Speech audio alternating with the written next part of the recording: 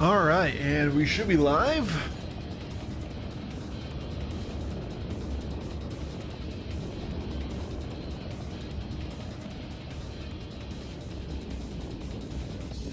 Clean up this abandoned ship.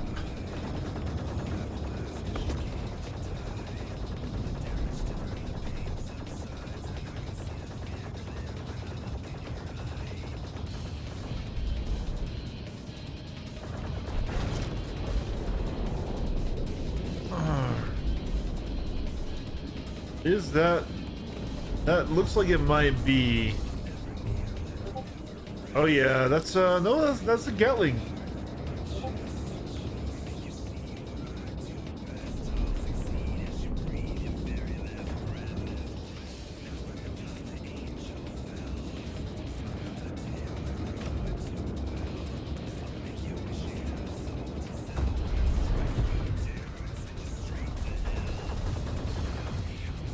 That's one. He's very stealth. Yeah, that's a 84B. Okay. I'm okay dueling him in the rate.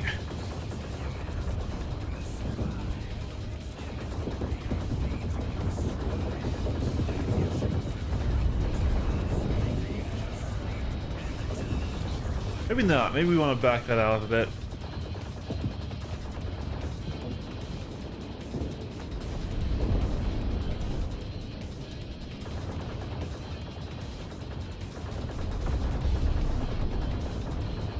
God, the Talon is fucking evasive. You don't think it should be.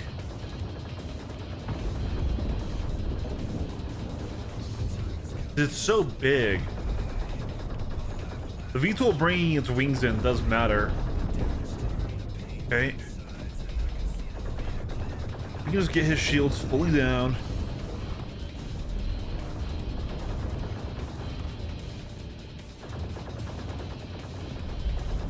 I think that was it.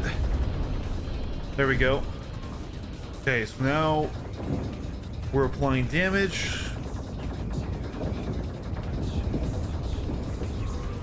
And getting damage applied to us. Really, it's back? Okay.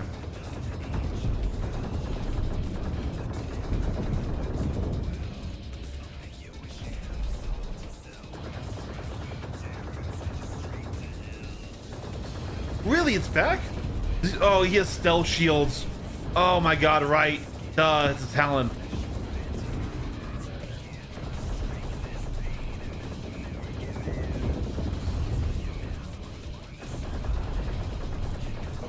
Gotta look at that, the stats on that.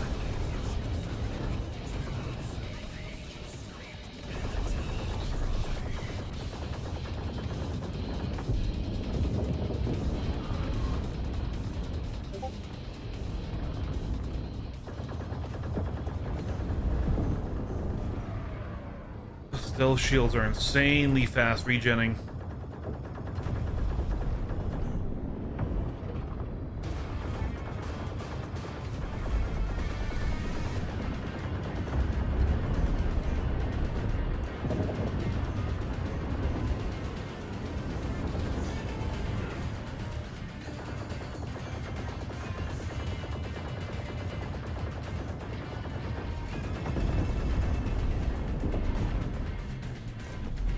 It is tanky for its size because those wings soak a lot of damage.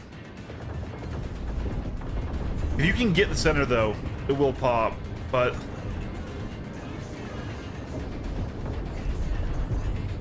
it also just has great stats for its for what it is. Like, you can't really rate Talon.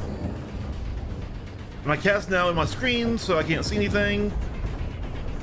Not that this fight would have been decided any other way. But... Kitty.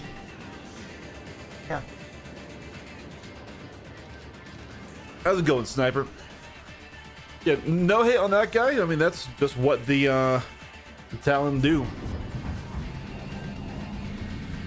But those stealth shields, man, do they regen so fast. Hey, Eagle.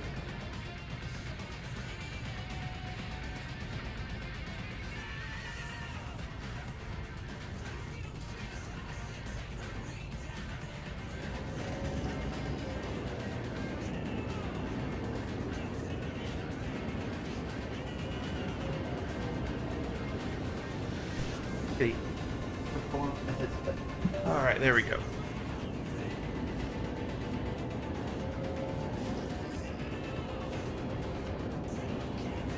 Yeah.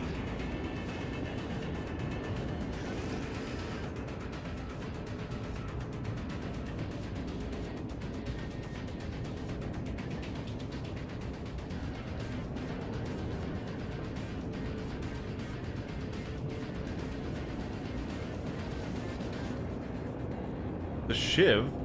That's interesting.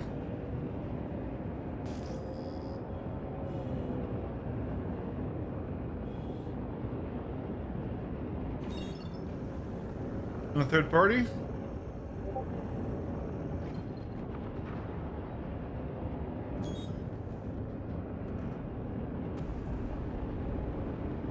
They both crashed into the fucking thing there. Howdy, Aries. How's it going, man?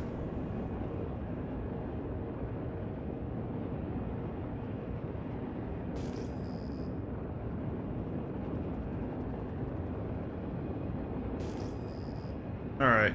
If I remember, Deadly 7 was actually a pretty good pilot, and he's in the Alpha Wolf. So this would be a very hard fight, but let's do it.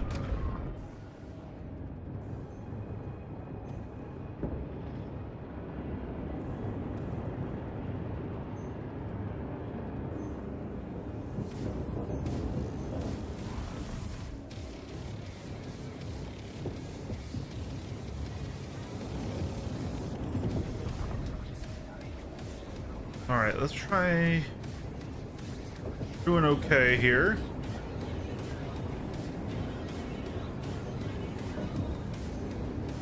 Found the true pip. Almost got his shields fully down. Yep, there we go. Get some more hits on. Let's just work, keep that shield from regenning here. We still have plenty of shield ourselves. Manage that. So, like, how do you get that recharge there? What? That was not 10 seconds for a recharge since our last hits on him. I think people are slipping in stealth shields onto these double shield fighters for an instant recharge or something. That was a wild. Like, it didn't last long. We haven't backed down, but hey, there. See, how do you have shields? Good sir. That was not 10 seconds of me missing.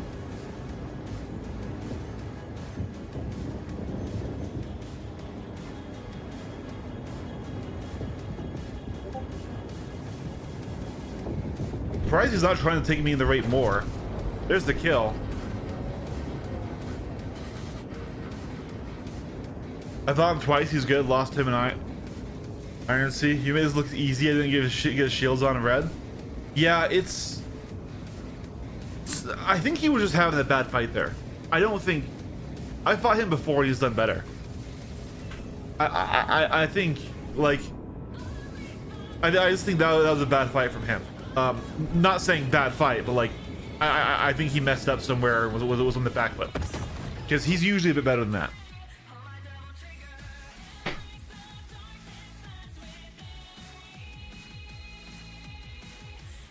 How is everyone doing this Sunday? I should be working on a video for tomorrow. I've got like the Talon review and that gameplay video to cut up from when we were taking on Gaslight. But I'm being lazy and I want to play video games instead of do work.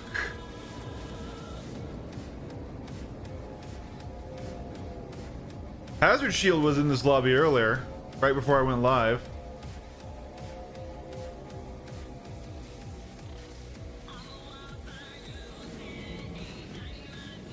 Red Boop. Hey, Nashra, good to see you. Okay, he crashed.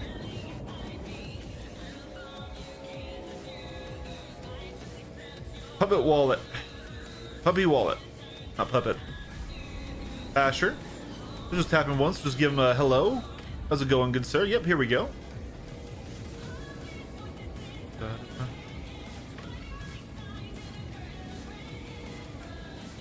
Do you not want to? What are you doing, Puppy Wallet?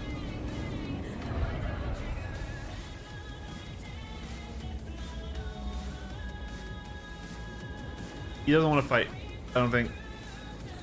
That's okay. We will not force the matter.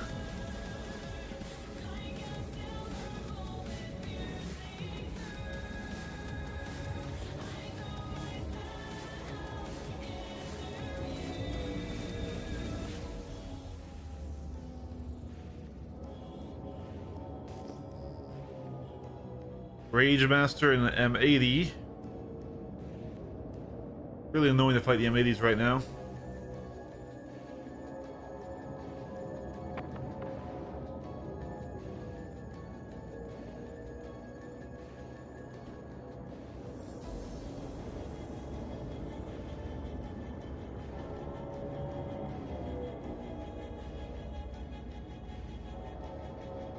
Yeah, dude, I remember that.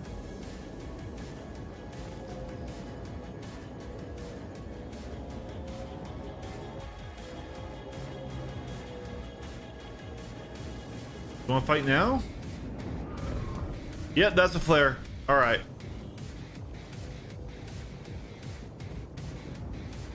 He's doing an M cannon loadout.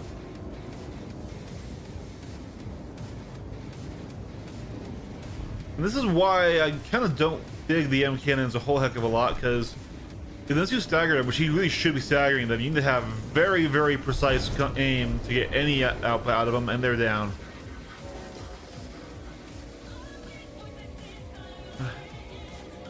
Red Boop.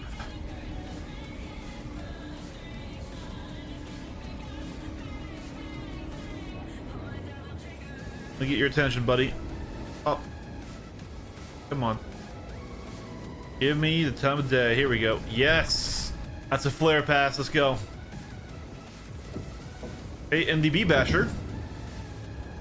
Very high damage on that guy. But the question is does he actually want to go close?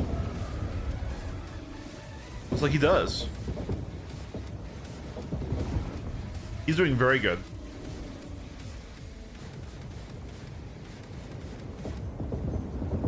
That was the trade-in that I needed. We had a bad first few early passes on him.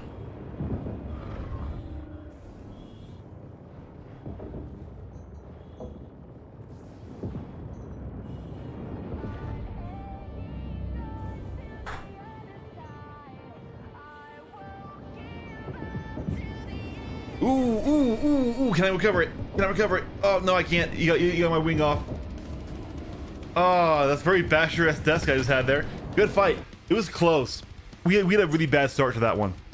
He had an amazing first volley on those MDBs that just ripped my shields off. That's fun. You don't usually see the Bashers go for MDBs because they don't really want to be up close. They're more of a mid-range fighter. Good fight. That was fun. That's why I like the Basher. Like, it's not overpowered, but you can't disrespect it. Are you third party, my friend? Good sir. Leave them alone.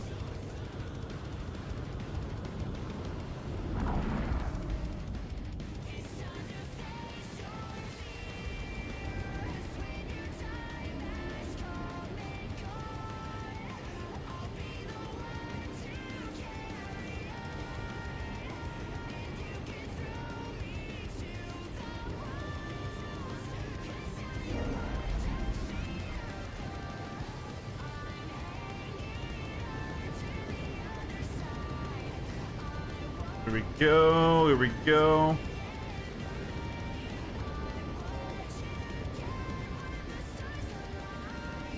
Well, yeah, I mean, we're in the middle of a free flight.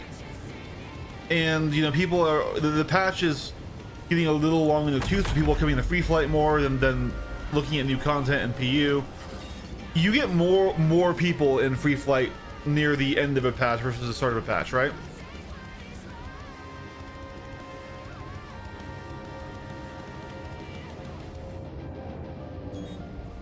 Jeff Boots and an arrow. Take that fight.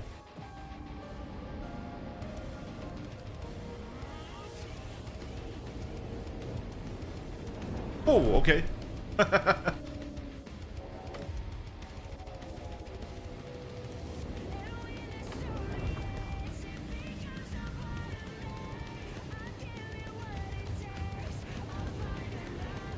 Adder arrow. Not commonly seen. Oh, buddy. Well, did he lose me entirely there? No, is that that's not adder. That's a CF arrow.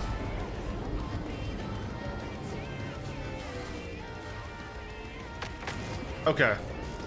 Boy is to learn. Sphinx.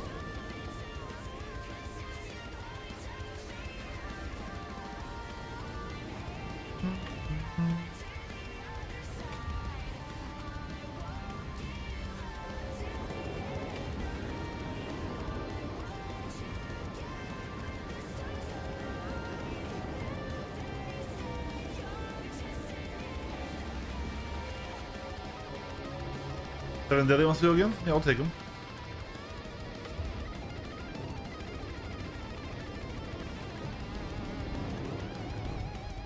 Alright.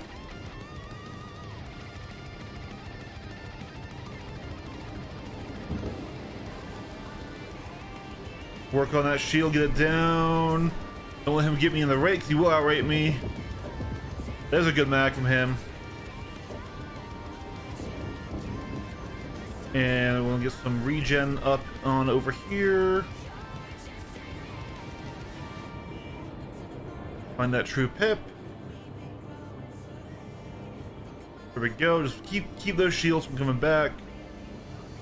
And so he's trying to range kite right now, but my shots are higher velocity than his, as they used to be. I'm not sure if they are actually after the rebalance the velocities, but either way, we're doing a better job at the range poke than he is, so we're making sure he doesn't get any shields back, and he's gonna have to come in close where he has the advantage. But without shields, I want to have a lot of time to apply damage before he can do that to me. This is where in the damage race, you really need to make sure, if you're extending, you need to get the shield reset, otherwise you're wasting time, right? And sometimes you do want to waste time, like if you have friends coming in to support or something, you know, just elongating the fight will help you there.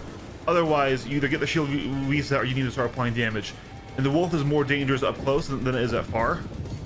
He really needs to start pushing me. I'm actually pushing him right now. He's in full backshift the entire time. And so this is the first time my shields have been down this entire fight.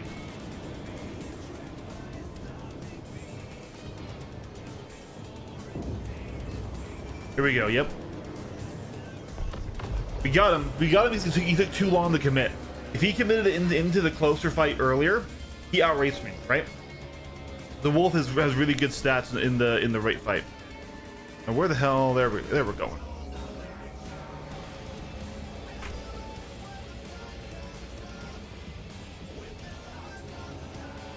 And I see the appeal to staying long range with the wolf, especially if you are low shields, because typically you're able to dodge really well. But the adders have the best speed in the game.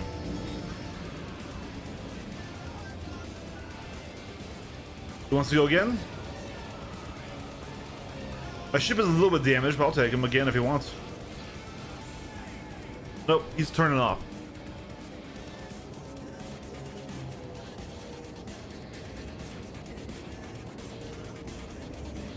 Okay. Ship decided it did not want to die just yet, but I refused. Alrighty. Yeah, so we're just going to be doing only about... We're going to try to stick to my 1 hour in AC today, because I really do want to spend some time getting components at Hathor. We need some nice components.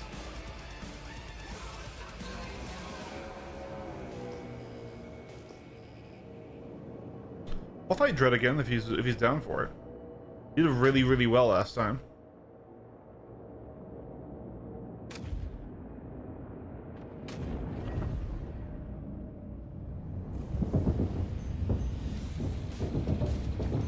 Yeah, he's a great basher pilot. He really knows how to make that little ship be evasive, dude. Yeah, already got me fucking red nose. Good stuff, man. Just flying it like that thing actually has speed. Definitely, I think somebody who's used to flying the arrows in that thing. Good shit. Yeah. He's awesome. Nothing but respect. Makes me want to pull out mine, not because I'll fly as well as he will. It's because the Basher's fun. I haven't tried all NDB Basher in a while though. Maybe I should. What do I have in this one? Oh, that's a mix. Screw it. Let's try an all NDB Basher really quick. That seems fun.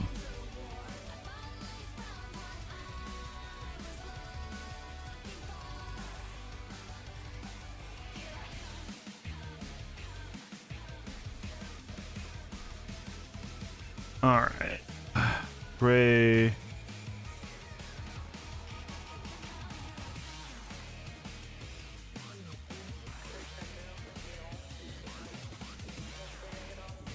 Otherwise, just so much fun to watch. Yeah. Well, as you see, like, this is why I always try to make it very obvious that I'm still learning myself. Right? I'm mid-level. There's some guys that I can just absolutely just crush. And then there's a guy like that where that just makes me look silly. And this is where it's like, there's so much to do. Like, I've been doing this stuff for years, right? There's so much to learn, so much to gain from doing this. Like, and I mean, we are going to be getting a new flight model eventually. So it was going to start all over again. I mean, sure, your fundamental skills, though, that you learn are going to transfer. You're still going to be better if you practice now than wait. And the NDBs wore off. Okay, there we go.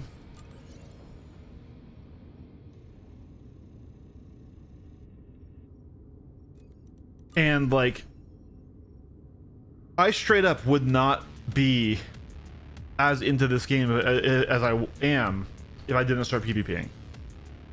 Like, all of my replayability for this game comes from the PvP side, and just that sensation of getting better, of learning more, testing things out. And I will say that the meta changes this year have been wild. The game was so stagnant on the CF repeaters for literally years.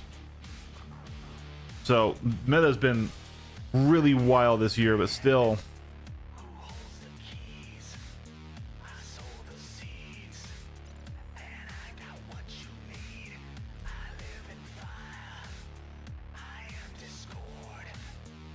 What about Ardors? The problem with the Ardors is you can't actually get them, right?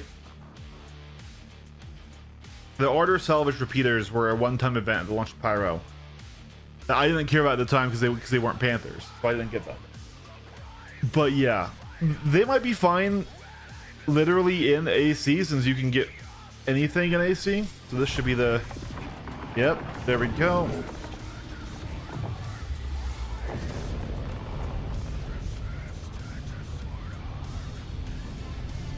Alright.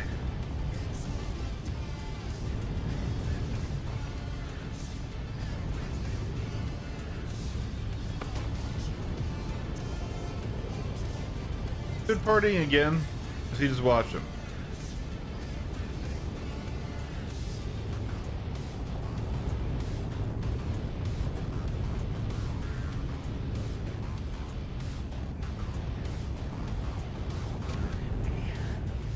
Gray v. Gray.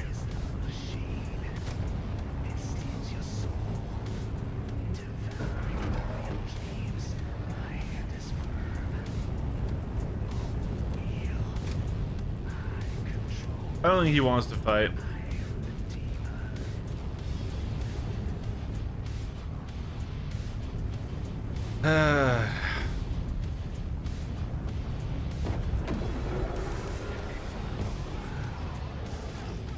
I will say the sounds in the Basher are just fucking top tier.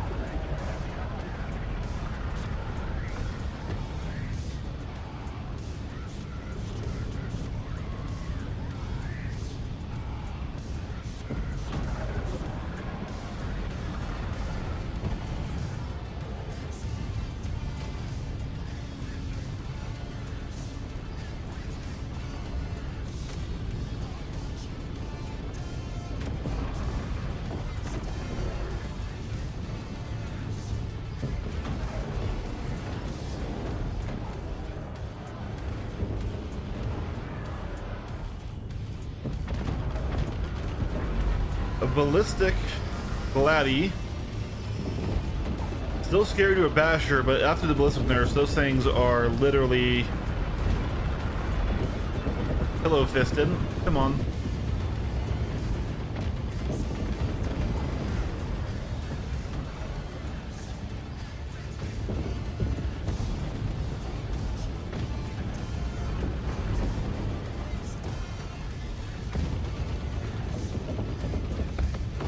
There's the kill.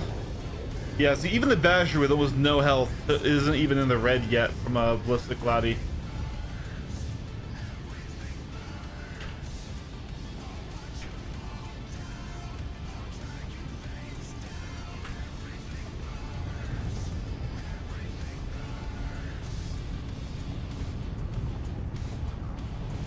And of course, there's somebody in a Perseus.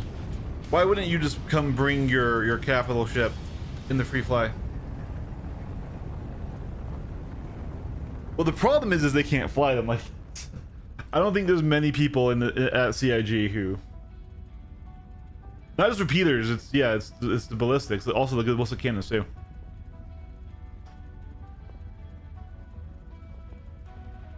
Good morning, Bosa. Alrighty. So we got another half hour of free flight, and then we really need to spend time in PU. We need to be hitting up Hathor sites and looking for components. Chris Roberts says in Cal, who will win? You know what? Chris Roberts is gonna win, right? Because regardless of the outcome of the fight, only one of us has millions and millions of dollars.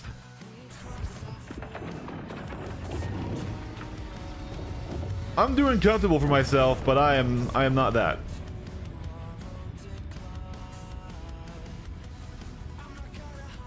All right. I love all sword cannons. I love all sword cannons too. Yes, all sword cannon is really fun. I just it's great in AC. It's also great for limited combat in the PU. Nobody expects the all sword cannon build, and it really does rock their shit. But you went out of ammo so fast, so you need to have resupply on deck. It's just us, and it's an M80. All right, and the Basher's slow.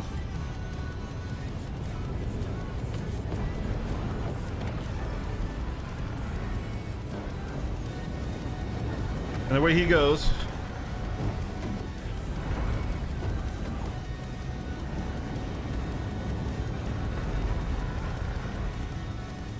He did not use boost until it's absolutely necessary. We're getting some damage numbers on though.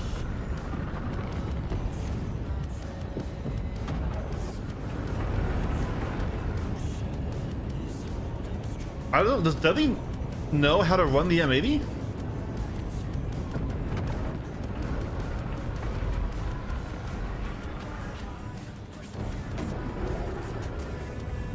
He's not going far enough.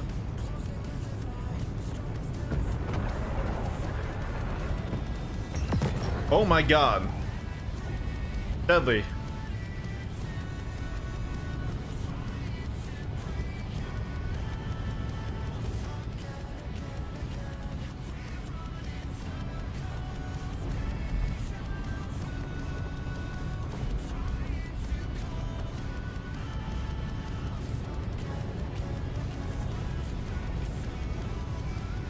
I just still wish the Basher was faster. It's, you feel that 5 meters per second and 10 meters per second slower. It becomes so boost dependent.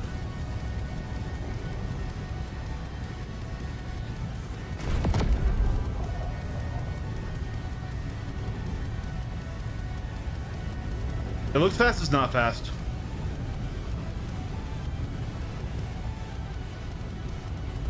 It's the slowest light fighter. Like I said, not by much, but you feel it. You're in your boost so much. It's maneuverable. It's wiggly. It's very hard to hit, but it's not fast.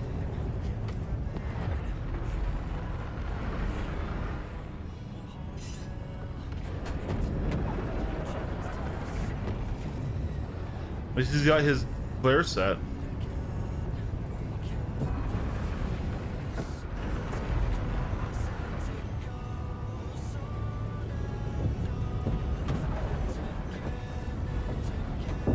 Oh, he fucking got me. What was that? Was that? Oh, that was a sea cannon. Of course, it was a sea cannon. I saw the red. I thought he was doing a pure mono build, but no, he's got sea cannons. Yeah, C788 cannon. Okay, I thought he was doing M's because I saw the red, but he's doing M's and C's. I see.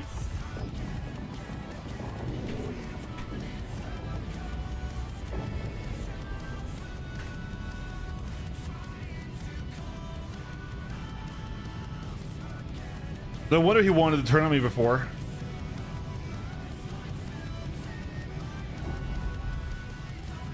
Just nuking the Basher out of existence. Is that a goddamn... Why? Why is there a reclaimer here?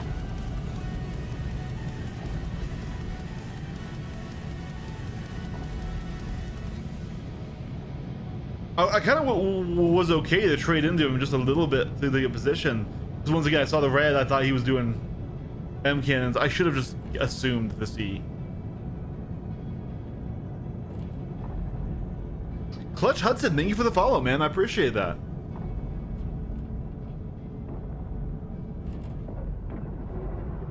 Try it one more time here.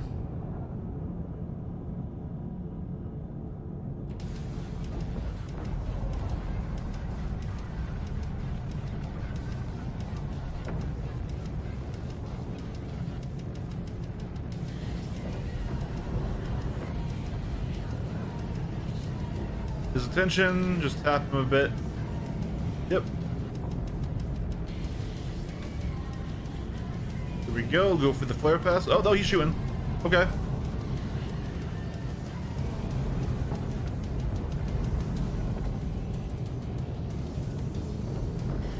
And we're gonna get over him here. Oh, pull up, pull up, pull up.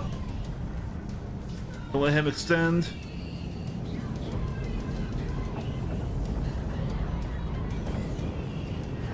Well, we did take a hit there, but it was the M cannon, thank God. That C cannon would have one-slotted us. Okay. Alright, you guys, shields down. Let's get full mag recharge now.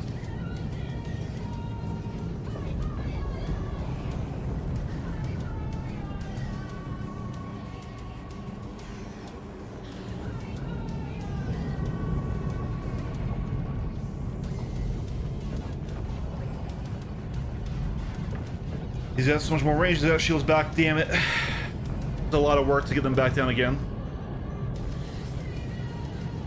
We're hitting his gun that sticks to his shield a little bit there. Oh, can I hold this? Nope, he's gonna run. Oh, we got the shield. No, we didn't get the shield down again. We just, once again, we're hitting that one component. Oh, no, no, no, no, no, no, no, no, no, no, no, no, no, no, no, no, no, sir. No, sir. Oh, okay, once again, it was just the M cannon, but that size of an M cannon rips my shields directly off. That's a lot of damage he's doing. There's the kill. Yeah, dude, that's scary. That is a really scary fight in the Basher. Knowing that even one of those shots will just literally turn you into putty right there.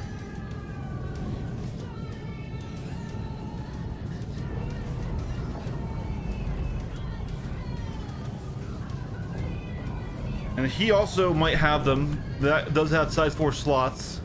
We gotta treat him very similarly, but he doesn't have the speed, so we can get into slot here, get under his nose, and just make sure we abuse his lack of turn rate. And we sit here in slot, in the pocket, until we send him a revocation of his birth certificate, like that. There you go, bud. Gotta get a new one. Hey, Sil, good to see you again. Right, yeah, no, the C788s are terrifying in the Basher. Man, dude, I was really thinking the NDB Basher would not be it, because I tried it when I first launched, I didn't like it. And, you know, the Basher is a mid-range fighter. It wants to stay at medium range. It doesn't quite rate the fastest. But goddamn, is it doing well right now?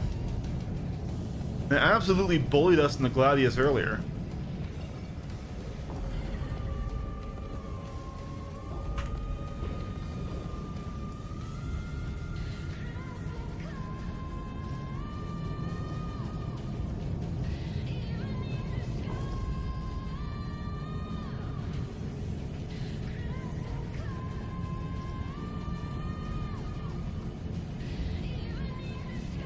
Power of Galaxy Disco lives on, yeah?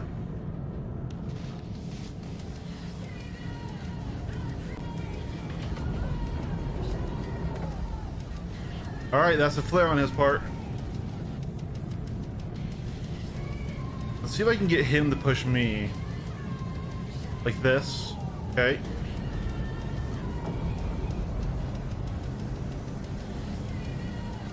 Oh, don't black out. Come on, Eric. Keep on that shield. Do a little bit of nose juking here.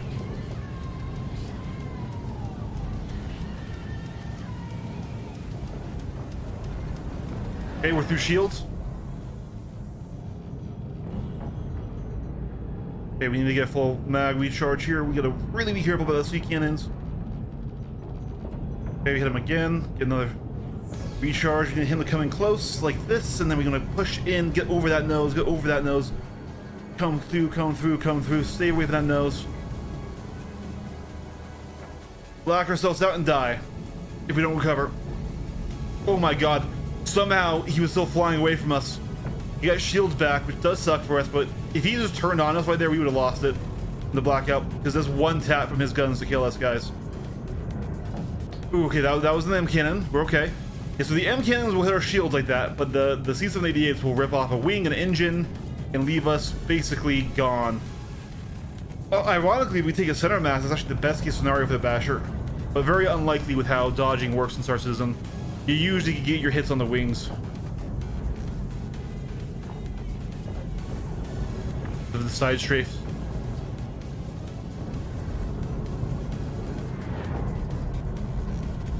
Not my best roll match there. You never really want to go all the way around like that. It looks cool. Oh shit! He was already shooting at me. Then they're talking, yapping. Yeah. The full over looks cool, but it's usually the slowest way you can roll match. Oh, those are hits. Those are hits. Come on. Can I get in under him? Yep.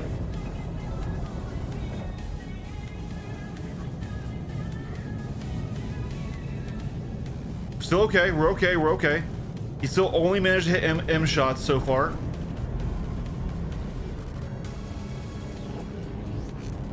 This shows you if he was using deadbolts instead of the M cannons, I would probably already be dead. Side deadbolt is scary. I see why he wants the M cannon though. Against larger targets, it strips shields and makes those C788s be able to damage the size 3 shield targets. Oh, okay. Very close there. Got the kill.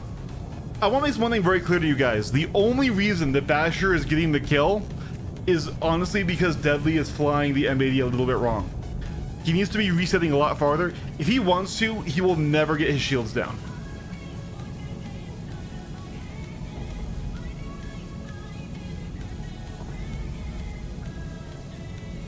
I'm okay with weapons capping out different sizes as long as there's unique ones in each.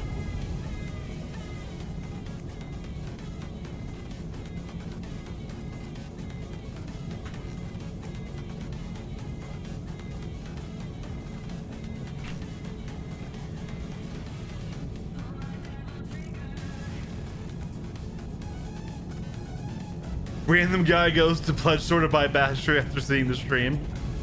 Look, the Basher is a great ship, but it is a very high skill ship. Which would be a better heavy fighter pilot also. Honest tip. Extend farther. Go to 1.5 to K before turning back in. You outrange me on radar, and that gives your S2 shield time to regen. You should never lose to a laser fighter in the M80 with the right strat.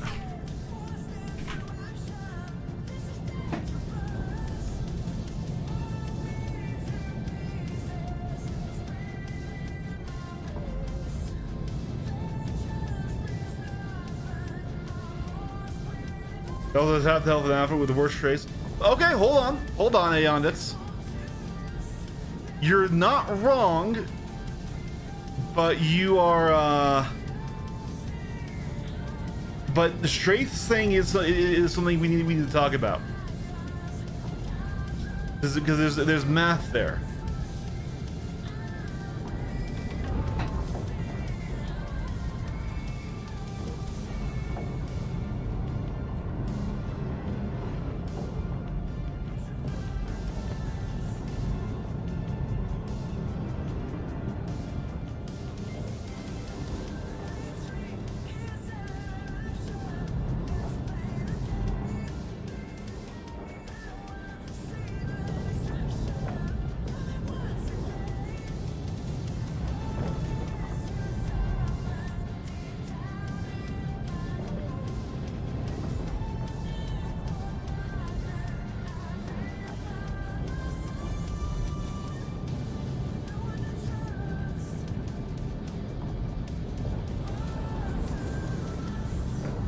Shields are low.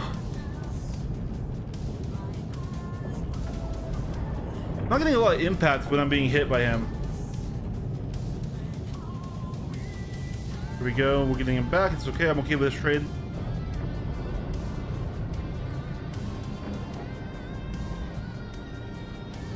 First off, comparing any ship to the Arrow right now is a little bit mean because the Arrow is so overtuned, right?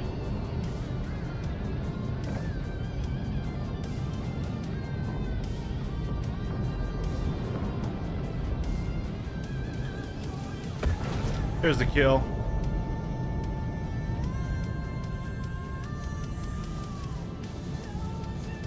All right.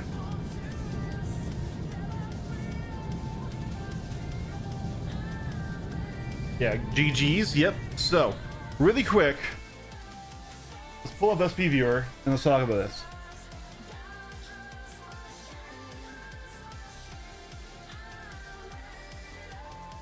All right. So, you're not wrong about anything you said there, Aeondix. You're not. This is not me, like... So, Arrow, Gladius, and Basher. This is the main competitors here. We're going to go to detailed charts here. So, yes, when you take a look at this, it does look like the Basher just has worse stats in every department, right? So, when it comes to forward strafe, it's the lowest. When it comes to side strafe, it's the lowest. Up strafe is the lowest. Down strafe is the lowest, right? Back strafe is equal with the Gladius. Okay. When it comes to shields, the default is the lowest. It's definitely the same as the Arrow, if we're being honest here. These are just the default equipment. Yeah, the health. Yeah, the health is really bad, right? You know, 1600 versus 3300. You know, armor on there. 5000 versus 6000. Yeah, so it is. It just looks to be worse in every category, right? Obviously, its DPS is really, really high. Against light fighters, that 6 size 2s is still really dangerous, as we can see in all this other stuff. But we have to remember something, and that's that strafes are a byproduct of cross section. So we can't just say the Basher has worse strafes than everything. Come on, can't like zoom out in this one right now. There we go. There we go. Hey, so once again, let's compare these ships. Right, the Basher is basically a little over half the width of the Gladius, so it makes better use of that lower G number. It is slightly slightly larger than the arrow here. Like we're talking literally a you know, a micron there. Honestly, this might be just a rendering issue on here, because in the math it says the arrow is 12 meters wide and the basher is 11.3, right? But these numbers matter, okay? These numbers matter. So if we go back, go to calculator and notepad here. If they'll actually launch, there we go. Yeah. So we have already done the math here for the arrow and gladius to show how evasive they are. So what we need to do to figure out how evasive it is, determine how many ship lengths per second it can move to the side, left, or right, it is an equation. You have to take the G number, so the side strafe number, multiply it by 9.8, because that converts it from G's to meters per second. So we'll do that right now. So let's do the bashers, since we already have the calc on the other two. So 12.3 times 9.8, that means its boosted side strafe before it reaches the speed wall is 120 meters per second, okay? 120.5. Then we divide that number by the beam length, right here. That's the width. So divided by 11.3. 10.6. So the basher can move 10.6 ship lengths per second in the strafe. That is way more than the gladius is 7.5 and close to the arrow's evasion. And that's why you can't just say, oh, it just has worse G's than these ships, because it's that equation, right? Because of that size, because of that mass, it gets better performance for evasion out of those G's, right? So that's why like this looks like it's worse than the gladius right here, but it's actually better strafes than the gladius, because the gladius is fighting all of its own size, right? Does that make sense to everyone?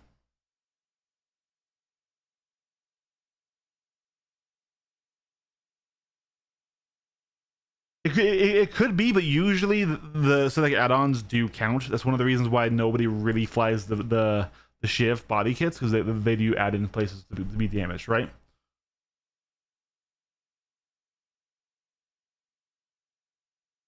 All right.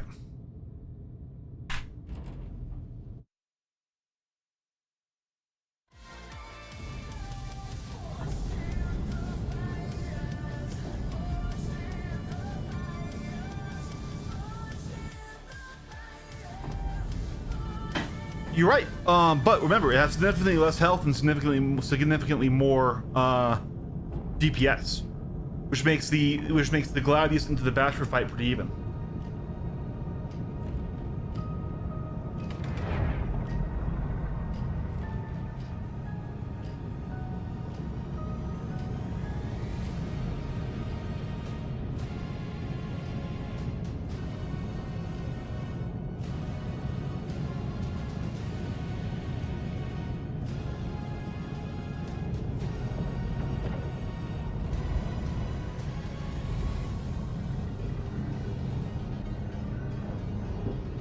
Ooh, that was a hit.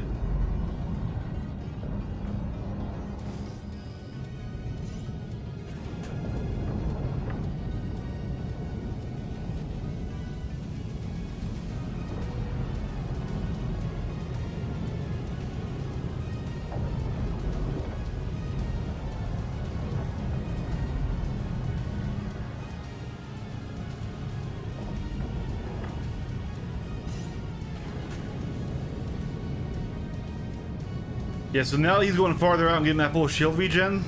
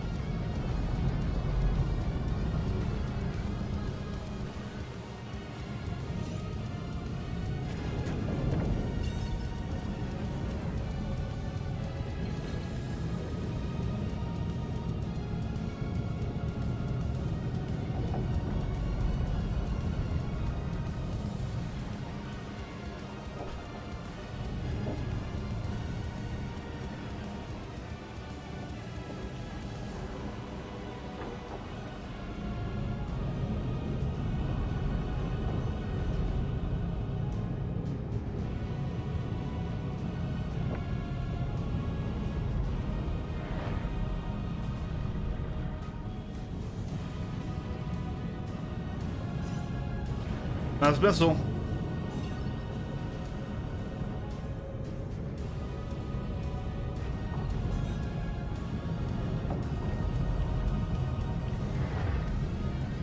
Man, doing a full lead turn is so scary against the C7 cannons. I know one tap I can't afford to take.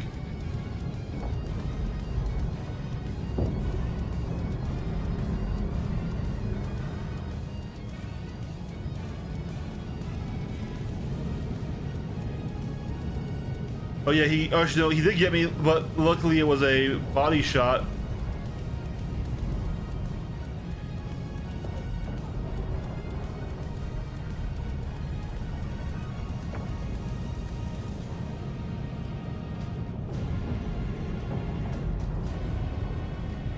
Yo, villain, good to see you, bud.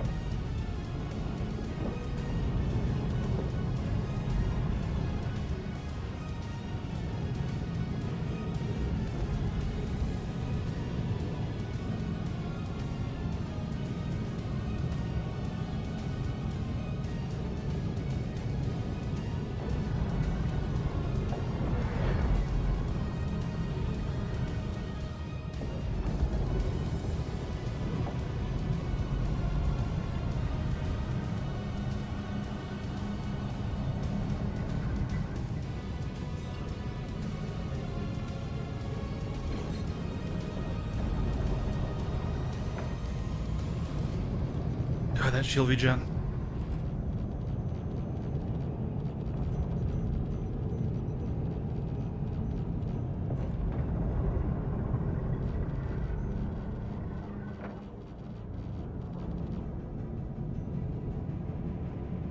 Some resources back.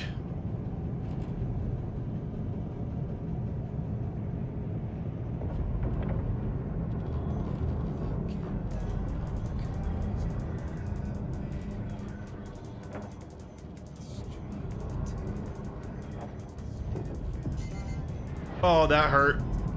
That was a good hit by him.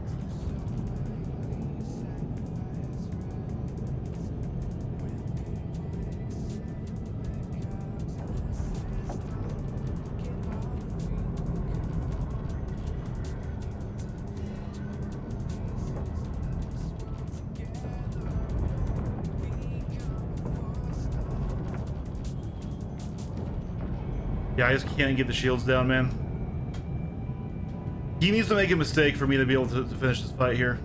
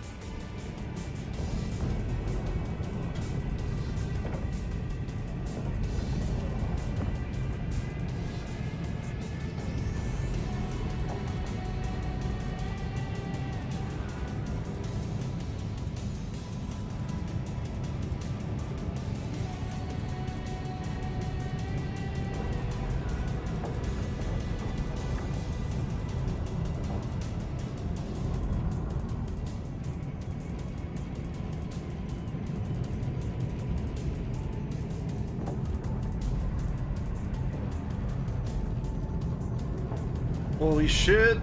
Come on. Oh.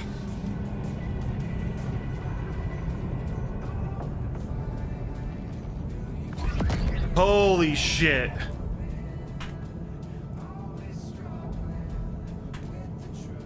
Yeah, dude. That was the hardest fight.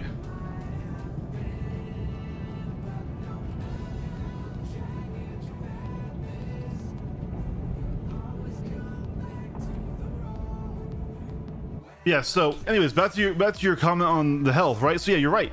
The Gladius does have, you know, a lot more health, about a third more health, right?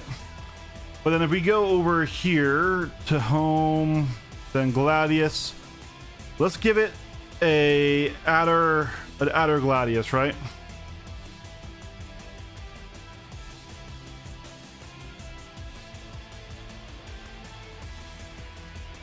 So an adder Gladius does pretty good damage. 1505. Basher. If we do NDBs,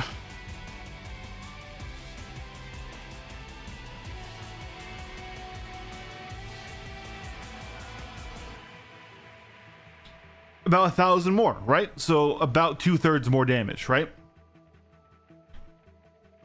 So that's where it kind of evens out. See? So it has a third more health, but the Basher does 2/3 more damage. It's still a very high skill ship. It's still a very high risk ship. But that's what it does. Is it really does bring the TTK down in the fight. If there's a Basher in the duel, that fight's ending quick. It's either killing you quick or dying quick. Hayes, I want to butcher your name. Zivi Nikoni? Zivi Nikoni. Nikoni. Thank you for following, man. I appreciate that.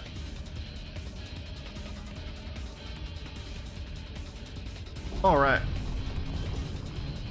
Oh, he left. That was a good fight, though. It's fine. Let's see. We have... Actually, that was our hour. That was our hour. So it's time for us to get into the verse and to fly a much worse ship and to try and get some components. So let's change our music over out from the badass PvP stuff. We still will be PvPing if we get the chance, guys. I'm not saying we're done PvPing, but we're done doing just Arena Commander. In the verse, I am dry for components. I really need some high-end components. So we need to take a ship with cargo capabilities, and we need to take it into Hathor.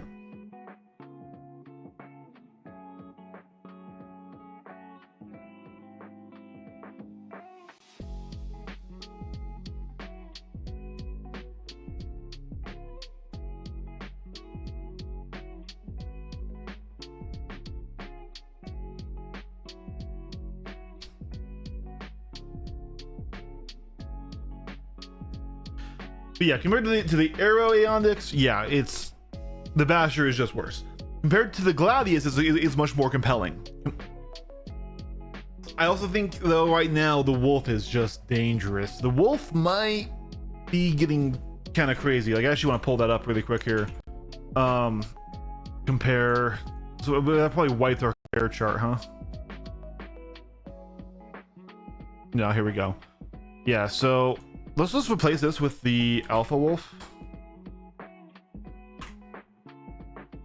Okay, so the Wolf is slower. The Alpha Wolf is slower. Still better. Yeah, it's not quite as tanky as the Arrow. Okay, the Arrow still might be top. Let's change you for the Arrow. I think into either of these ships. No, actually, hold on. They have very similar armor and hull, and now shield matter again. So that's the big kicker. Wow, the Alpha Wolf is slower than the Basher. No, okay. It's slower XL, but a little bit more.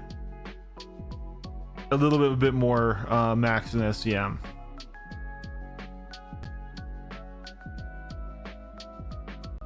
That energy deflect also matters. Not much, but...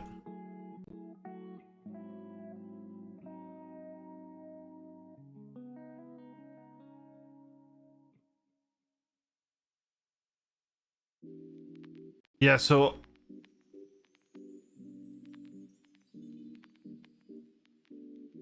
hear me out, guys. This is how I would balance these really narrow beam length fighters versus, say, a Gladius, right? Or a Talon.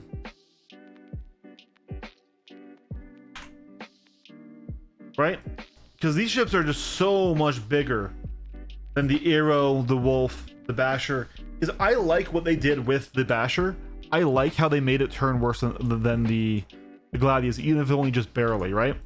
Because I think if your ship is bigger, wider, and easier to hit a range, it should turn better, right? So basically, the more wingspan, I want there to be more turning capability. Now, I know in lore, the Arrow is intentionally just fucking awesome. It's the replacement of this ship. But, you know, I just feel like you can just put bigger MAV engines in this ship. There's more space for it, right? You can get more fuel, more things for that, right? And like, if you're gonna be really hard to hit a range, I feel like you shouldn't also be awesome in the knife. There should be one or the other, which is why I really do like the balancing of the Basher. Because it be tiny, but it can be outturned. The Talon stealth is really nice too. Yeah, the stealth does matter. It does. Absolutely. But just because size matters so much in the evasion calc, right? Like, the Basher has worse side Gs than the Gladius, but is substantially more evasive. The Gladius is 7.5 ship lengths per second, and the Basher is 10.6. So the Basher is way more dodgy than the Gladius can ever hope to be. So I want to give these larger ships something. I want to see a Tavaran snub. True, yeah. That would be sick. Okay, we should be in. All right.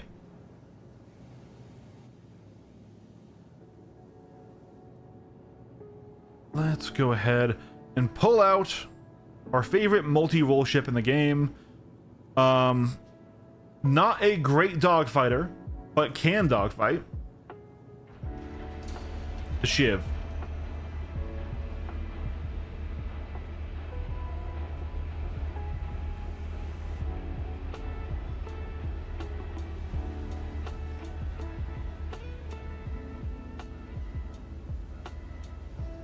Sapper Dog, thank you for the sub, man. I hope if you haven't already, that you enjoyed the Banu Cube that's going on in the drops right now. Man, I wish the ship could fit the Ironclad the same. Will the ship be the same with the physical components, though? Yeah. Yeah. It'll be a little worse, sure.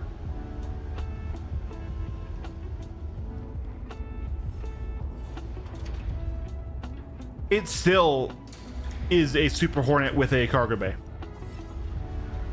And as much as I hate the Super Hornet, throw on 32 SCUs of looting space and like, yeah, okay, yeah, no, that makes a lot of sense.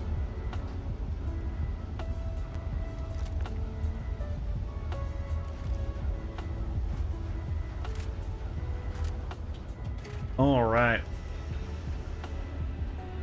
Oh, there's a hit reg issue on the Wolf. That makes a lot of sense. I was wondering how it could flip over so quickly, and like, it must just be, you know, the lasers that equalize it.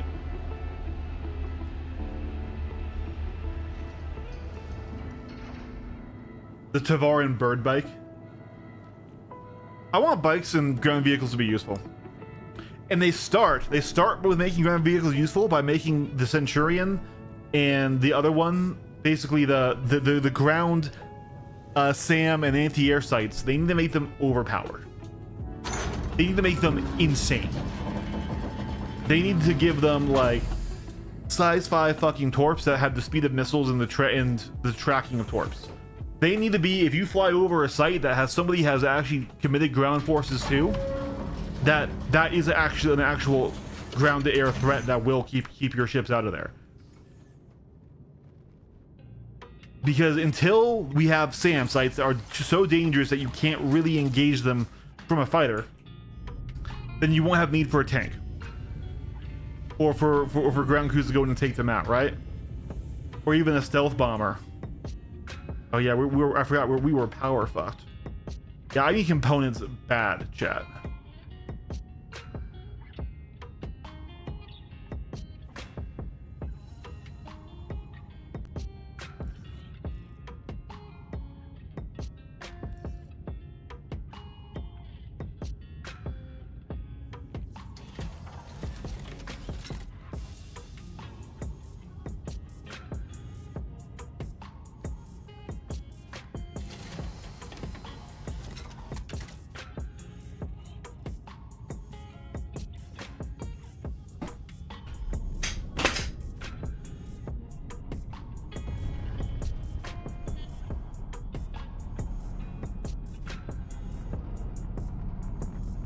All right, first list we're gonna check is going to be. Oh, my skin fell off again. I'm really bad with the new insurance system. First list we're gonna check is Aberdeen.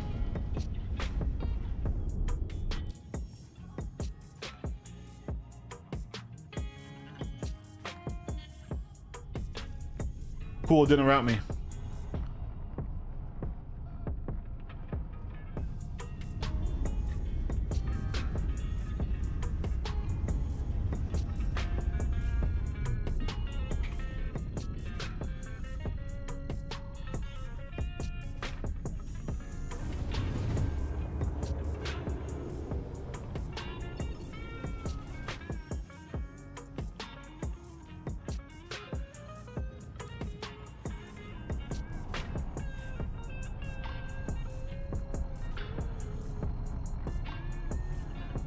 All right, here we go. Now, I heard from some people that they were struggling even at Aberdeen. Man, I'm really sad that my skin fell off again.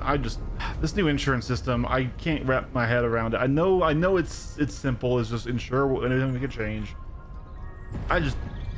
Sometimes I'm moving quick, you know? Viver's on the other side. Do we have a daylight side? Because I don't have any lamp. Here we go. Webtura. So we're primarily looting, chat. We're primarily looting. We will run the site if we need to in order to open up the garages. But we're gonna need to do a little bit of John Wicking if that's how it goes, because we only have 4 mags.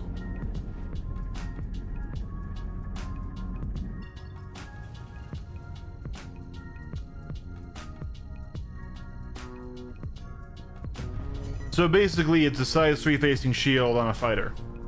That's a 2-person.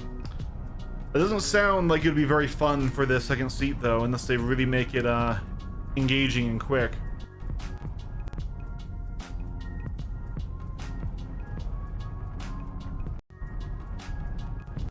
It kind of just sounds unfun to fight and to be in.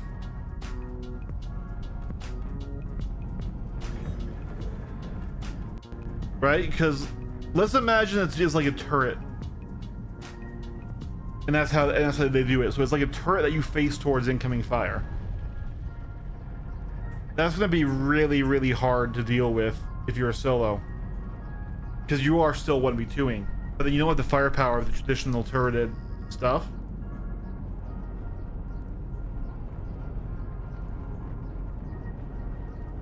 Well, a lot of these sites are open. There's a lot of things up there. Oh, whoa, I'm being hit. I'm being hit by something that I can't fucking see.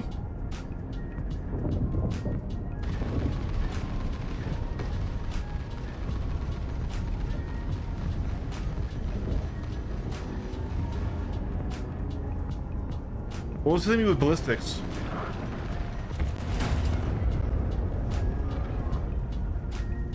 Something hit me with ballistics and knocked off part of my hull. Usually the AI don't give a fuck when you fly around them.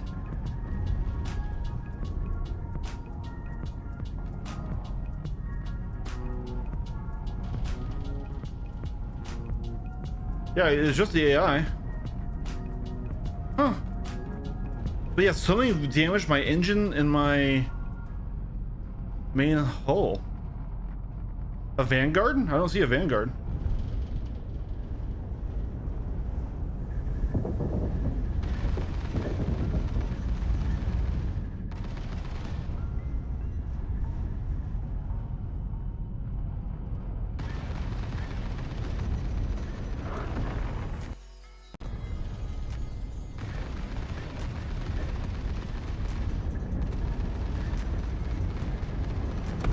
I really want to fight them because I got limited ammo.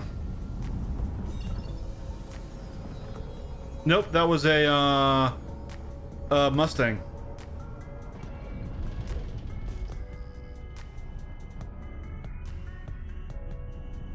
Yeah, that's what I'm thinking. It felt more like somebody with a meteor or something just left me.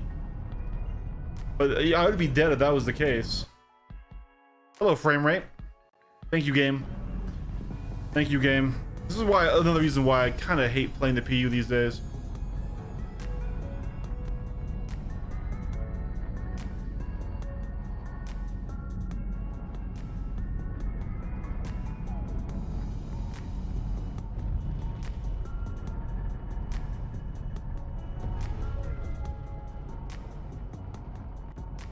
Jesus frame rate. Jesus frame rate.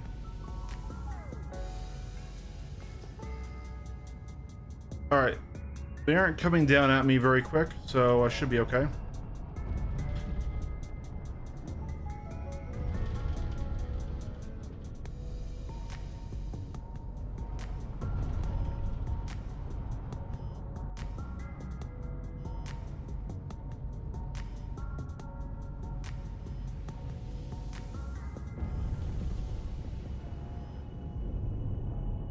Not my best landing.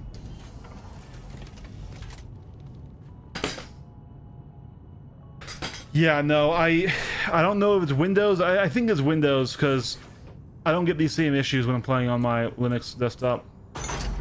And my Windows installs just poor.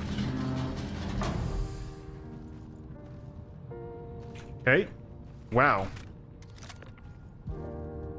Immediate VK00. Double lot.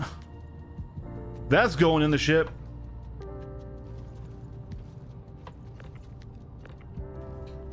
Heat sink, that's not that good, I don't think. Polar's good. That's grade A mill cooler. I need to get star strings back.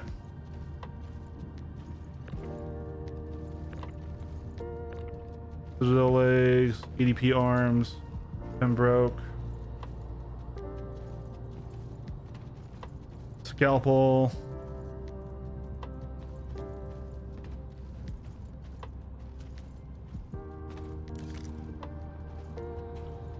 Kind of a kitted out custodian.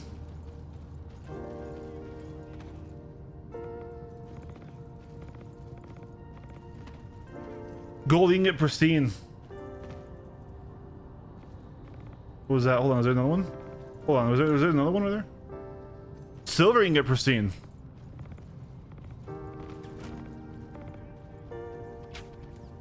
Yeah, there's some shooting going on. Never know what components are good or bad. You kind of just have to learn it, Zulu, but also if you get Mr. Kraken Star Strings, it's a language pack on GitHub that will tell you what the grade is and the thing.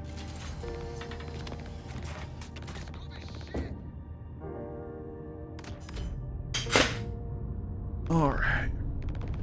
And let's go to the next one and let's just double check really quick which one we were at. We don't come back here.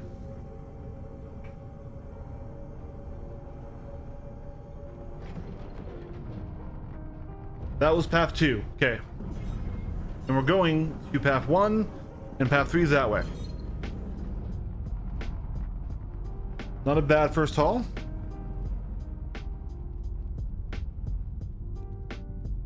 Not seeing anything too dramatic up there.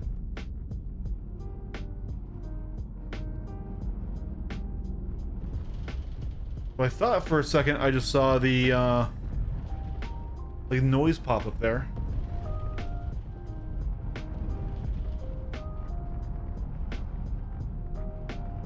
Oh, and lag spikes.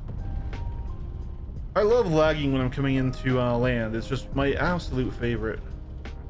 I think I can't quite make it in here, but we're gonna try right in this little slot.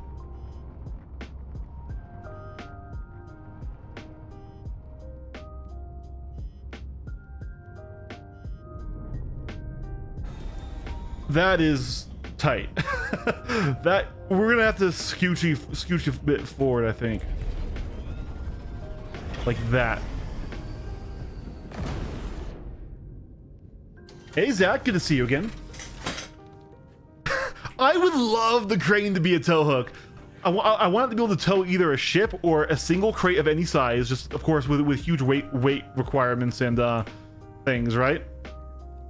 Or it would be really cool if you could tow even a dead ship, like pirate a ship, kill it, and tow the whole ship, cargo bay included. What the fuck? Beacon. Crossfields are good actually. They aren't rare. You can buy them, but they're still a very fast quantum drive. I'll take grade A or boom, grade A stealth shield right here, Mirage.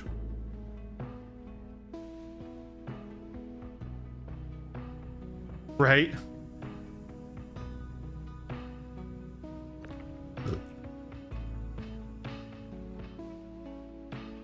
Oh, check him. I don't know if I said hello to you, but hello, I remember you. Welcome back. Thank you for watching again. And Polar. We like Polar. Really, the only value mill coolers have is TSG, but still, sometimes people like the grade A stuff on the mill coolers. You're right, we could dismantle. So, might as well take these. We have the space. How close is the Shiv to Super Hornet? They're very, very close. Obviously, the Super Hornet is more evasive than the Shiv because of size. Because remember, evasion is a comparison of size to G's. But in terms of actually how they perform, it basically is a Super Hornet. Because the Shiv is also tankier than the Super. Because this entire cargo bay can be shot up basically to hell, and you don't really care about any components being hit. Fell back in there. Okay.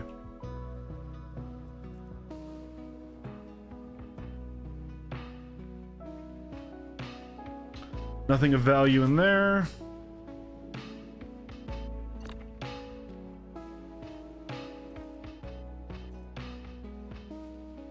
First edition helmet, I'll take that.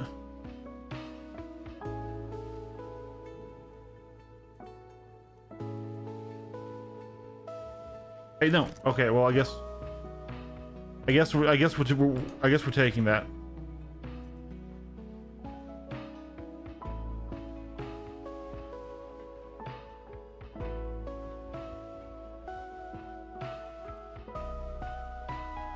Yeah, it's just the base Morzov. An 8x scope.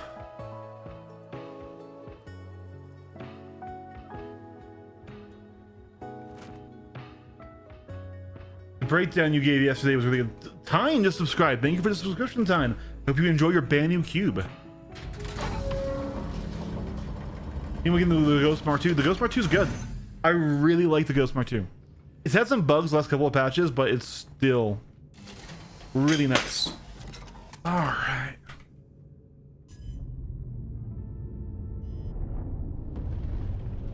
And now we need to go to 3. It's right over this way.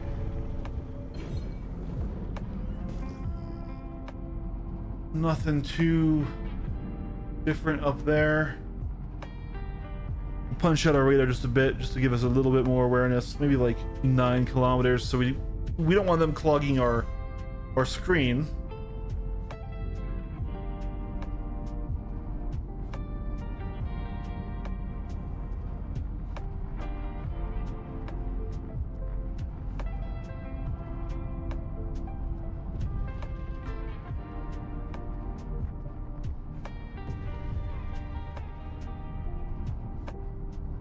I think we have to do the same landing spot.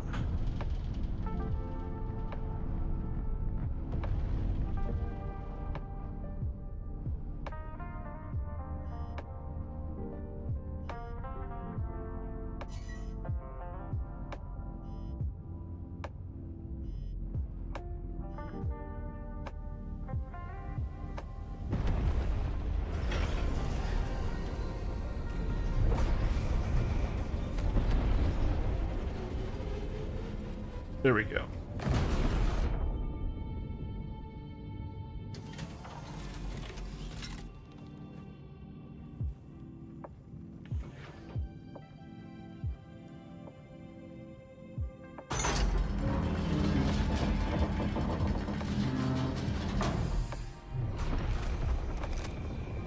You the battery.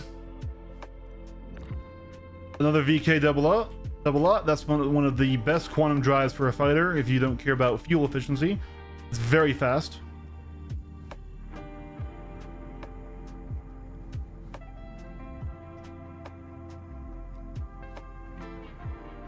I really wish stacking of components was a little bit better.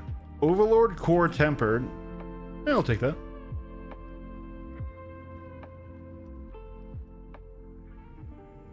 Boink.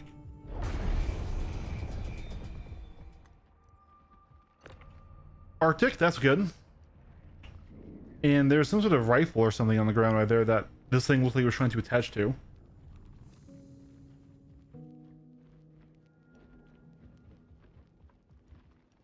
S71, it's a good gun. Dynaflux, that's a grade B mill power plant. We'll take it. It's not a JS300, but JS300s are fucking impossible to find. So it's a good stand-in for PU work.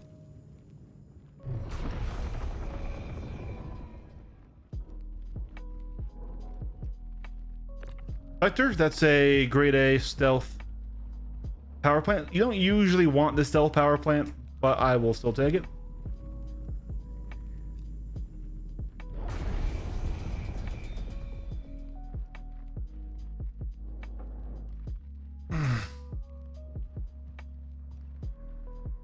Oh no.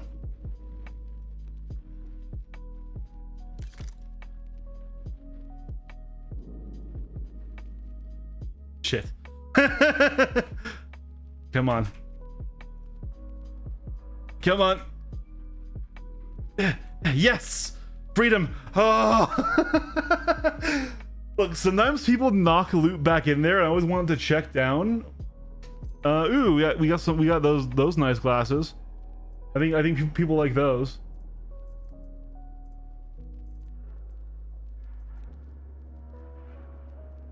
Stationary object strike once again.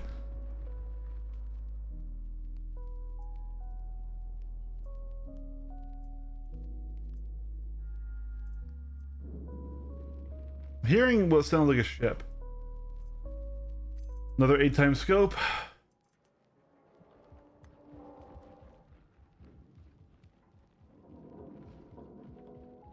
It might just be the groaning and stuff of the station. So we're done with it. We're done with Ruptura. So we need to go to Vivair next.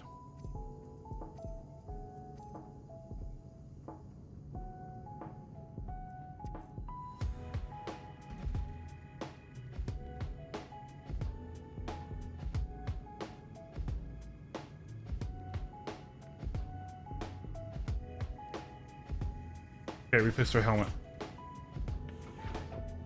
How much you want with the glasses? I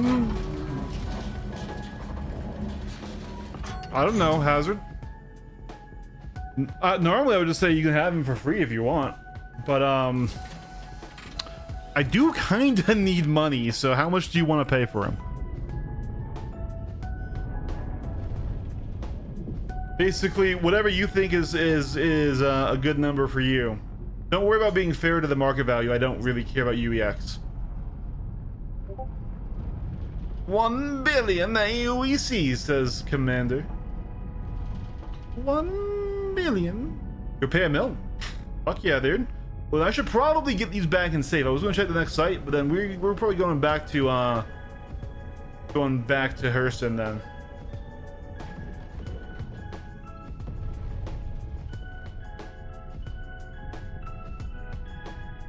One double dog is 3 AUECs, or at least 6. You know what? Can't fault his math. You cannot fault that math.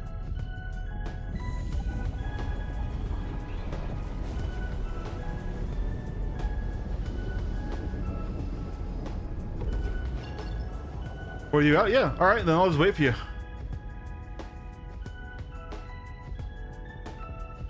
Let's see. And there's our friendly neighborhood, Lorville.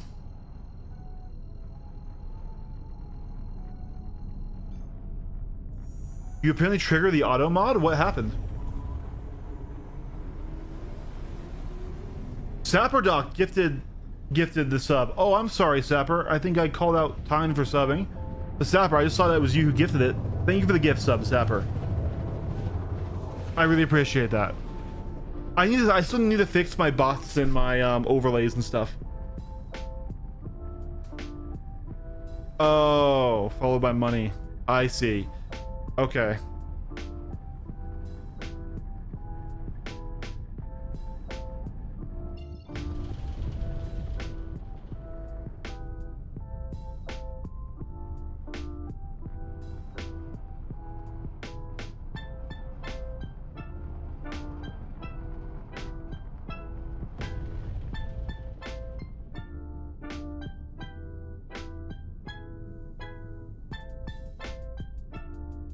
Those big forging pits in Lorville are always really cool. Flying in here at nighttime in VR when the VR first dropped was so cool. The frame rate was atrocious. You have MG script or on sale the RCMBTs I'm in the market. I don't think I have the RCMBTs. I might have script.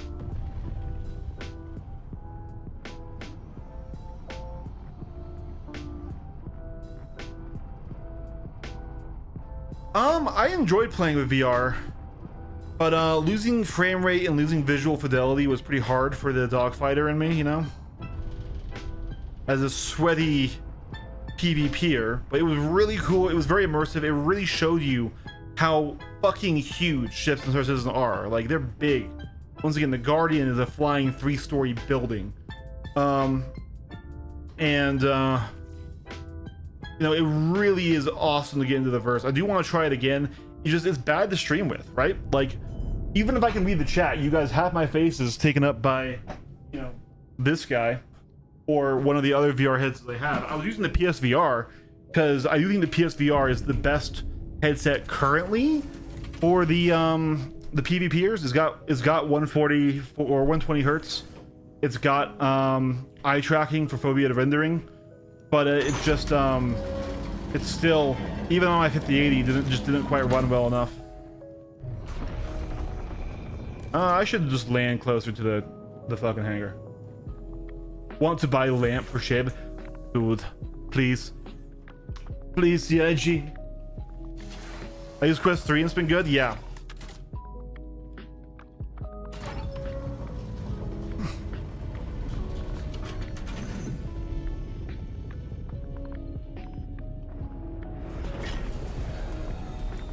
Okay, we were a little bit too eager there.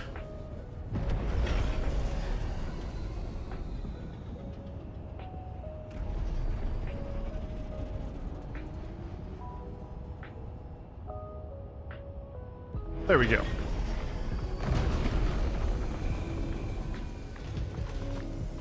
If you want to see Frankie close your eyes and run VR just like that. No, VR is like honestly, Star Citizen is one of the best experiences for VR.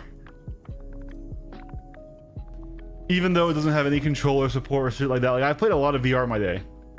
I played a lot of them. And I still think Star Citizen was the one that wowed me the most. Now, of course, I had other things to help it, you know, like the twin sticks and pedals and things, you know. And I'm not an FPS player a whole heck of a lot, right? I don't do a lot on foot.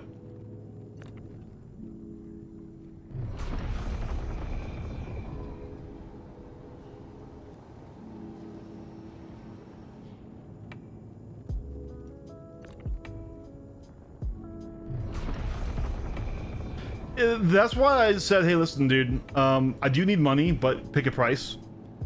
I think that's fair. Like, he could have said 50,000. I'd be like, all right, yeah, sure. Even knowing you could probably flip it for a lot. But yeah, UEX, the problem with UEX isn't UEX, it's that money is still so easy to get, either through exploits or just even, honestly, the mission system. Like, there's not a lot of money sinks in the game if you aren't also using UEX, right?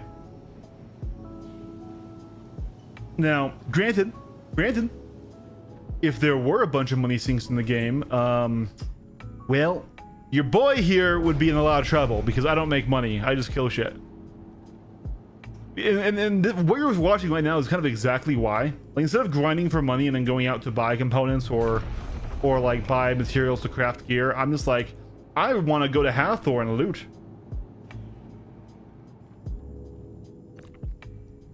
Yeah, but Gillies is so boring.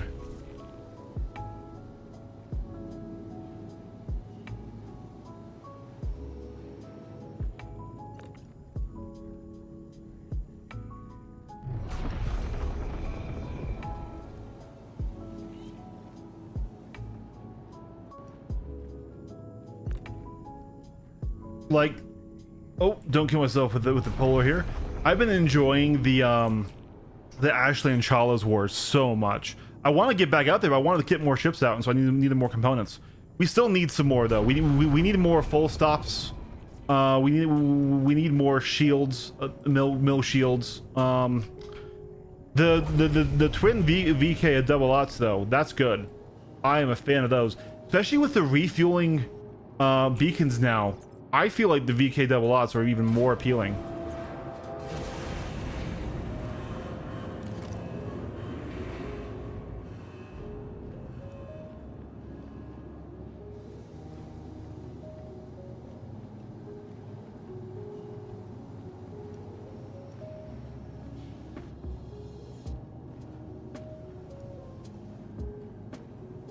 Yeah. I feel like I would use UEX if I was ever making money. I'm just I'm a dirty murder hobo. Emphasis on hobo.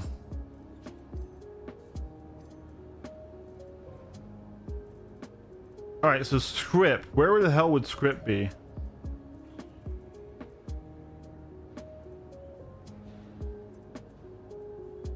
Mission?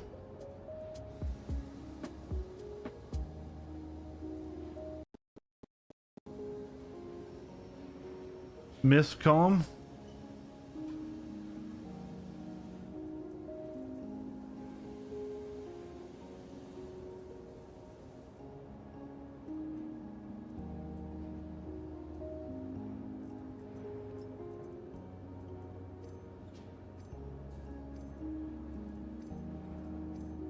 So yeah, I've got some MG script.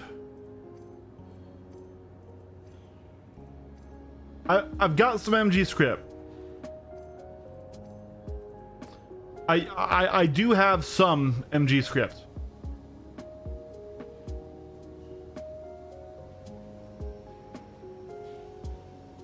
Yeah.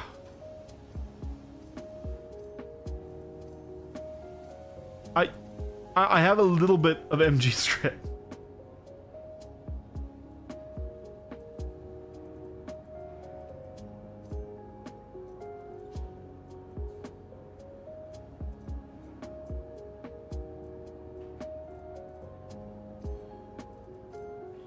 There we go. Yeah, so 361. If you want it, it's yours. It's not much? Okay, that's fair. I don't know how much is a lot, so. Oh, I forgot about my dash bot. We have to put the dash bot somewhere. I have 2 dash bots? Why do I have 2 dash bots?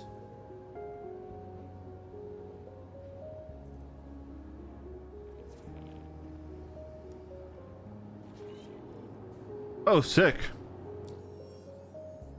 Awesome, Hazard. So then, are you in my hangar yet? Oh, yeah, you are. Okay, hold on. I will bring up the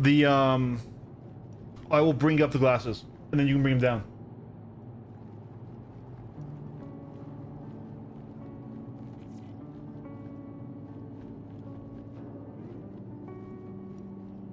Yo, yo, all right. Well, hey guys, we made money. Totally not by abusing our community. All categories. No, eyewear.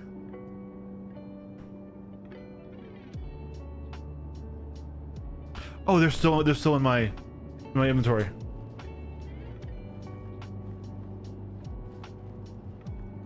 I just didn't want to glitch them away by dropping them on the ground. That's why I want to use the freight elevator.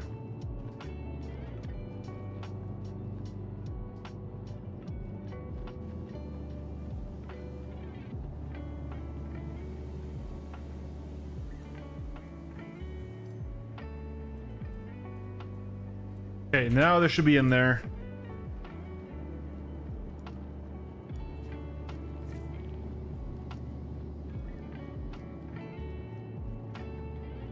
I guess I could have just put them in the shiv. You're totally right. Look, guys, I'm not a smart man, okay? I just don't want to glitch away his brand new glasses.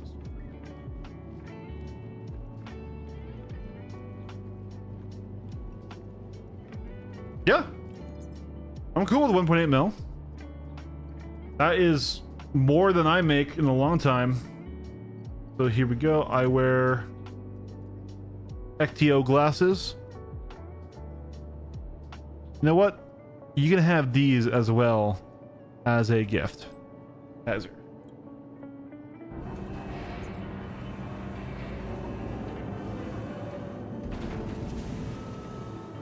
I gave you 2 pairs.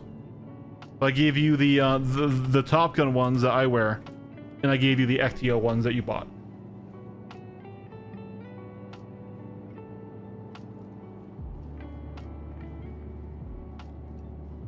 Make sure you get them both. What's the job today? We are getting rare components, and we just are trading with our good buddy Hazard here some glasses. So I want to see, I want to see those glasses and see if they're worth it, man. Let's see. All right.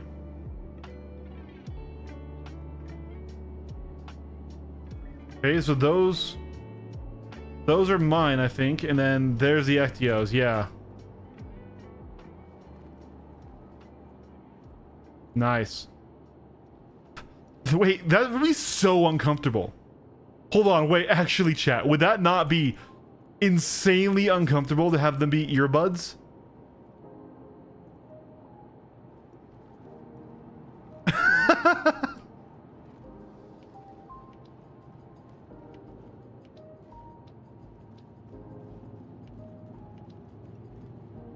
Does not look comfy at all, right? Yeah, that would be so bad. All money in that Foxhole grind, patrol missions. Yeah, I just can't. Like, I respect anyone who does, and if they enjoy it as one thing. Once you start PvPing, like, the PvE in this game is so boring. But it's okay. It's all right. We are going to Hathor sites. We just got a bunch of components, not quite everything we need. Should probably pay off our crime stat because apparently prison's really bad to go to right now.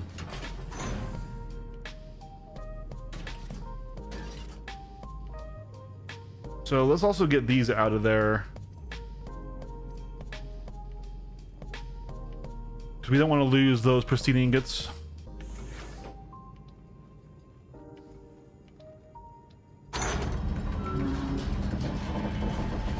How far out are you, Sil? Towards PvE counters are worthy of a crude Idris? I mean... Okay. You forgot Lorville was your home site? I've gone back and forth on whether or not I regret making Lorville my home. Why do I have so many fire extinguishers?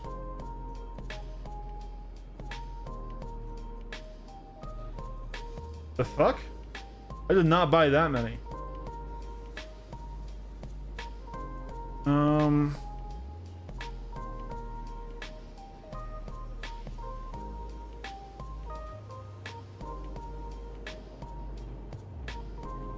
Everyone got a load of them? Ah.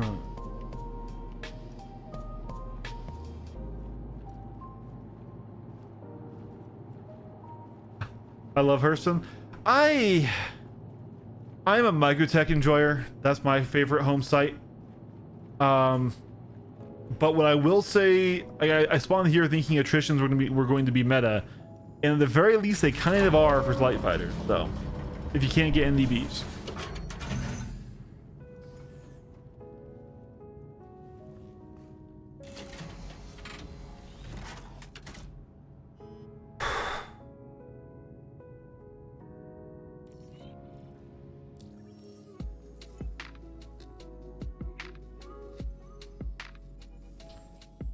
Damn, dude. That's sick, Hazard.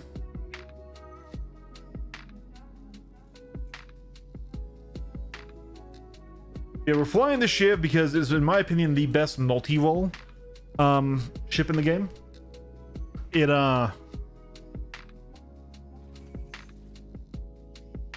offers the firepower, maneuverability, not the evasiveness though, of a Super Hornet, while having a lot of 32 SEU of actual cargo space.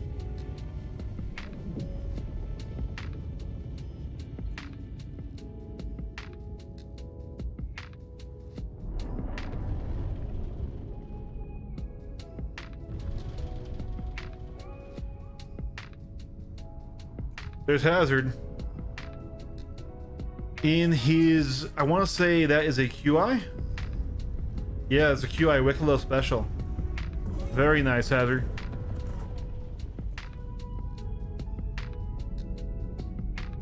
You can get NDBs up at Gilius 5. Yeah, but not the freelance, not the NDBs I want. I want the NDB 2s. The 28s. Any more salvage-oriented players know they nerfed component grades on the military salvage missions? I was doing that for my Mil A components, but now they're all CD. Yeah, this sounds like they did. The ballistic PDCs aren't worth it at all, Harabe. They used to be before armor. Before armor, they were kind of scary. Now with armor, they just are simply not worth it. They, with cutting through shields, they don't even damage light fighters, right? And the laser ones, at the very least, they do strip shields, and that can be more useful against more ships. Because shields don't have an armor deflect. So we were at Vivair, I believe. So we need to go to Ruptura.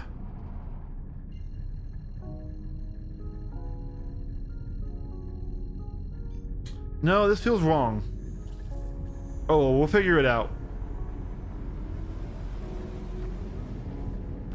We looted wherever we were pretty fucking thoroughly, so we'll figure out real quick if we're wrong.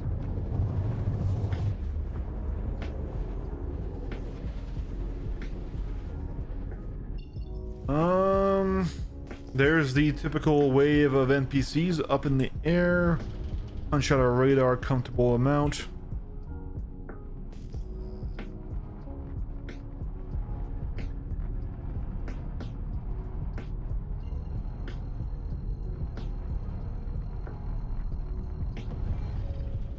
Yeah, no, we were here. I remember that, Connie. So we get back up some altitude and we head for the next ones. Vivair. Where it looks like Hazard is going. Hazard, if you take my loot, we're gonna have a problem. I'm joking. Jump. There we go.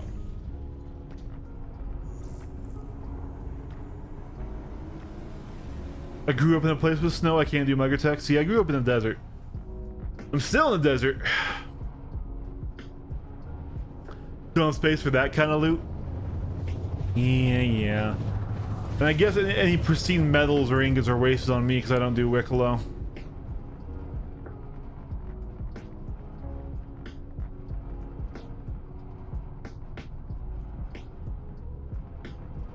Hey, Yondix. Yep, I'm in New Mexico.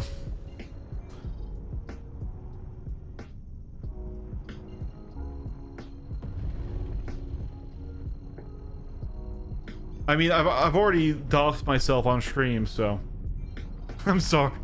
Yeah.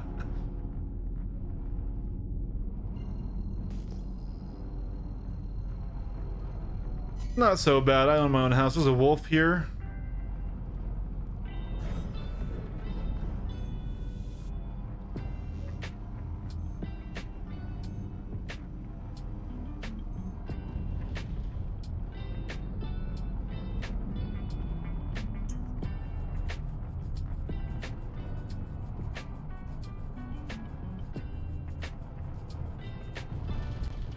Okay, this one's closed pedals.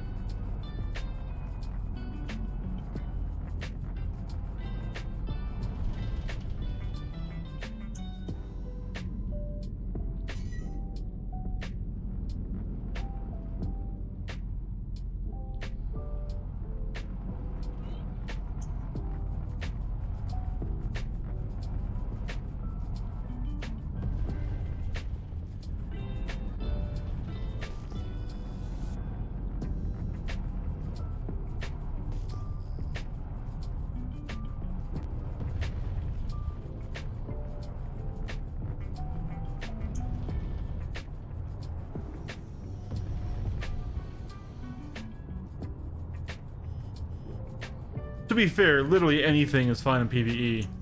There's no difficulty there. But yeah.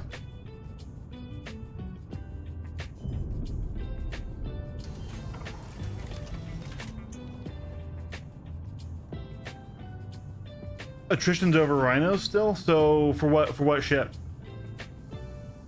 Oh, the Paladin?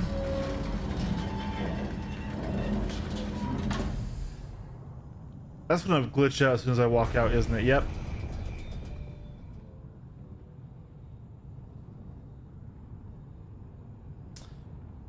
NPC over there quietly judging me. Let's see here. Maelstrom, I don't think that's... Force Wall, that's one of the ones we want.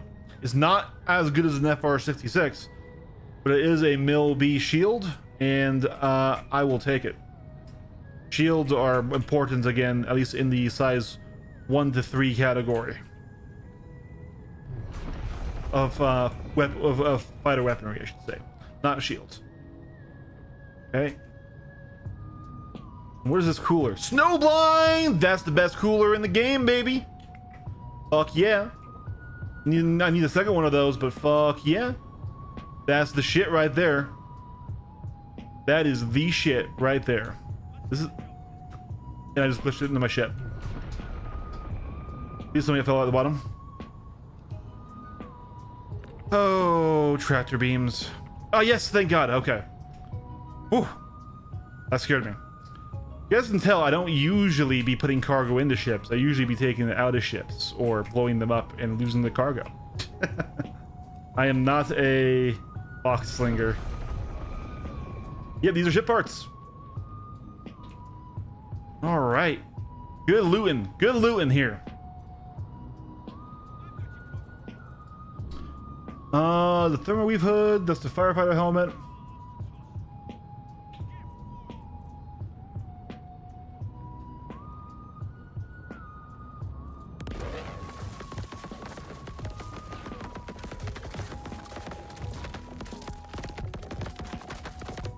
Did somebody throw like a plasma nade or something?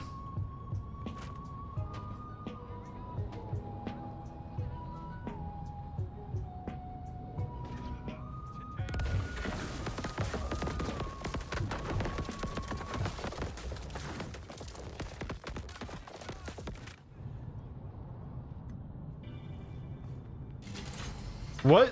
Essence, you didn't know you could change out your ship components? We're okay. There's somebody here, though.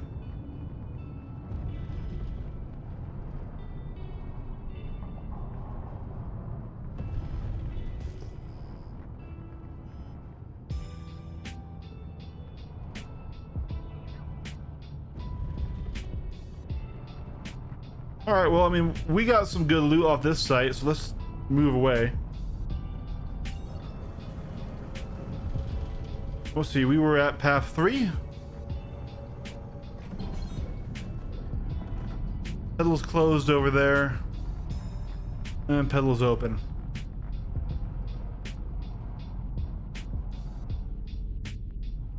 Yeah, no, getting good components for your ship, a good loadout is hugely important. I haven't played in 5 years. Oh.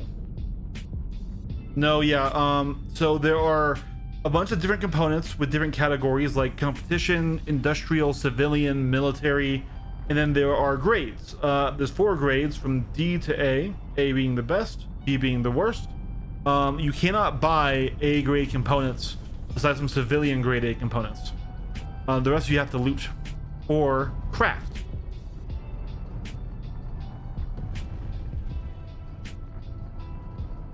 So these are Hathor sites. These are the orbital mining facilities. And we have 3 alignment blades in our hangar. We could have just taken them with us and aligned the dishes ourselves. So why didn't I think of that? Because there's one pedals closed. So this is a big open PvP zone. And the goal is to align these dishes. There's a whole dungeon to align each dish. And then once you get 3 of them aligned, you get up to a Demico. You can, ooh, what are you? A full stop's good. A full stop, well, this is gonna go on the Shiv. You go up to the orbital laser platform, which is right there. You get the firing code, and then you come down to a bunker, you fire a laser into the earth, and that cracks the earth and gets access to very rare, actually you can only get it here, ore called Karenite. And Karenite is required in Wicklow crafts of like capital ships and things like that, right? Hey Stixie, thanks so much for following, man. I appreciate that. 5 years ago, yes. Boys, FR66, best shield in the game. Best shield in the game for size 1. Look at that. Look at that. Boys, this has been a haul. This has been a haul today. Okay, don't get stuck back there, but is there anything back there? I don't see anything.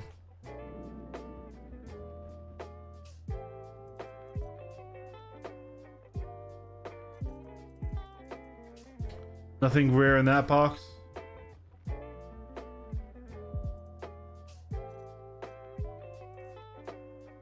Coda. Strata legs. Ooh, the Warden backpack. People like the Warden backpack.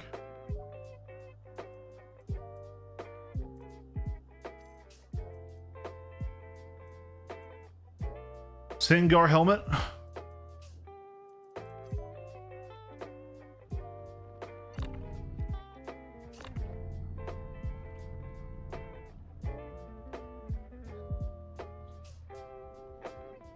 Oh yeah, that was a big ammo box.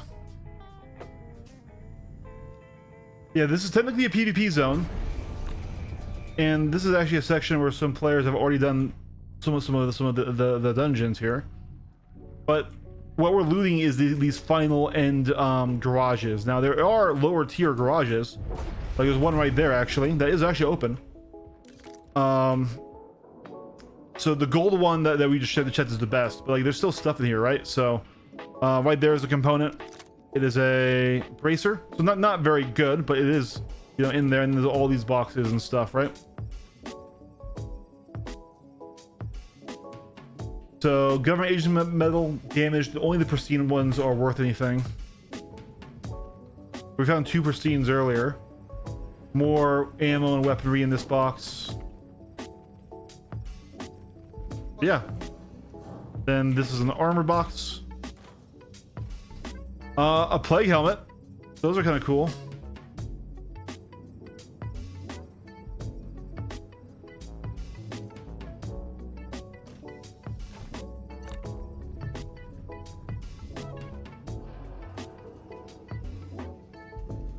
That's from the Molina mold event.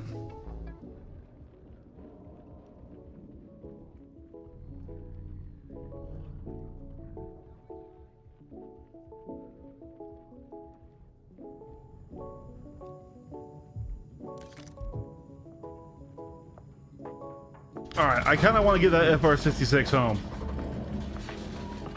So, Silhouette, are you nearby?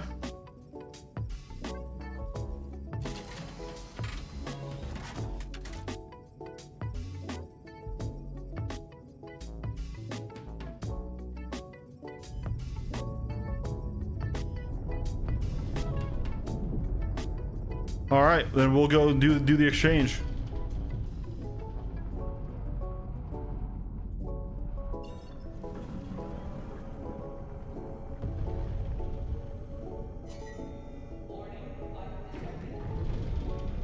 Wait, are they firing the laser?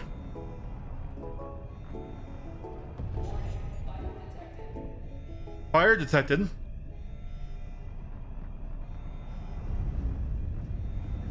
Oh, okay.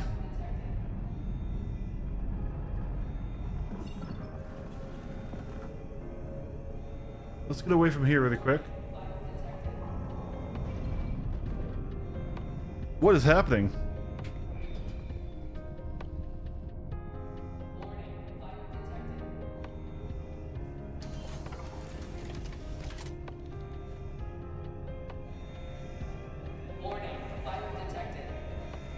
Okay, that sucks.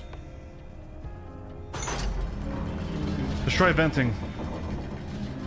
Do I have a fire extinguisher? I do.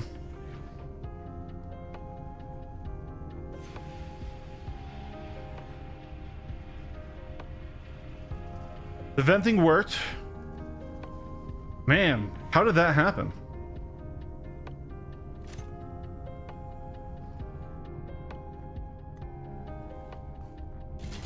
I mean, we didn't take any damage.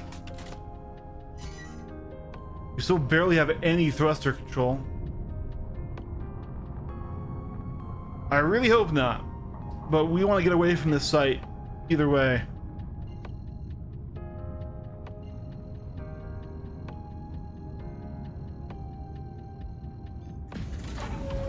Okay. Let's check our diagnostics page here. Cold snaps are good. Nothing needs repair.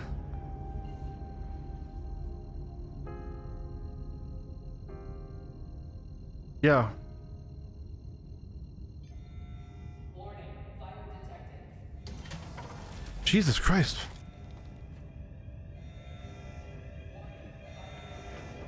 Warning, fire detected.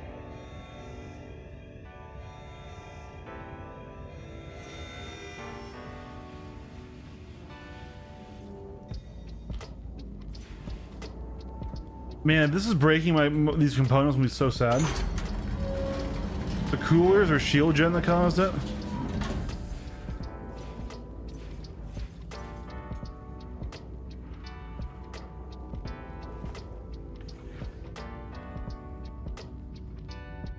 Sounds good, Hazard. What a weird thing. And it absolutely wrecked my flight control, dude. My thrusters are like done. Look at this. I can barely move. All right, let's power off as much unnecessary stuff as we need. No life support. Okay, we do need the quantum drive right now. We don't need the guns. Yeah, I can barely fly.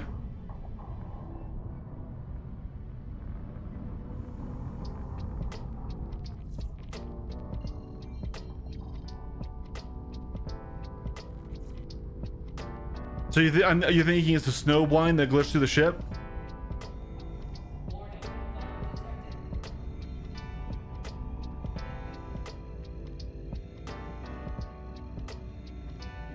Warning.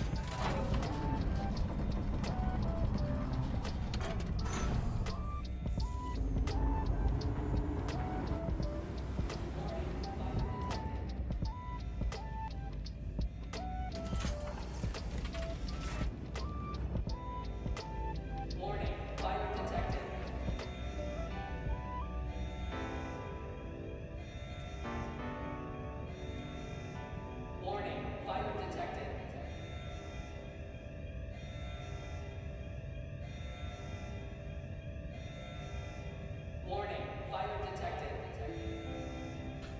Jesus Christ. I don't even know if I'm going to be able to get out.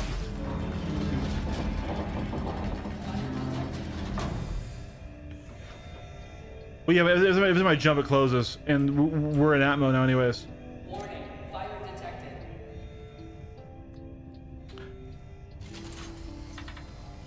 Let's just try and get into the cargo bay here. Flight control feels better at least.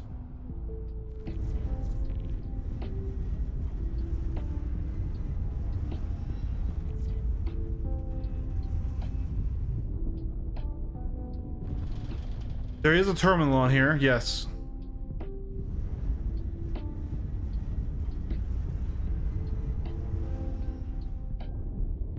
What a wild situation.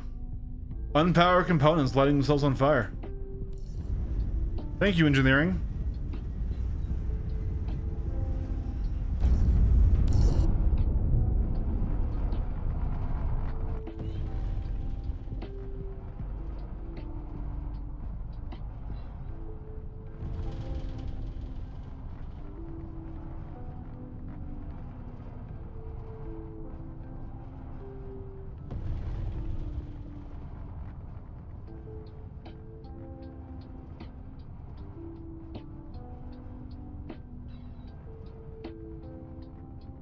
Seems like a lot of effort when you could just destroy the ship.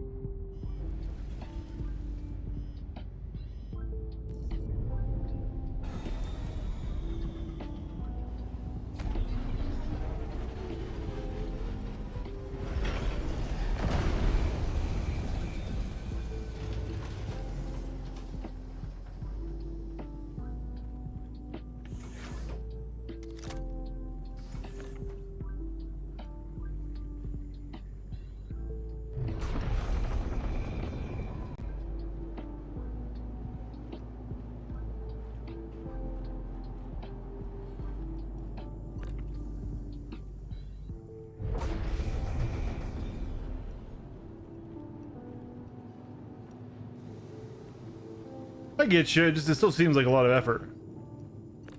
You can't really carry a component on you. You have to bring another ship with it over, or have a spare already on a cargo bay. It just seems... It feels a little LARP.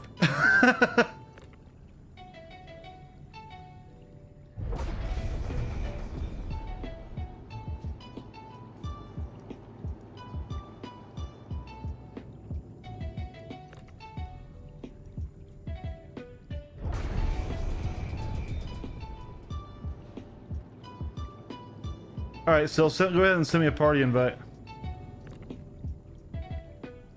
Actually, I may need to leave Azur's party first.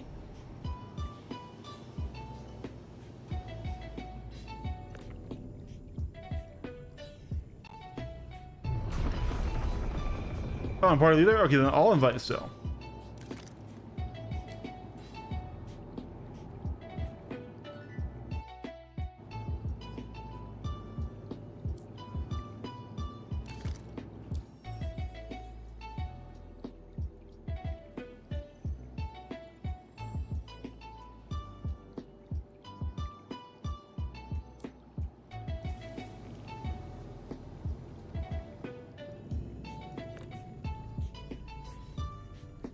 I think these components should be okay. Like, even if they got damaged, I should be able to repair them once I put them to a ship.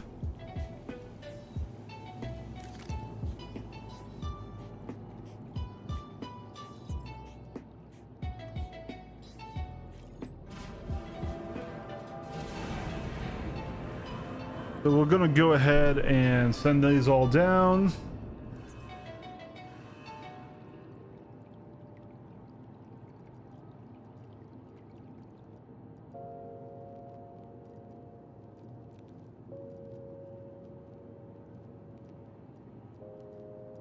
All right.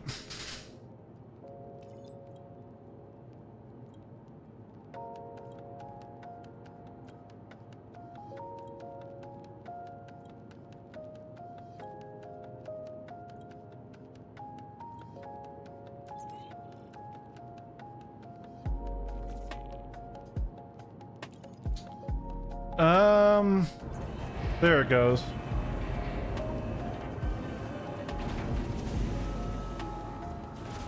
I think. What? Where did the script go?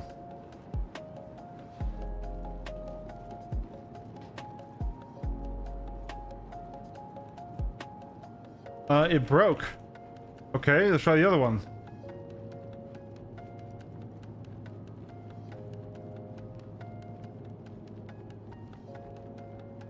Yeah, I think it was the one that meshed through the ship essence.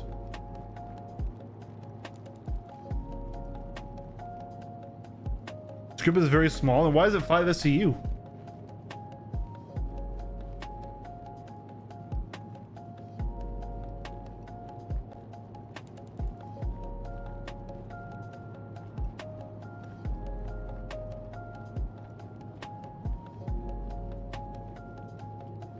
I don't believe that. What is it made of? Neutron star?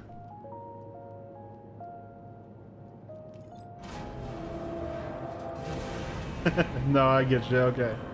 All right. All right. Let's see here. Should I split it up and not put all 300 on? Oh my Jesus Christ. It split them into individuals.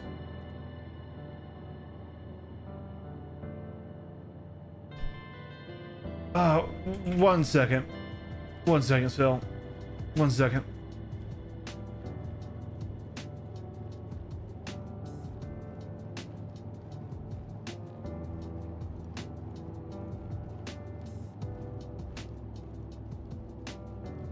You put them in a box. All right, let's see if we have a box.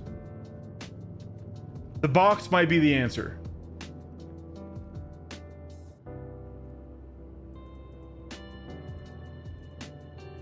How the fuck do you say? Oh, there's a search button right here.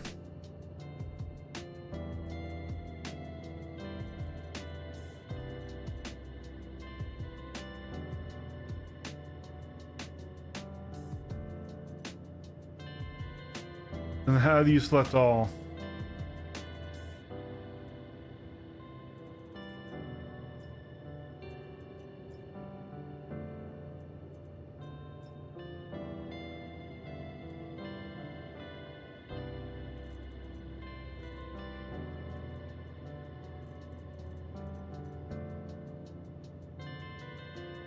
Oh, so it's also in the freight elevator. Okay. I wanted to merge them. This is showing 593, and I think it doubled my amount. You might be getting a deal. Do I have a box?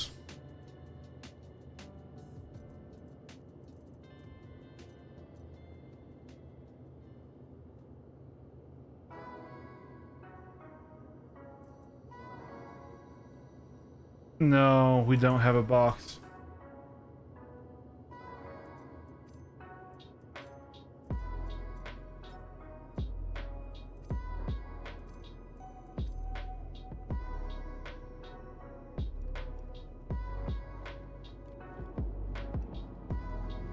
So wait, do we want to try the freight elevator again, or do we want to try a box? Because I feel like I'm worried about it breaking my freight elevators.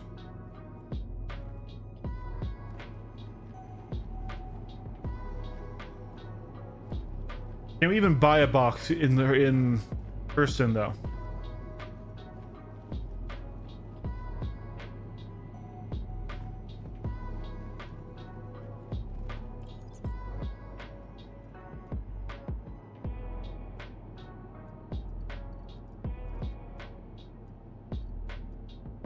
So search MG. Select all showing.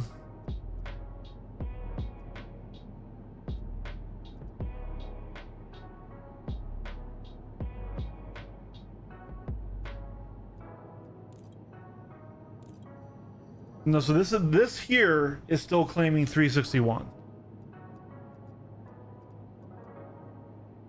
I don't know why it was saying 500 in that other menu.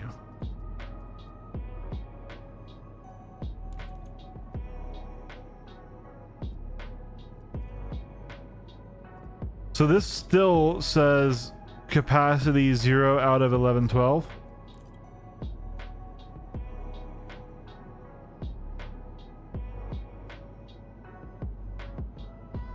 Yeah. If this breaks, we're kind of fucked though, is the thing, right?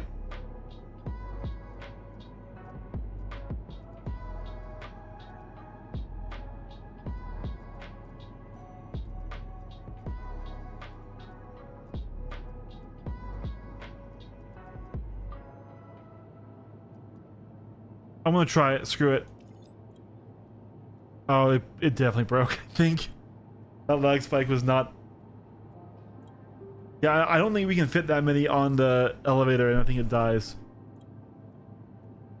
Yeah. Okay. Well, why did I do that? Why was I lazy? Why was I lazy?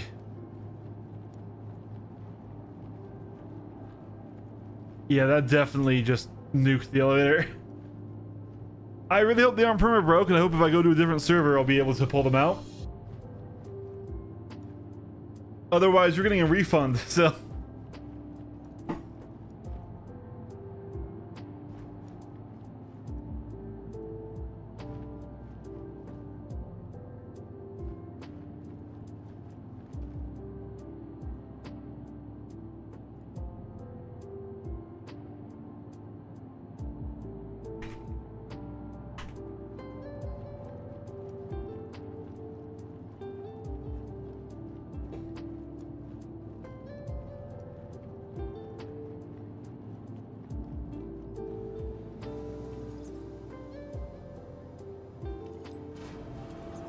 Okay, this one isn't broken anymore.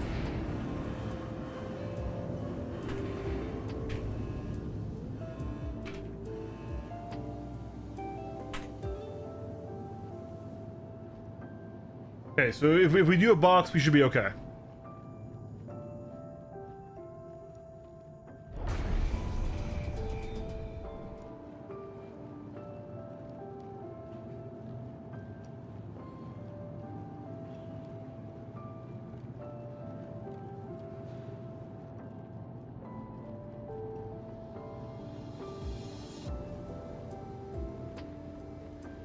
Let's check over here.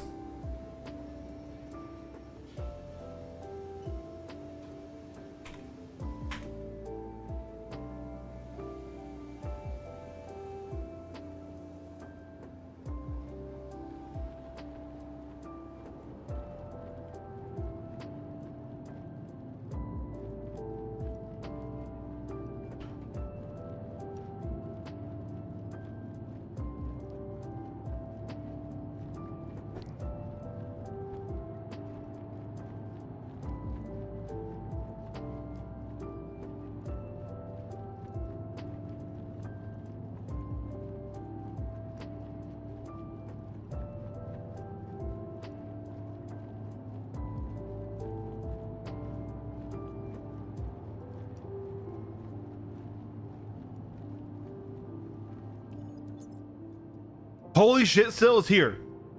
Sil. It actually worked.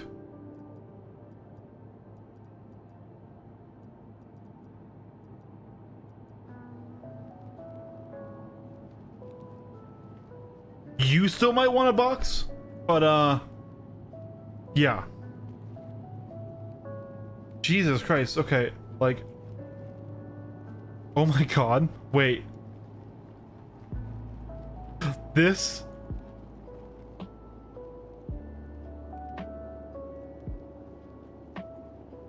okay. Tell me that they didn't just watch the Mandalorian and then decided on script. Tell me this isn't just Beskar.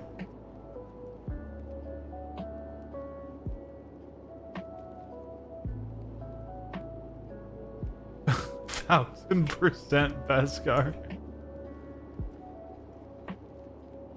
This is the funniest way of stacking all this up.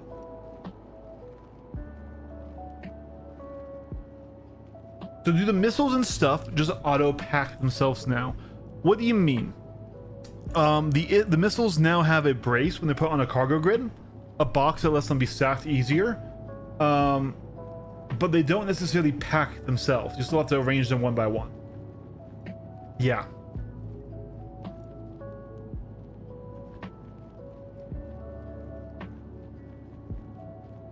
It'd be cooler if you could load them all into like a missile rack and then bring them up sort of like an SCU box.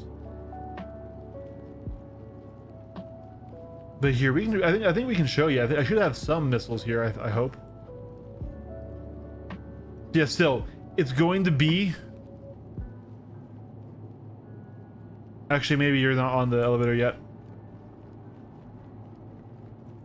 But here we can show you. Let's see.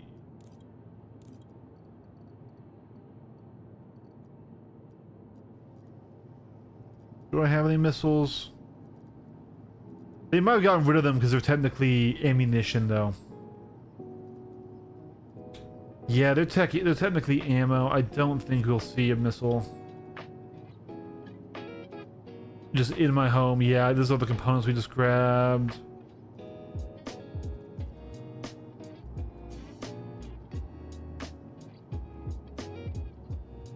Yeah, sadly no missiles.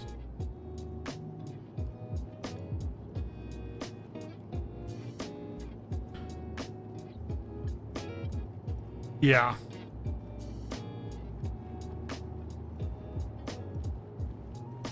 Well, the thing is so they like to, they don't like to follow convention, right? They like to make their own everything, which is cool in some ways. You know, everything's physicalized, you know, server meshing. There's a lot of cool tech here. A lot of really interesting stuff. Like, there's stuff that Star Citizen does that you can't do anywhere else or in any other game engine. But yeah, they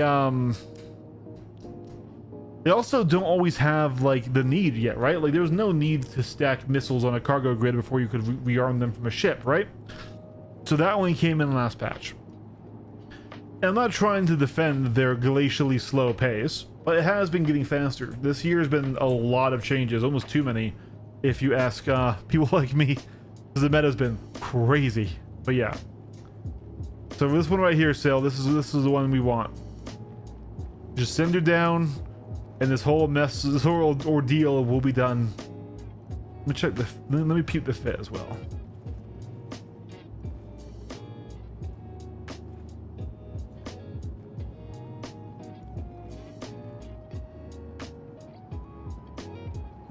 Yep, I dig the fit. It's a good fit right there.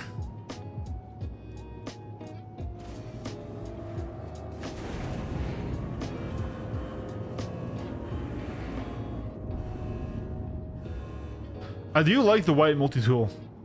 That's classy.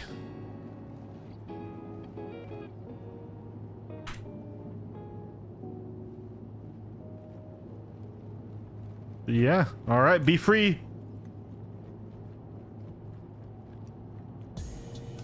All right. Let's head up to Evers Harbor, get some food and drink, and clear our crime stat, and then head over to the next Athor site.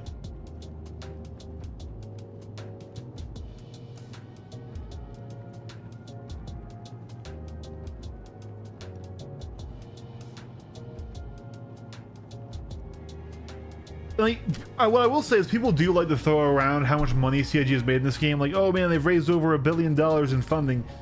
That's over, like, what is it now? 13, 14 years? 1 billion over 14 years isn't a lot of operating costs, right? They don't still have $1 billion, and they've done studios, they've done events. Like, personally, I kind of think the old big Citizen Cons were kind of a huge waste of money. I would rather have that be spent on the game. And of course, Squadron 42 has been soaking up a bunch of the funding, which is shitty, but just is what it is.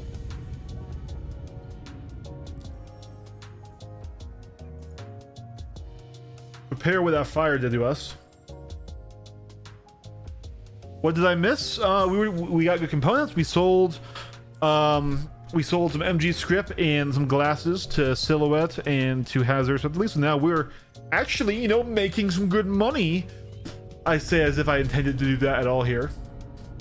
And away we go. Now the next site should be a lot more dangerous.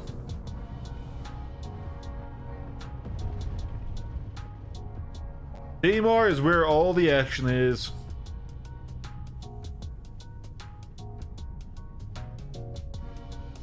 I think my biggest issue right now with the funding structure is that 100% of my pledge is probably going to Squadron 42. This is a game I will have to pay for when it releases. Yeah, that Squadron 42 used to come with your pledge.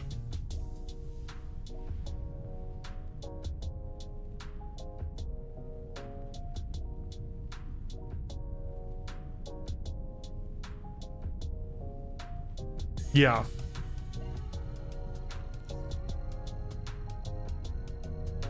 So obviously they have money, but like also what they have done with Star Engine is genuinely impressive.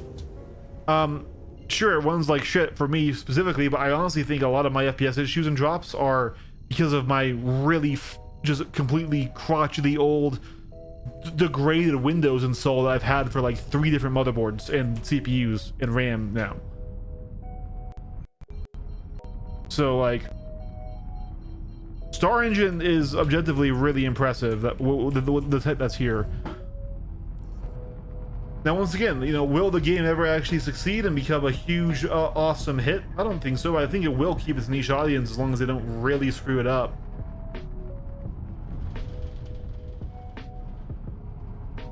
Where the hell is my hangar? Am I blind? Oh, it's over that way. Okay.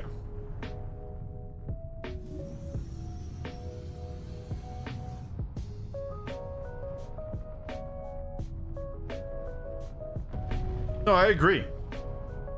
If the game we had today just fucking worked, it would still be one of the greatest space games of all time.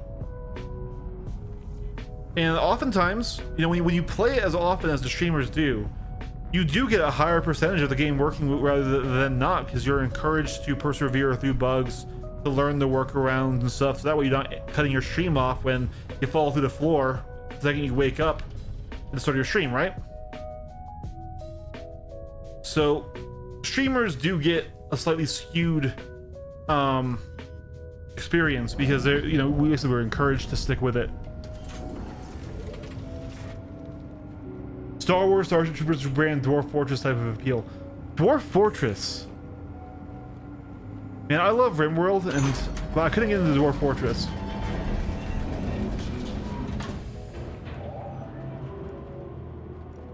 Squadron 42 is not going to be PlanetSide, sadly. We know what Squadron 42 is. It is a linear Call of Duty campaign with sections of spaceflight, sections of FPS, sections of fucking boat for some reason. I still don't know why the fuck there's a boat section.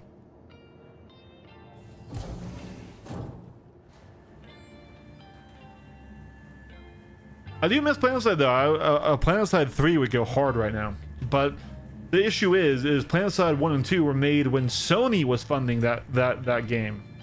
And now that they're Daybreak Games, they don't have the cashish to do it. Yeah, it used to be Sony Online Entertainment that made PlanetSide.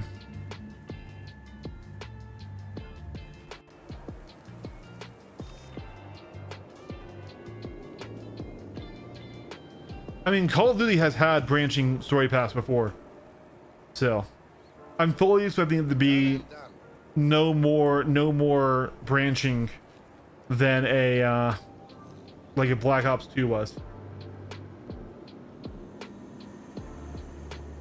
If I'm wrong and we get a full-fledged single-player RPG a la fucking Starfield or something, that'd be really fucking cool, but I don't see it. I mean, it's you're a military officer. That in and of itself implies linearity. You can't just go become a merc or a pirate or something else, right?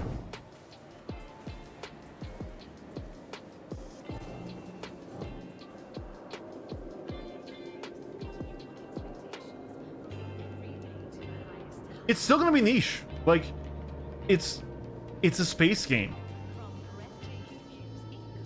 Space flight games are objectively niche.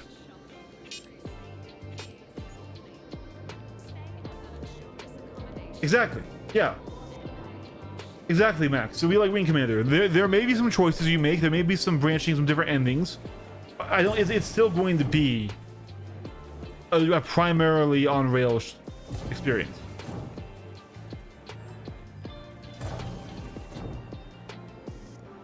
Now, you know, even Freelancer is going to be more open than Squadron 42. Remember, guys, like I said, you're a military officer, right? That limits a lot of what you can do. Freelancer was also a really good game, though. I really did enjoy Freelancer. Welcome to the ASOP Back in my day. system. Me and my dad even set up a private server for us to play co-op and Freelancer on. SE is Freelancer online. SE is so much more than Freelancer was, though. Honestly. The flight in SC is so much better than Freelancer.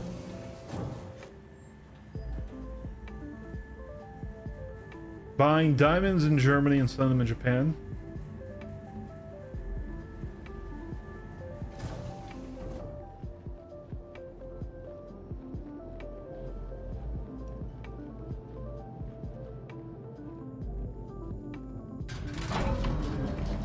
Alright, boys and girls, we have a little bit of a quantum trip. Head over to Crusader. But we've already had a absolute mega haul of components. Snowblind, FR66. We had the pristine ingots. We had the glasses. I mean, really just because I sold to the chat here, but I mean, we did technically make money. So, here we go. Yeah.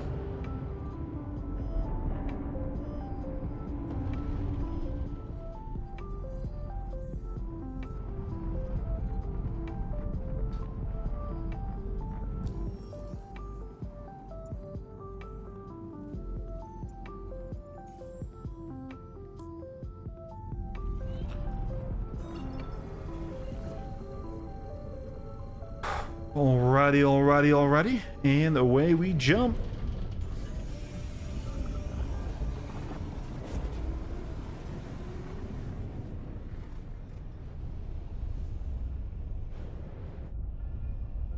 One can dream they fix one planet and limit bigger ships.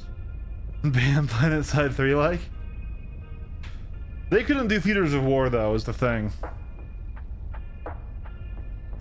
Theaters of War, if that came out and it was competing with Battlefield 5 in 2042, it would have been so fucking good. Where's our helmet? I really hope it's on my belt. Let's check.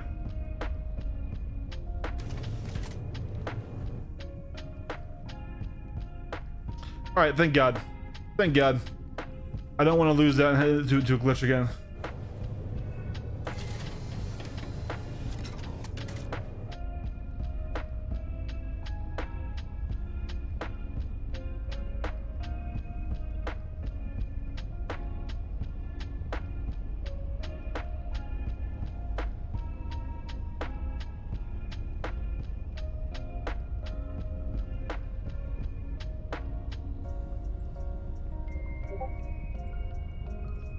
The cockpit on the Cutlass series is kind of unnecessarily huge. Like, I know it's technically for 2 people, but why is it so big? Like, it's just such a waste of space. Like, compared to cockpits, like, I'll say, like the FA-18, you know, Super Hornet, right? You have, like literally, I'm sitting in here, I probably can't even reach those walls, right? And, like, the seats move up on a motor. Why? It just seems like a waste of space and weight. Like, I feel like you could have the front landing gear actually retract into that gap and just have stairs go up and then just have not elevating seats. But you don't get the cosmetics for the ship? Yeah, I have them. I own them. I don't use them though because they're just a debuff.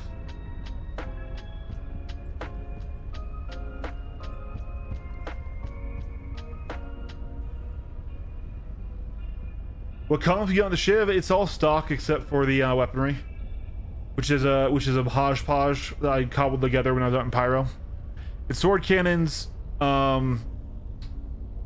on the skies because I couldn't find M's and the C-788s. I would go Mono Sword over the on the skies. They were the only size 3 cannon I could find in Pyro.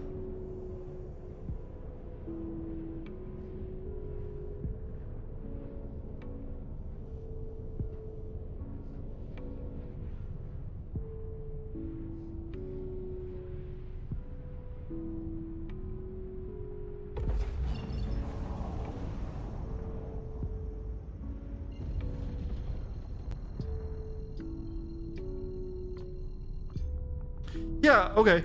I wasn't going crazy. When I left the hangar, my advanced HUD was blue. And I'm like, why is it blue? Is it normally blue? I thought it was green for this ship. And I didn't say anything, but now that we're back out of jump, it's back to being green. Okay. I was weirded out by that, but I didn't want to like make myself look stupid.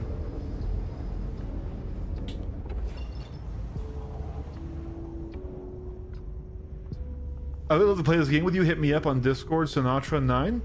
I mean, I'm not opposed to playing with viewers and chatters and stuff, man.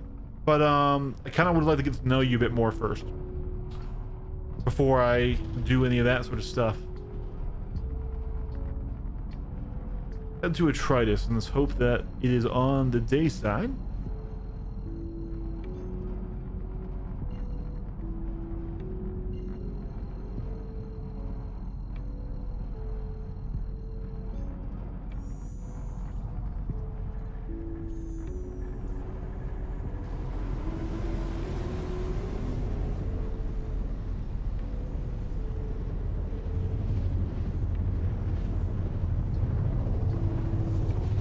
I think I have 1 UEE medal, and then I've got some ingots. Oh my god.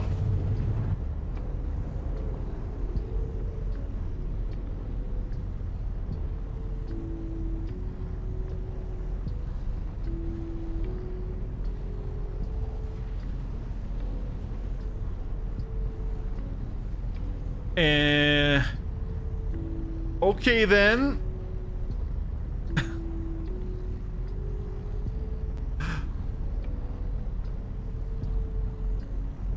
Oh man. The AI are low in the sky.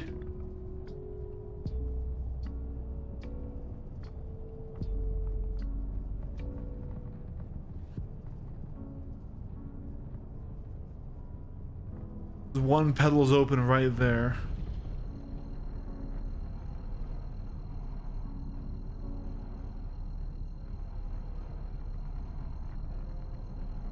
The audio is so bugged right now.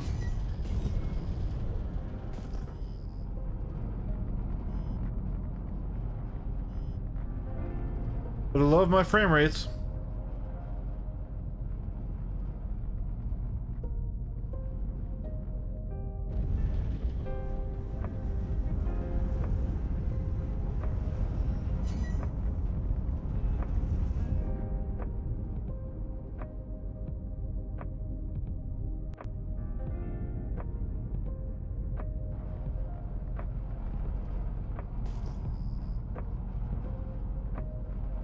Eddie Black, not scared of you. I have to look back on the stream or go back to Oroville to find out areas, but yeah, no, I'll sell it to you.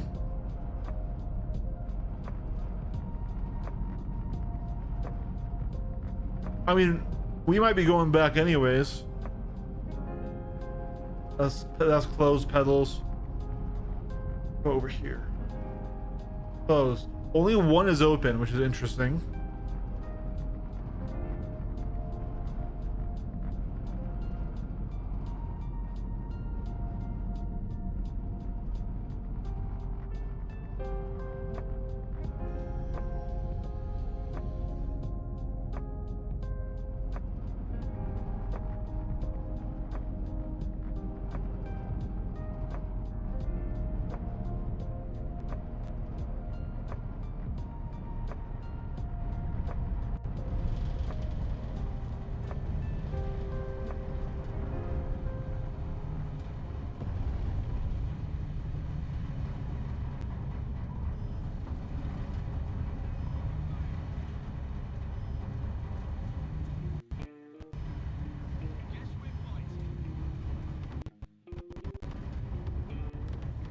Frame rates, man.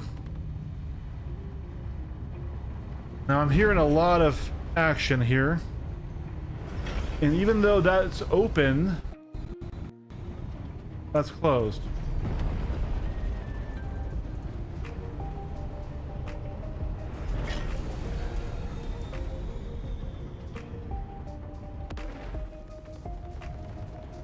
It just shut.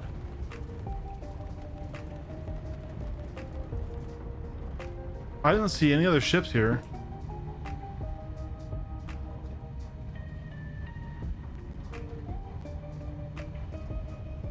God, my frame rate's trash.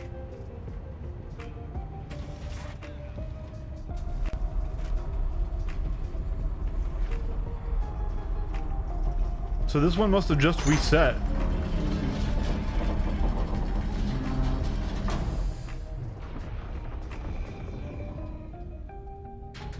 We don't have a whole lot of ammo. We're gonna have to do a little bit of John Wicking. We also have a flight suit on. So, I want to turn off the music really quick while we're doing this, because I need to hear.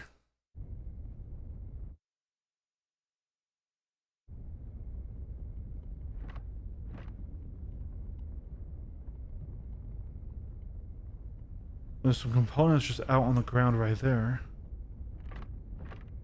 What do we have? Sonic light. I'll take another full stop. Absolutely, I will.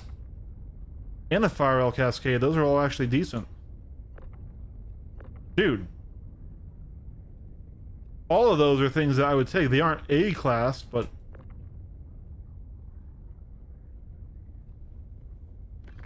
Okay. And that just respawned. And I see what looks like a nice shield in there. Hey, Sergeant Slippy and Aeonix pulled a Saber Raven. Heck yeah, there you go. Just got a nice one.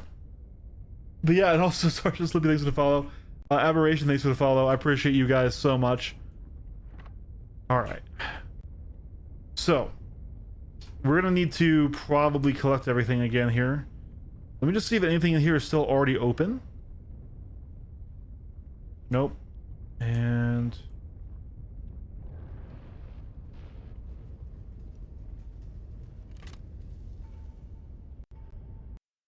I love my frames lagging as soon as I take a shot and it uses my entire magazine. That is lovely, Star Citizen.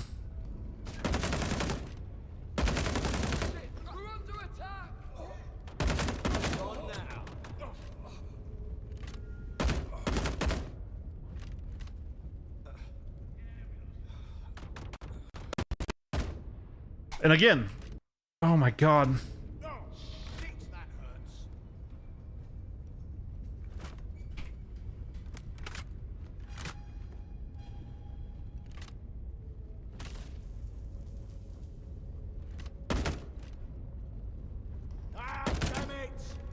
Okay, he dropped.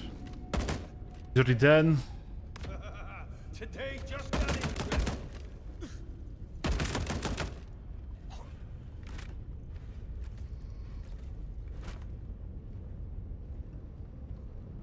Oh, damn it! We're hit! Cutters, low loyalists! Cutdales, kill them! Keep them. Tire yourself up. Oh, jeez, we're getting poached! I'll cover you. We're getting Guess hit. We're fighting. Here we go. Ah, we're under attack.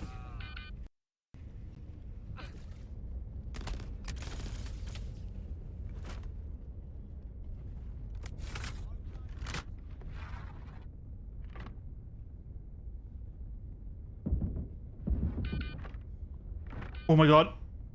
Heal. Oh, that was 1%. Chat, that was 1% health. The flight suit life is hard.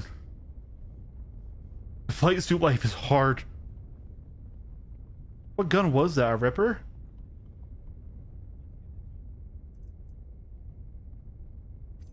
I'll take a Scorch Grenade. Okay, your gun's... Okay.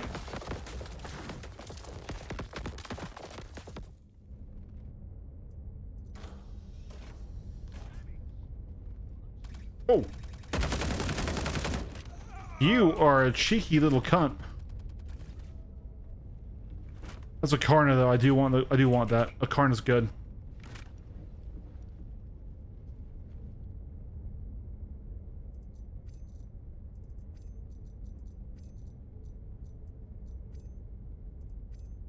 Some strange ass stuff going on here. Gotta look into it.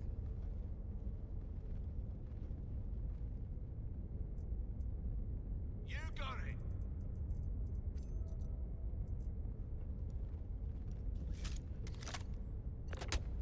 What the fucking fuck?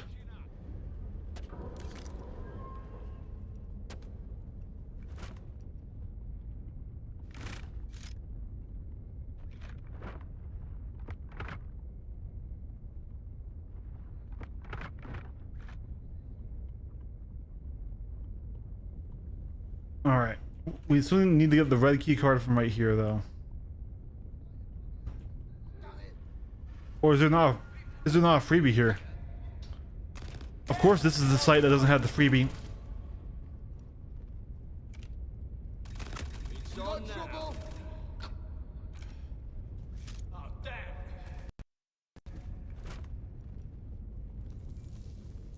damn. Demico. Demico might actually be worthwhile.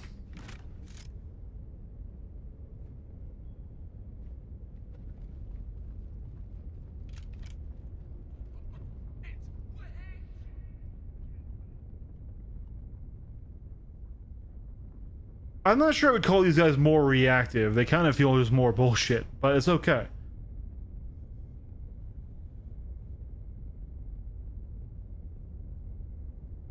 I want to actually run this one though, so let me put away this. We're not gonna find CQ7 ammo in the wild. I know we risk losing this gun, which is a big sad for me.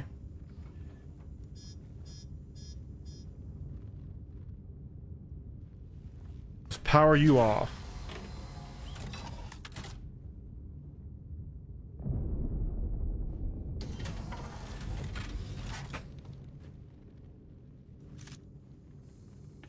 Now we can go back, grab that Demico. And now we're good to just drop weapons as we find them.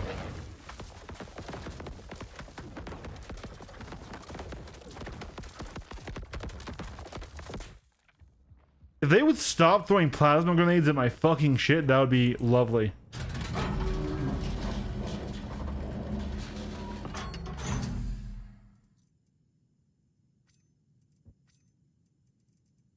Where'd your Ripper go?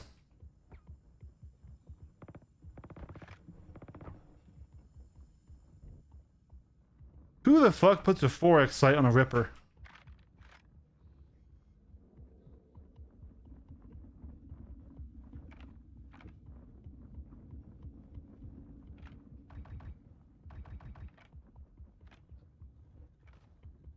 Okay.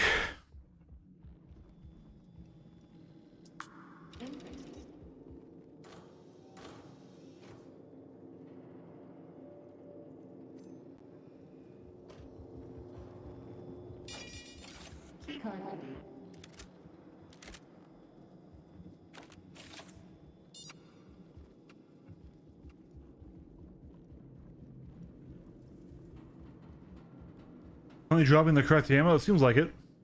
Got cut down.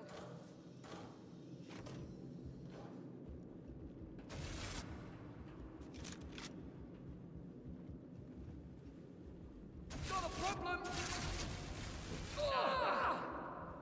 Okay.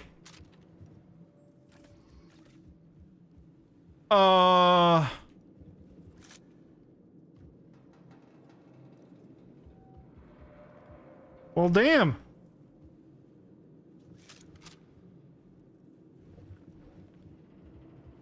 Don't mind if I fucking do.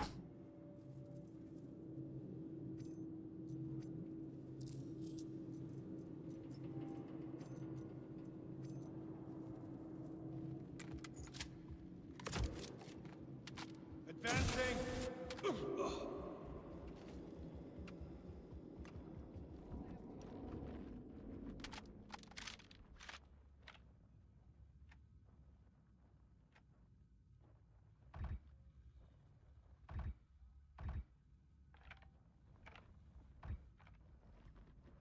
Let's drop that gang.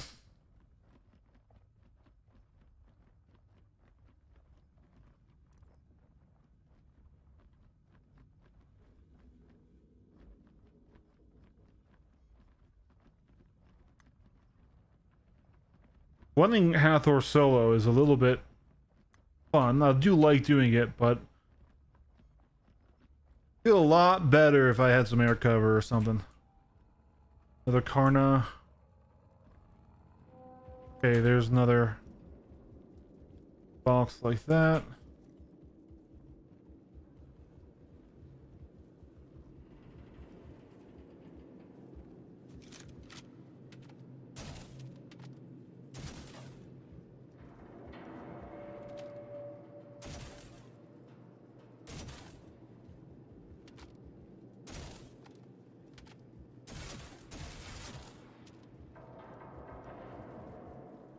Okay. They brought Pitbull in the Shiv? No, I don't think you can fit a Pitbull in the Shiv. I think the Shiv is just a little bit too narrow. It's not as big as a Cuddy Black.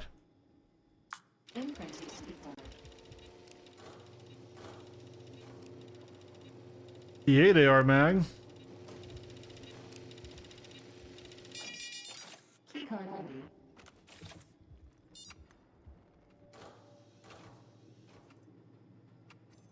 I will take those Karna batteries for sure. And I'll take another plasma grenade.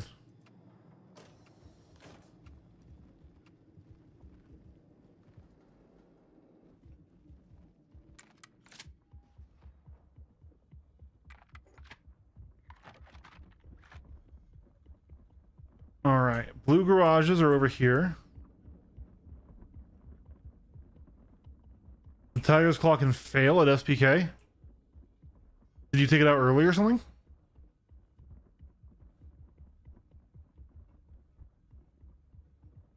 I haven't done SPK in a long time, to be fair.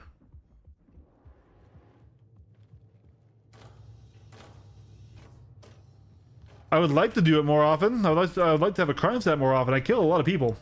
They don't give me a crime stat very often.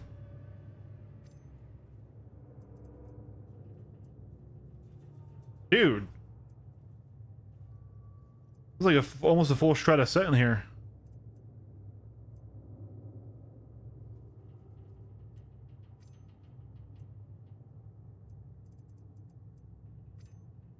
I actually really like the Strata set.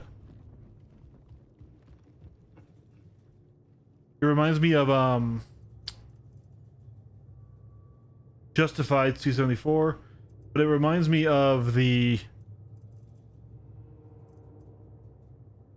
what's it called? The Expanse armor. Access denied. Well, damn.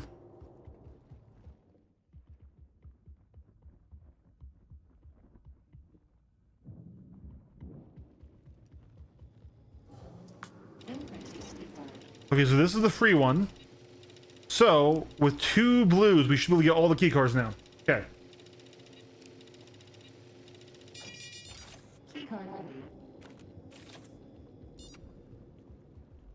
They wouldn't double up in the same...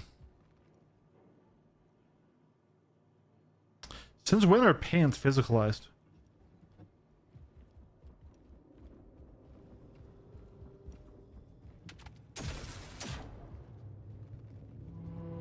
Bro was just on a smoke break.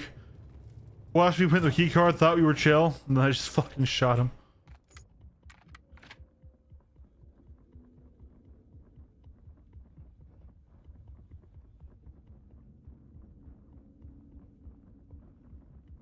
So we're now looking for just blue garages.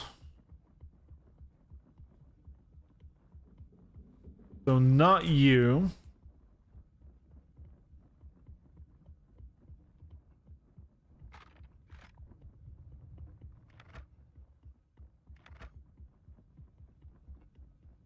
I don't think you either.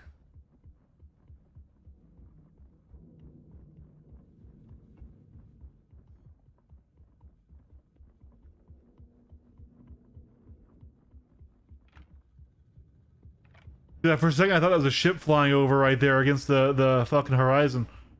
No, it was just a floating ripper.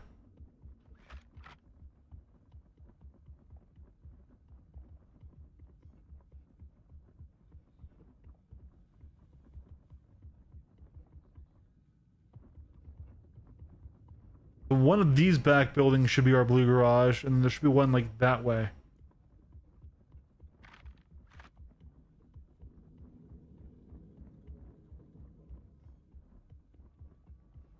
This one. Oh yeah, there's one right there. I need another one.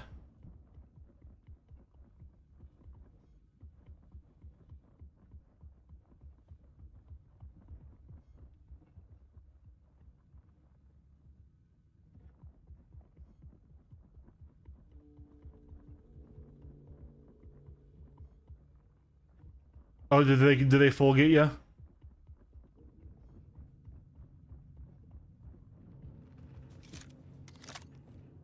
What are you? A beacon?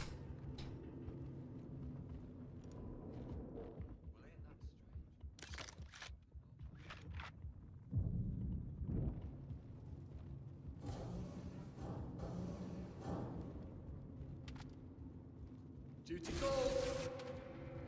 Ah! Damn it, that hurts.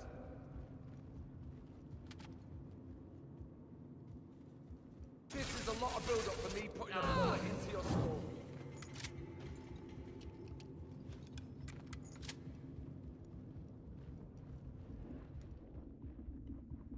So it's in here and then back through here. Check this box though. Could be good loot. Speedrunning jump puzzles a must, yeah. Don't see anything. Hey, CQ7 mags. I didn't think we'd find any here, but we did. Booyah. Hold on, pickle. We take the pickle. The pickle makes you drunk.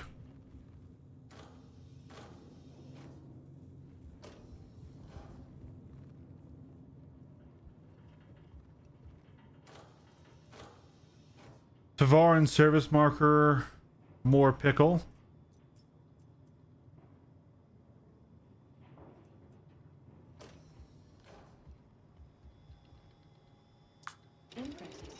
Keycard number 2. Nothing good in that armor set.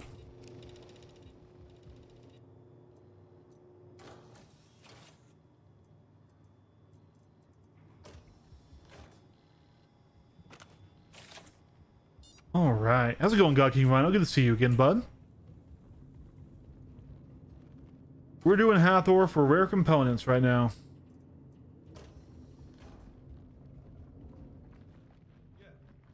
Where's the last blue? It wouldn't be the one on the side of the building. Hi, Shiv. Good to see you, man. I'm flying your namesake right now.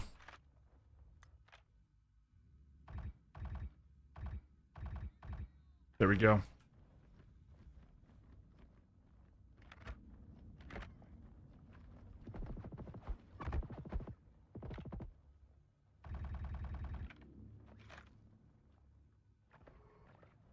All right.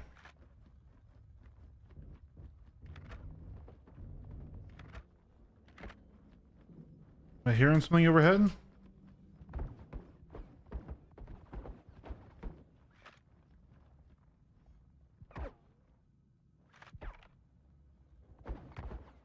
Jesus, you guys are accurate from that range.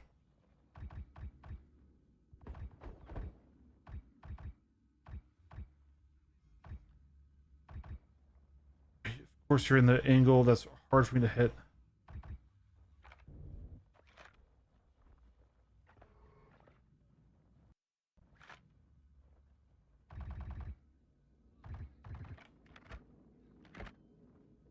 Go ahead and throw on some more of these.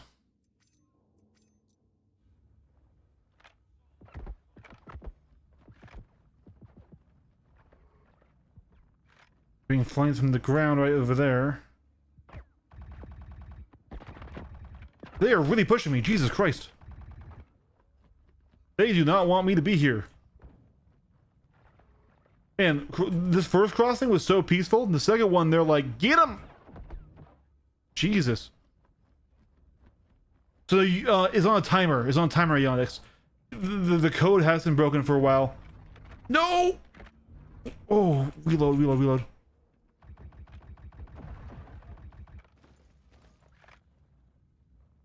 Jesus, they're like...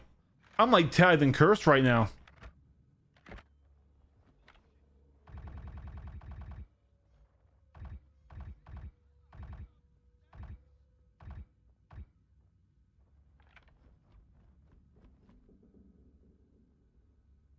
$30.80. Yeah, I would say. I mean, this game is hard to run. Let me put it this way. I'm on a 5080.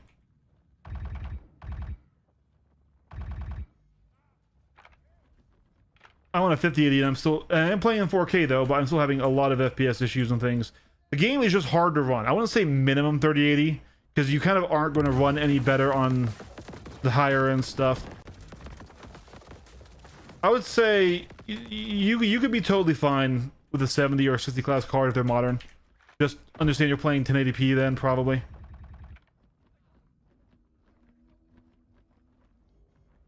Like, yeah.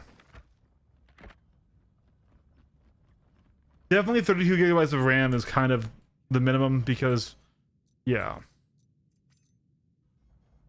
Replace all that. We just need to find one more thing. Basically, the game's not optimized right now.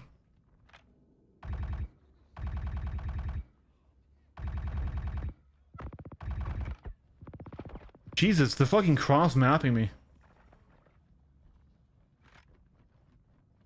It's not, I wouldn't say 1080 or under. 1080 is a very old card now. Like, that's a bit ambitious. 1080 is the first major GPU that I ever bought.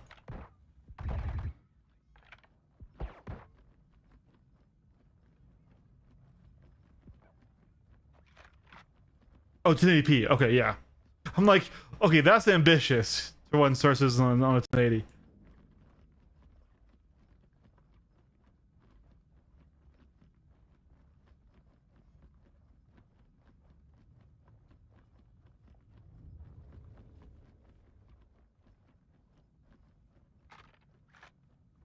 So the reason I don't have a hit marker, though, Gale Ghoul, is because I'm using a non-combat suit.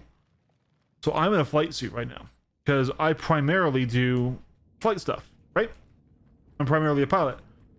So I'm okay taking huge trade-offs to my FPS performance, to my armor, to my health, to even the amount of equipment I can carry, because it gives me better G-force resistance when I'm maneuvering in a dogfight. That's why I don't have a hit marker. If I had combat armor on, I would have a hit marker.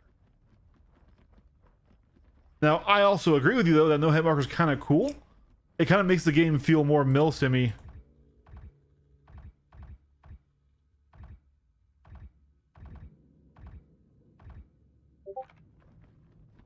Of course, laser weapons at long range have so much damage drop off. The Karn is actually a really high damage rifle, it just drops off at that medium range. That's why you kind of want the ballistics for those.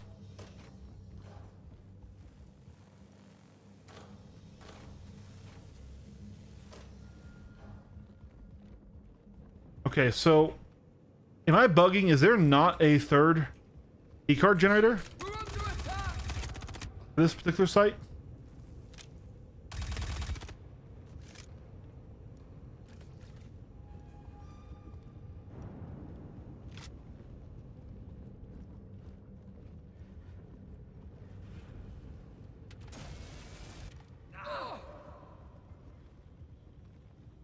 I need some meds.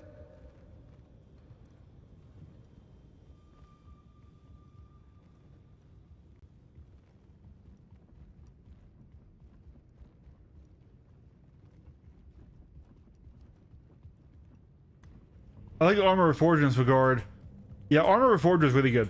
I played a lot of Armor, not Reforger exactly. Oh god, I played a little bit of Reforger.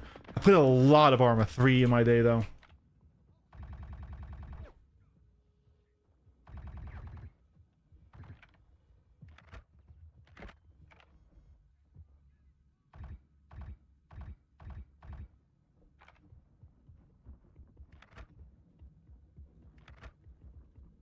So where the hell is this last red keycard spawner? Wouldn't be in here. We already checked in here. Oh my Jesus Christ!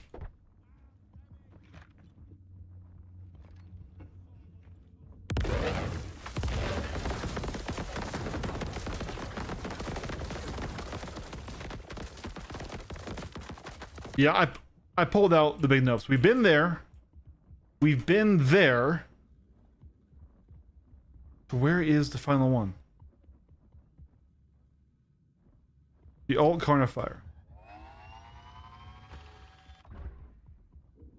That's really cool, actually. Hello, shield generator? A veil? That's a stealth shield.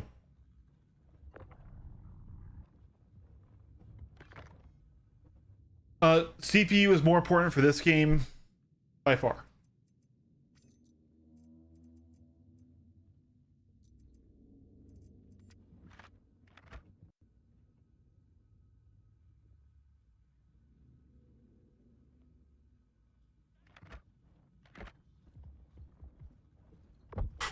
Oh, okay, switch back. Oh, you're the wrong gun. I wanted the whipper, yes, thank you.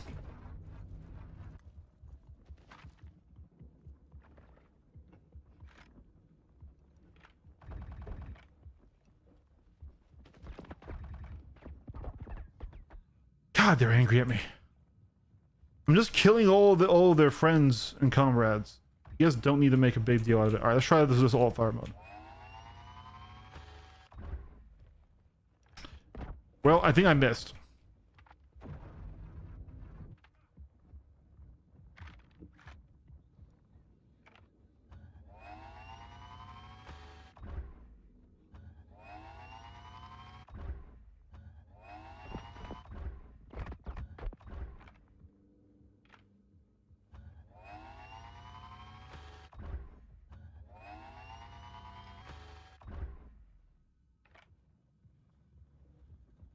Okay.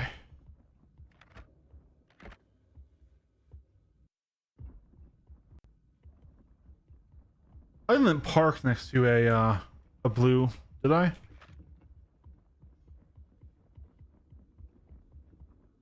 No, that's regular.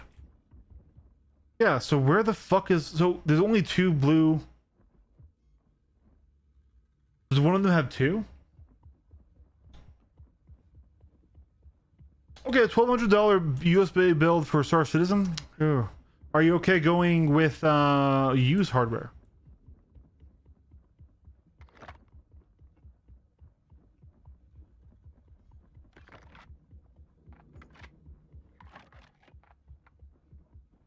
I wouldn't say impossible. Impossible, no, but yeah. There might be one in an odd garage door. Really?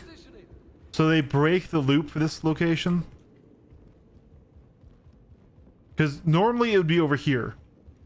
Right? It would be one of these two spots. Here we go. Epic amount of hurt down on you. Oh. Someone's gonna pay for dropping this body.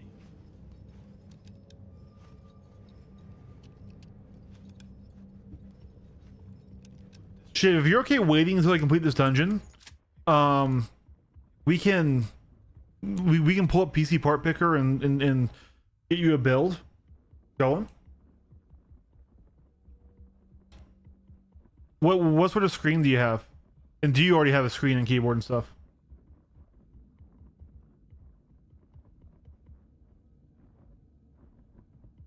All right. We're almost done with it. We just don't have... We can't find the final fucking keycard spawner. Thank you to follow, man. Yeah, I guess we'll just check every location. I'm imagining it has to be like up on this side. This is the only side that we haven't gotten one from.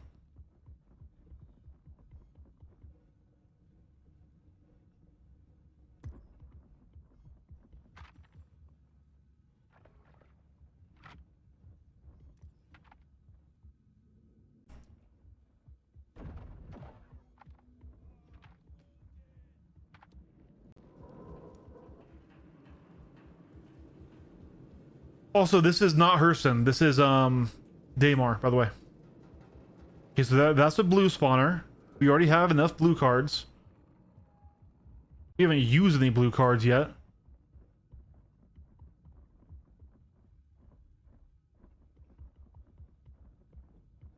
I'm waiting for the horde to come after me again here.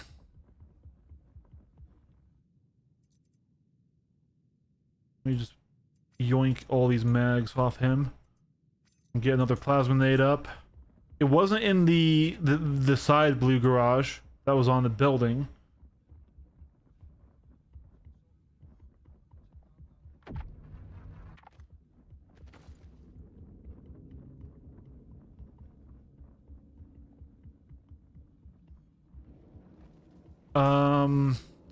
Another blue spawner.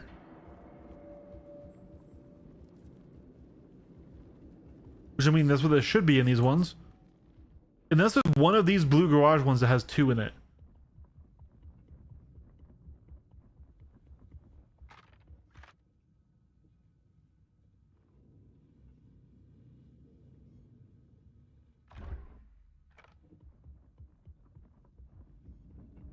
Freight elevator.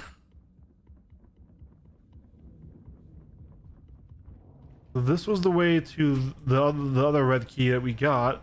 Gonna see what I can find. Yeah. Yep, that's still on cooldown. Ah! Oh, got tagged.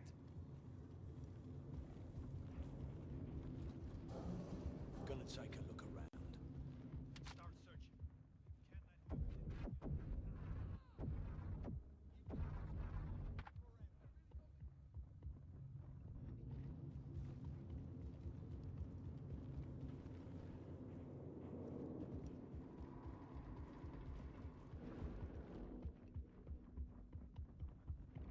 Thought you wanted this fight.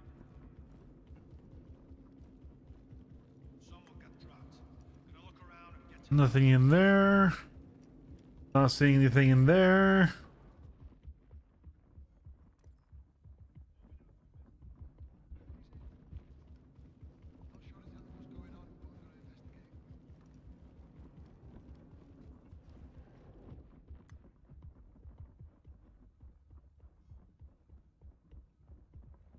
Is this the... What is this? Corsair? Almost looked like a dead caterpillar for a second.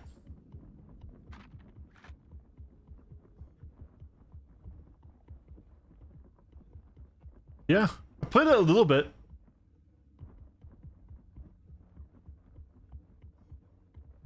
Bro, we're gonna be here as the sun sets.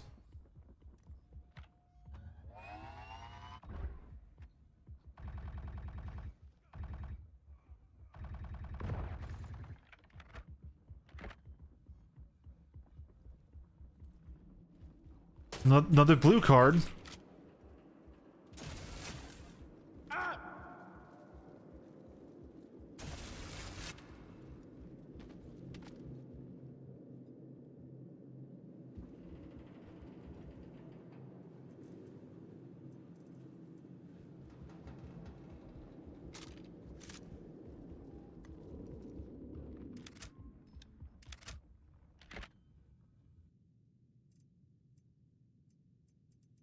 Alright, looks like we are running entirely out of Karna ammo. Did any drop on these guys? Shotgun. One of these guys has out of Karna.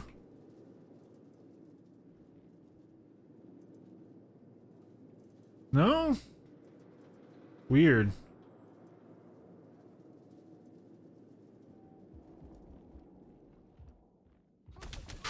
Shit, fuck you.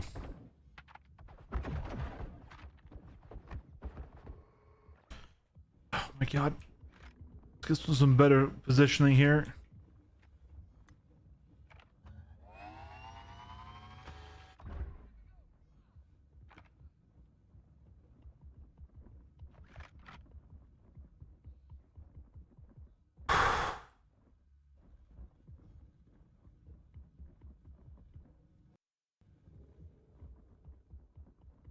I did just see gunfire in a weird angle. Hope no one's messing with my ship.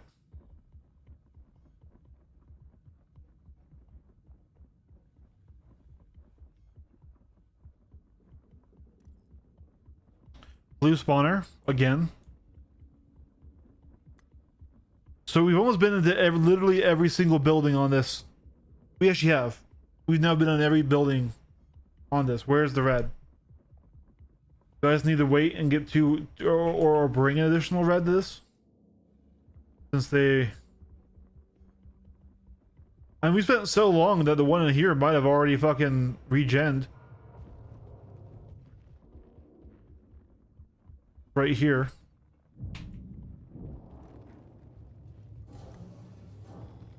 Nope, 22 more minutes.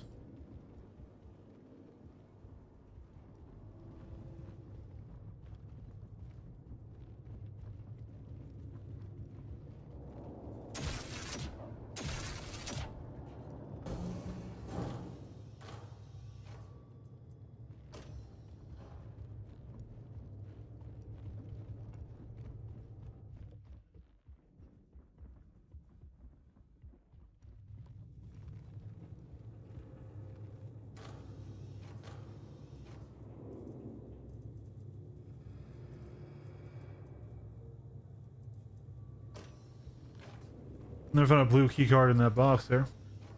I would say you need to have decent internet. You definitely can't have terrible internet and play an online only game, but I wouldn't say it's hugely impactful. The game itself has a lot of latency.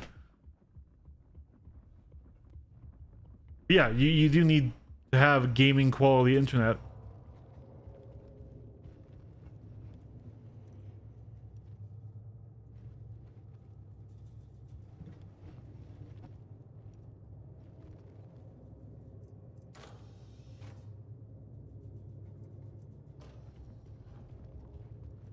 That's a good point. Yeah, SSG. Yeah, it does need to be on an SSD. Yeah.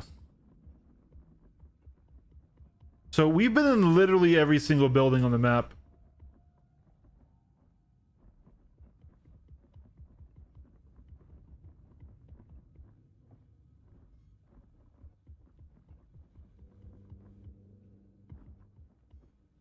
I think I'm missing something. It could be on a roof, I guess. I didn't go on any rooftops.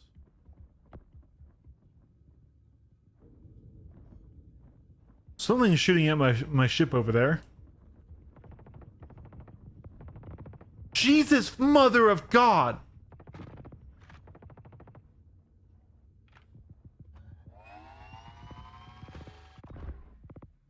I feel like that's BM, Chris Roberts.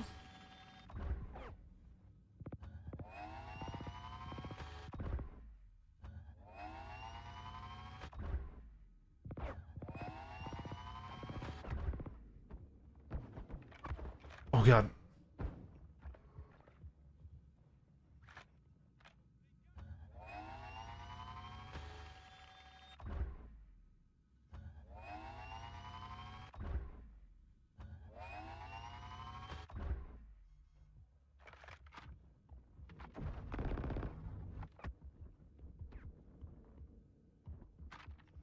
Hey, Lord Leopold, thanks for the subscription, man. I appreciate it. I hope you enjoy your Banu cube.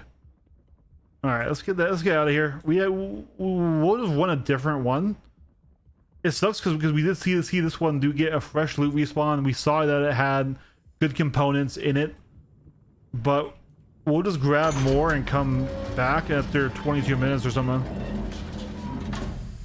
I missed my own ramp.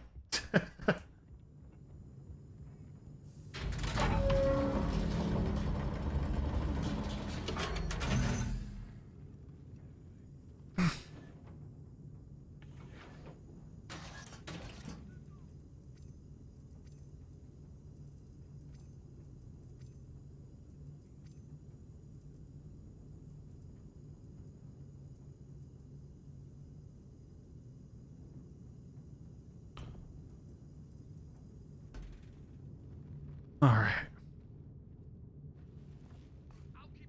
And away we go.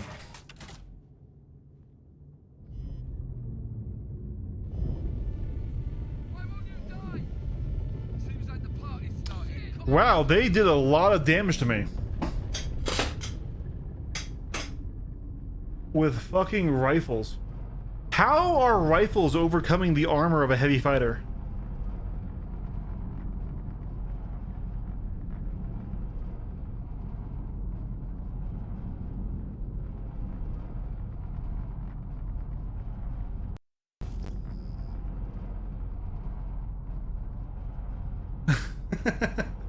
Oh, what is this clip? Hold on.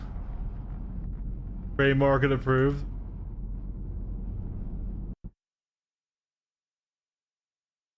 Let's make sure we're not going to crash here. Hold on.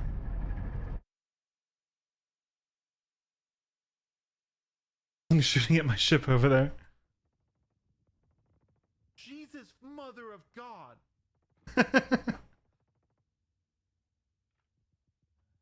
Yeah, just the entire horde of them right there. Oh my god. Yep. Alright, who's over there? I can't target your ship. This is an Aurora. Only the finest of tinfoil to defend yourself with, right?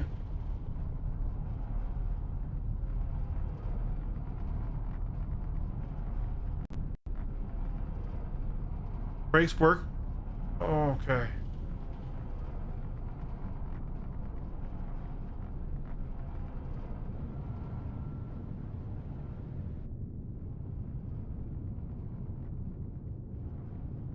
You know what? I want to be lazy. This is usually asking to get killed.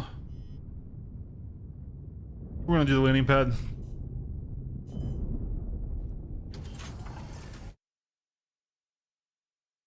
Alright, sorry, I had the alt tab there to close the message from the clip, but yeah.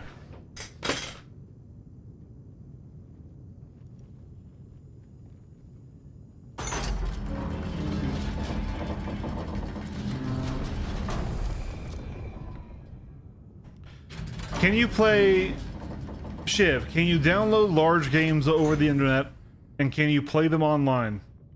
If the answer to that is yes, you're gonna be fine here.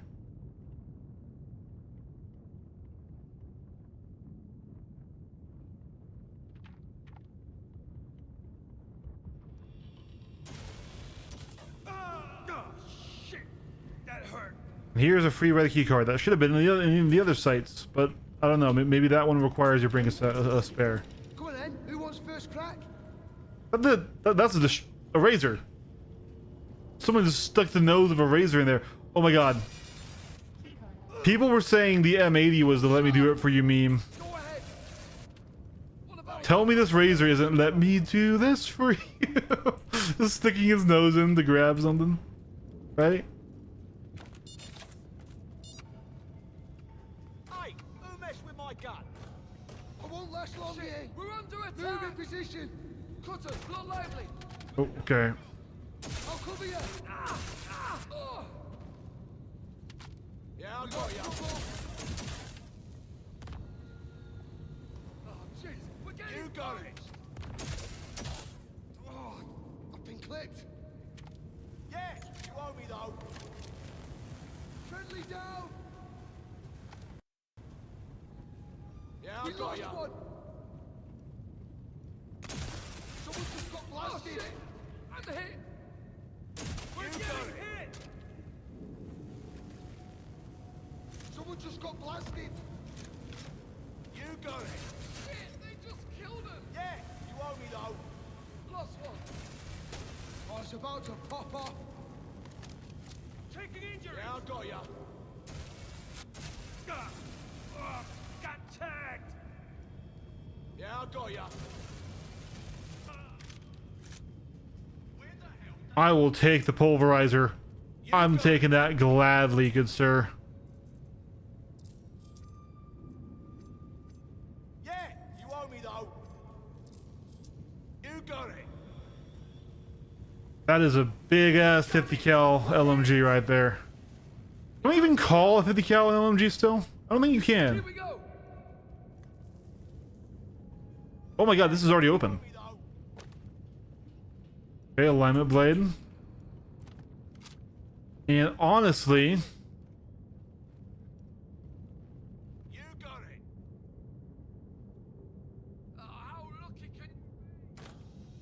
Be a lot cooler if there was a parallax here.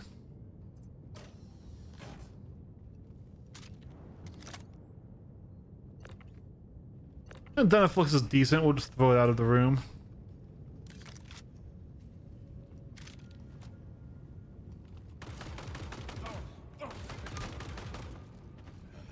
So I totally get using this gun when you're in like armor. This is way too low recoil for a flight suit for a 50 cal. Demico on that guy. Tempting. Oh, God damn it!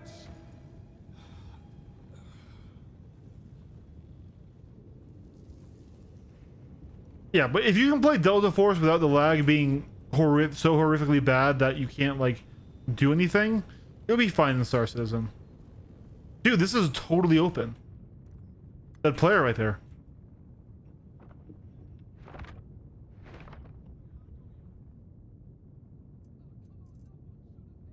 Ooh, ooh. Gentlemen, we are going to be maining a pulverizer here, and this one is a skinned one. So we will definitely be taking that.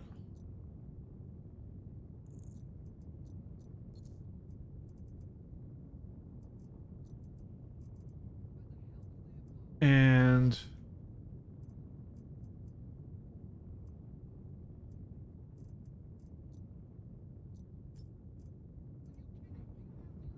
yeah, look at that. Anything in the rear armor chest? Nothing. Antium legs. Okay. This guy did actually have, let's go to the backpack. Nothing in the backpack left. Okay.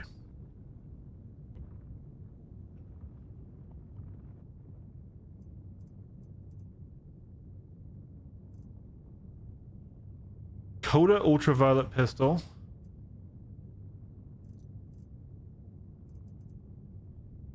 Unification war medal. So this is what I have. Ares, if you're there, it's the UE 6 platoon medal, but I have it in pristine.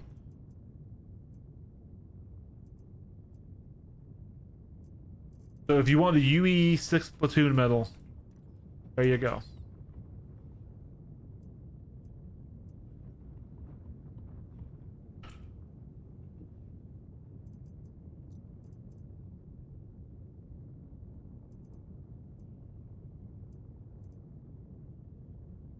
DCP armor legs jungle camo. The star kit in their helmet there too. Did they stop spawning the parallax in these racks? Hey, I'm gonna stretch my legs and see if anything's going on.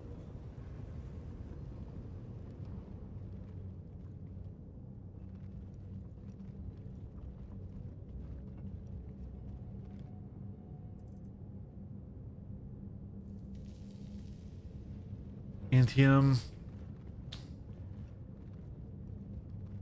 All right, there's all 3 alignment blades without using a single one of my red key cards. We can go back and do the next one as well.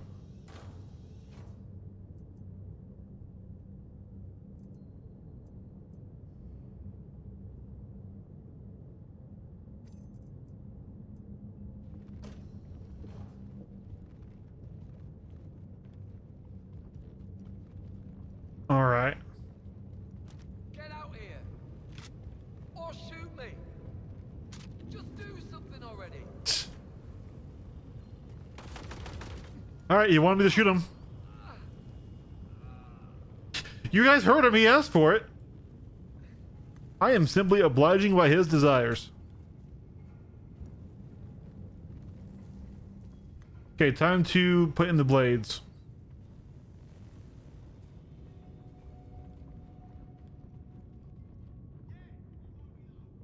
Kind of shocked we haven't ran into anybody else here yet. Though, watch me fucking just jinx myself.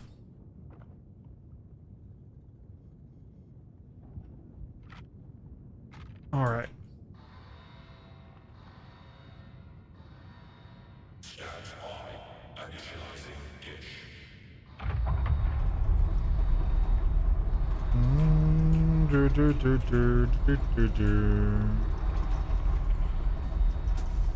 I think you're totally right.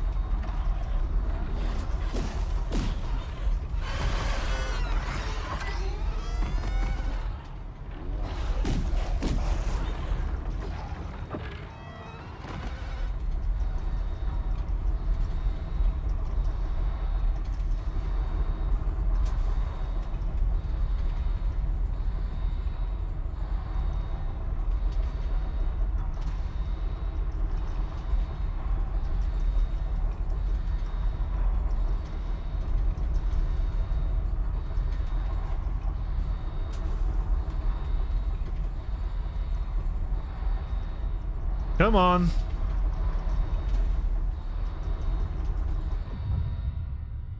There we go.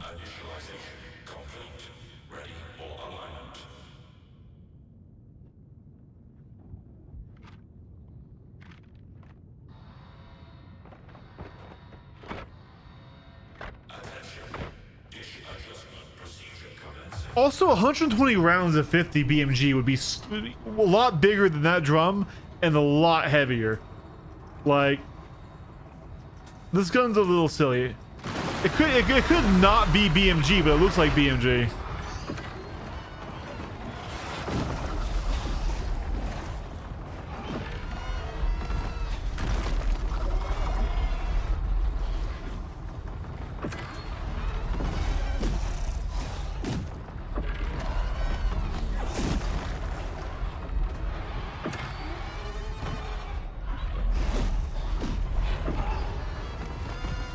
Good worm killer, though.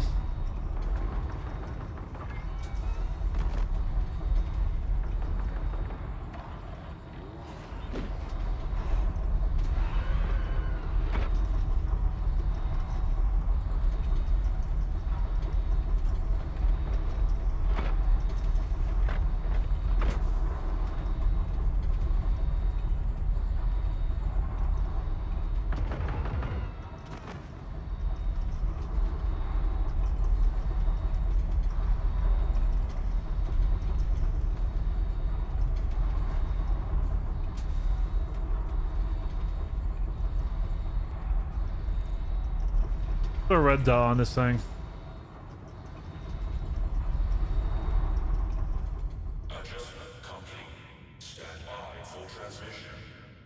Okay, and then the final blade.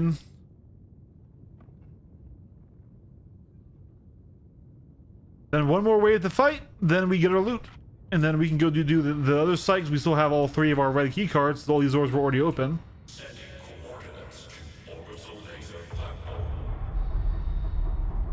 Yeah, you do this 3 times at a site. Take the batteries from inside here up to the orbital platform to charge it.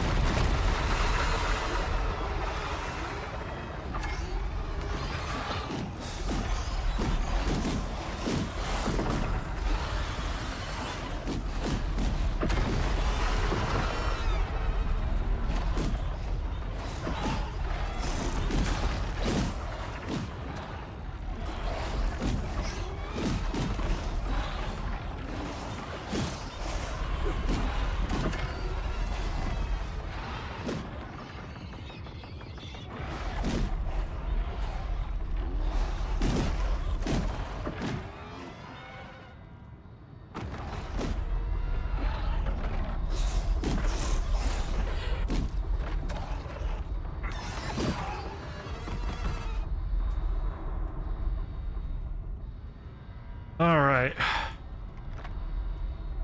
Nova, Slipstream, and a Veil. So not anything good on the components. We will still take them though. The Varan War marker, but not in good quality.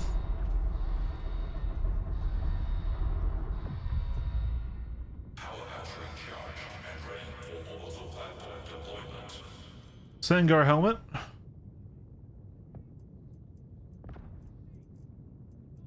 Yeah, we already found one of those earlier today.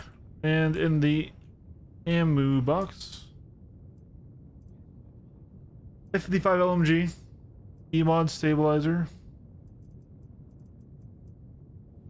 So this one had bad loot. This one was also basically free to come loot. I think that's Slipstream, I guess.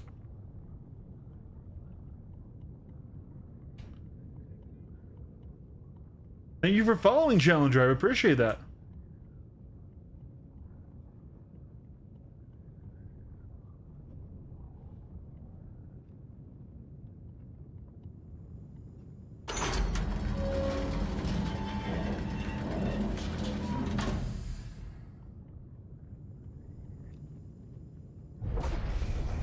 I mean, we might as well take it. We're here, right?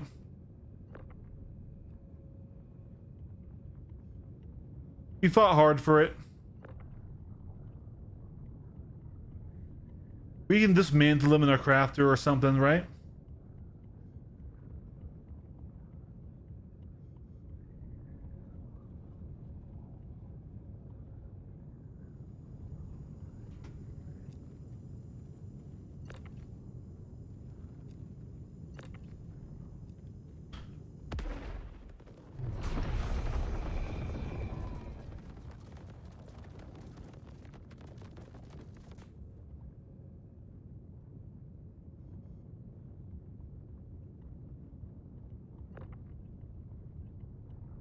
And there's the veil. All right. Not gonna worry about that shotgun guy because we're getting out of here.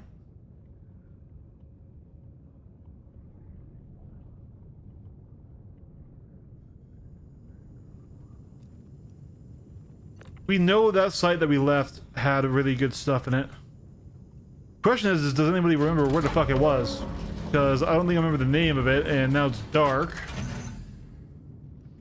Also, Shiv is waiting for a PC build too. I don't want to keep him waiting too much longer.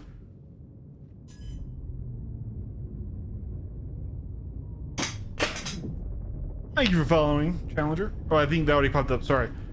Like, moved and came back down on my chat box, so I think I thought it came up twice. Let's see. Shivara Void Reaver. Shivara Void Reaver in a Vulture, salvaging things.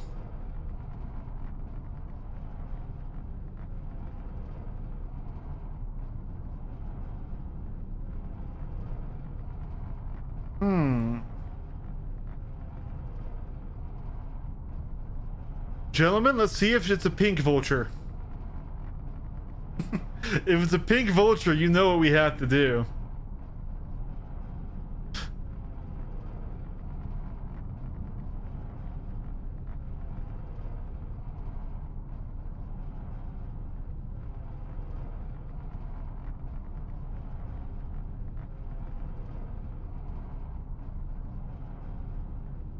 It is not pink.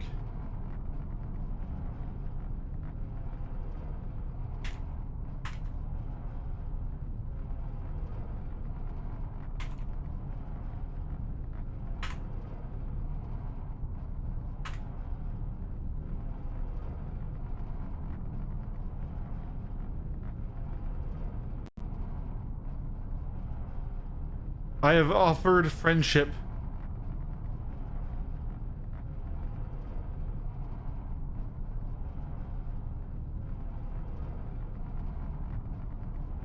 I believe this is the one we were at. She hasn't responded. This was definitely the one we were at, though.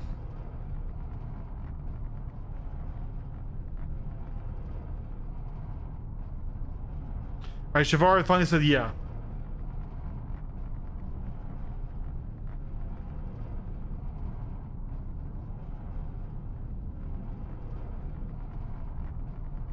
Alright, well guys, this is my chance for me to redeem myself, the Vulture community, right? Or to be burned. What the fuck?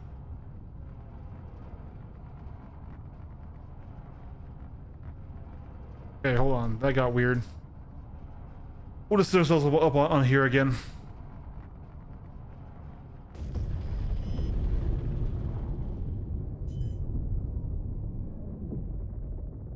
That was a cool vulture skin, yeah. I think that was like... That reminded me of the Battaglia skins, but I didn't know... I don't think you can get a vulture from Battaglia. Alright, you guys aren't lighting on fire yet, that's good.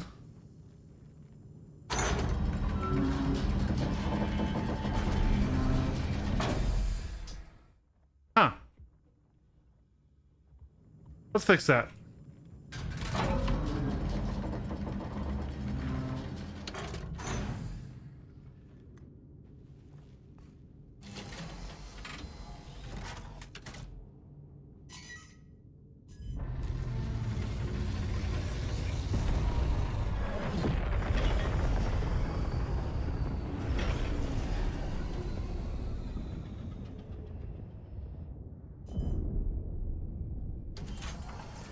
All right.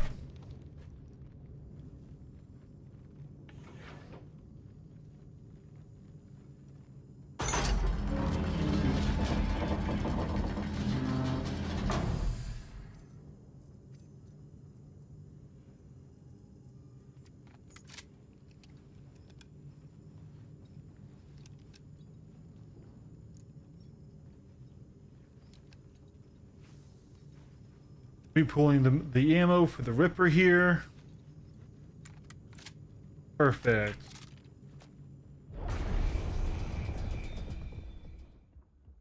But yeah, Shiv. This ship that I'm flying is called the Shiv, actually. The Gray's Market Shiv, and is one of my favorite multi-role ships in the game.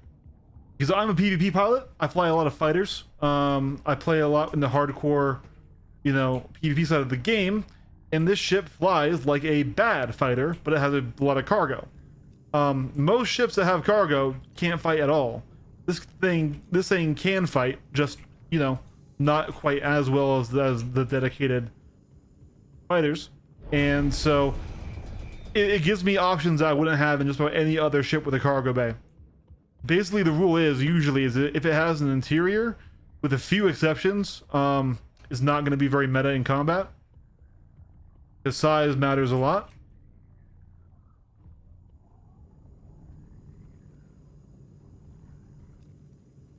But what we're doing is we're looting all of these sites, which is part of a bigger event called the called Mine in a Line. But each of these big final garages spawns these ship components, which are it has the chance at the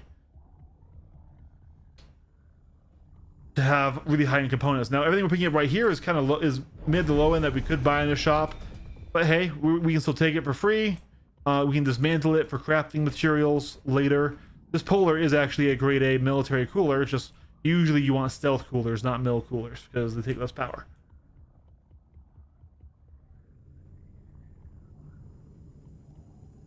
But when we were coming down, we literally saw this one get a fresh respawn. There we go. I can't stand the Asgard. And it's just because of Asgard owners. It's the same with the Clipper. Light fighters? Yeah, light fighters is my shit. That's what I do all the time, my friend.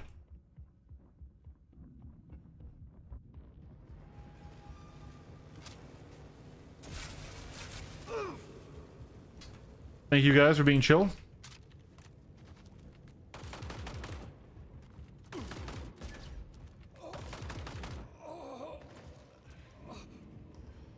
How lucky can you be?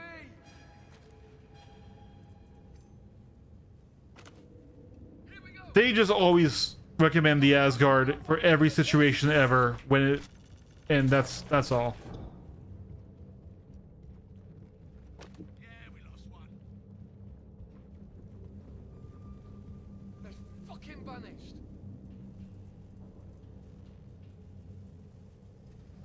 Gilded Overlord legs and arms.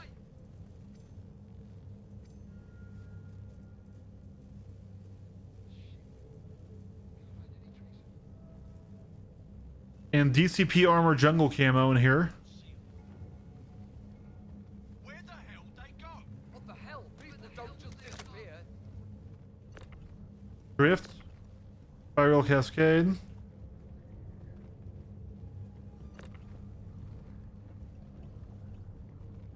Heads up, someone's dropping bodies over here. We need to find the creeper fast.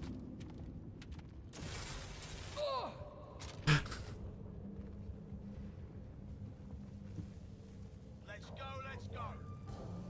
Shit. Found them. Look alive, I want a net on this son of a bitch.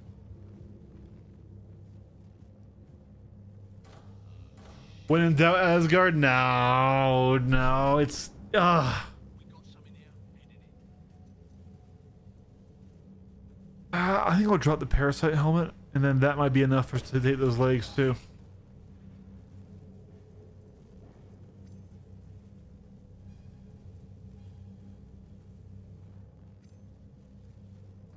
Seriously, come on out. I'll make it quick. We might not be able to take the legs as well. Damn. I mean, we can always go drop it in the ship and come back, but Body here. Gotta find the out. door closed. So what we'll do is we'll drop it onto the ground here.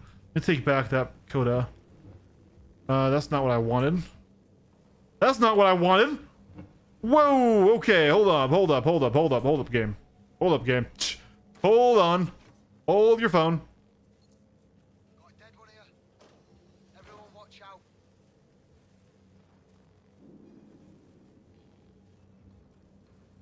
Hey. Hey, we have that. We have that. Okay. All right. That was scary. No, nothing here. Now, what I want to do is drop you guys on the ground, But I'm gonna investigate. and then we're going to transfer you out of the room. And now we run. We run like a little bitch. Go throw this stuff in my ship.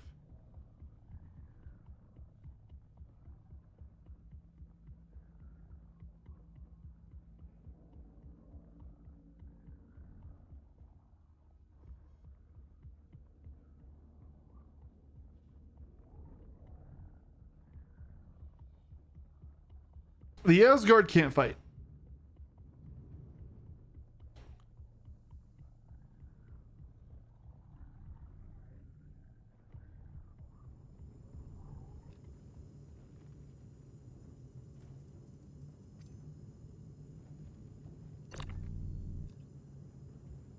Ah. Leaving this open is a risk, but screw it. See, the thing is, though, is like, it's not even... This is where I come from, right? Obviously, I have somebody who has a lot of ships. The Asgard has no appeal at all. Because it can't fight by itself. The ships it can carry also aren't really optimal for any situation. As a carrier, is better, you know, you'd be better served with an ironclad, with a capital. There's so many other ships, right? As a cargo ship, you'd be better served with any of the Hull series or any of the exterior cargo ships. It just is kind of an everything ship that kind of just does everything bad. Right?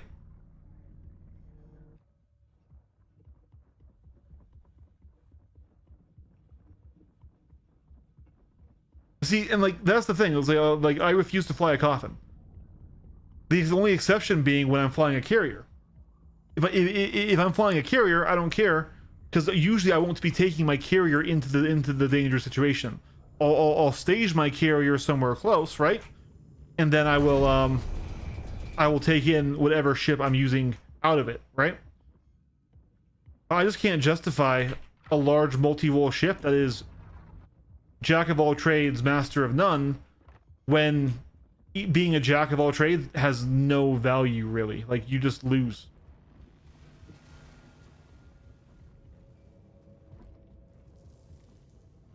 Made the Clipper a bomber. No one expects the Clipper to drop bombs. No one expects the Hornet to drop bombs either. And the Hornet has more firepower at smaller size. And better shields.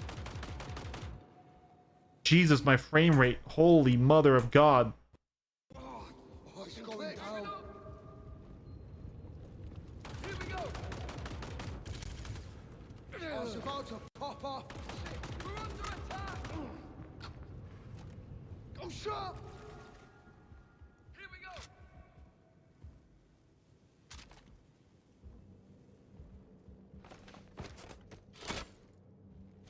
Pleasure deleted your armor. That is so bad, Aeondix. Oh.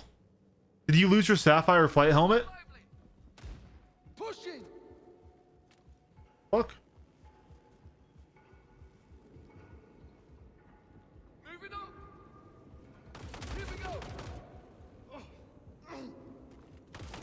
It's on now. I will take your bullets, good sir. Thank you for bringing me more ammo for my gun.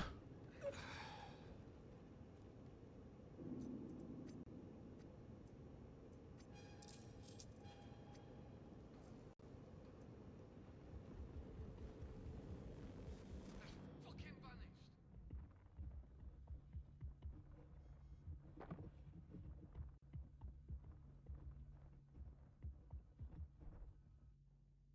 Yeah, that's why I'm flying.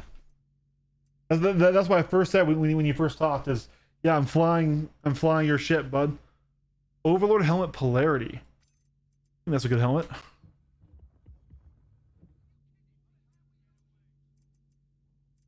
Justified SMG.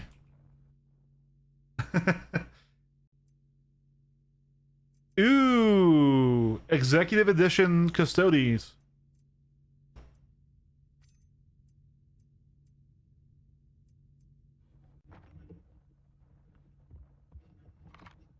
There you go. Gold Custodian.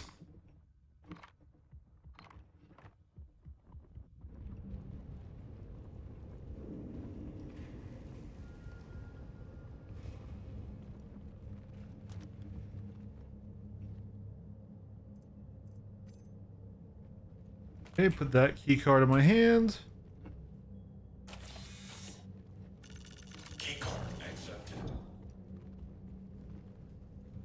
Yeah, it's pretty cheap to get in game.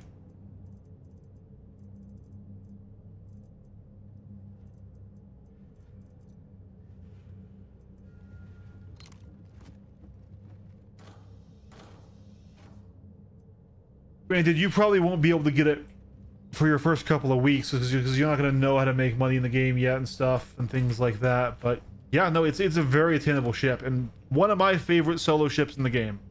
Like if Hey guys, we found the third red keycard stuff. It's inside one of the locked doors.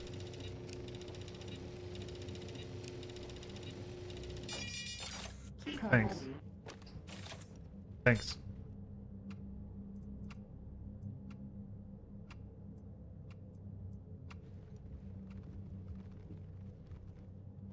All right.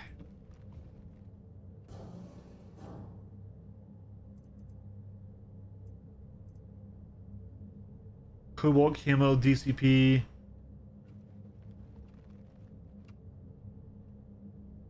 Got that one.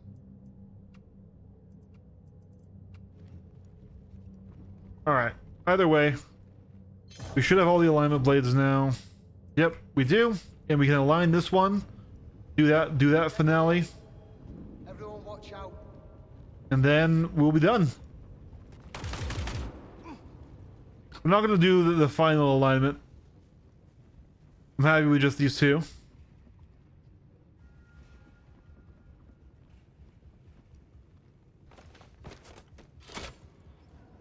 Got some good loot though.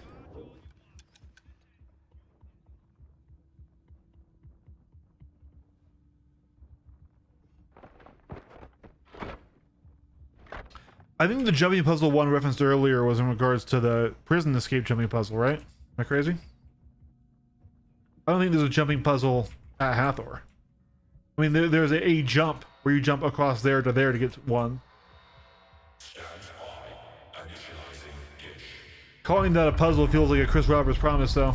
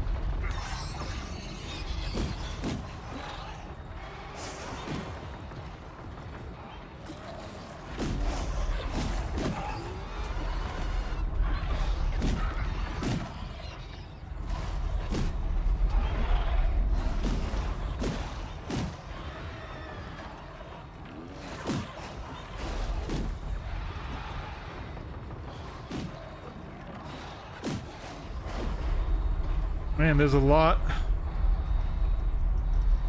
Okay, let's do this. Here we go. I'm hit. Okay.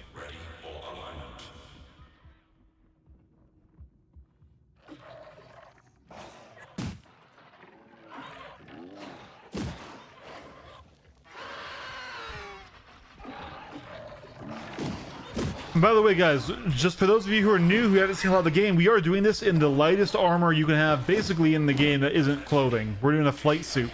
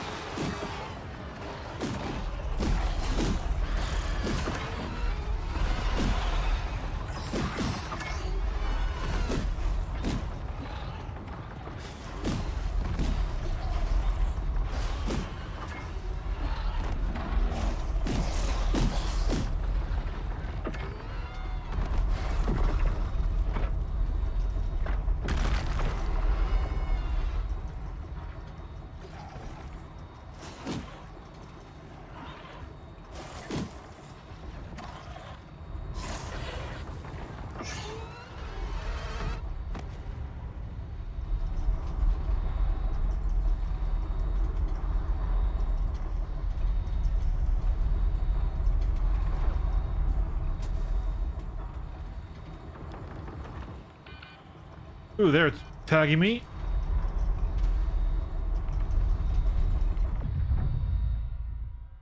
Adjustment complete.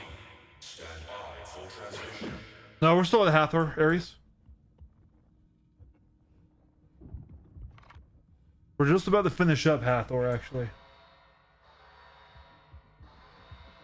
Sending coordinate. Orbital laser platform.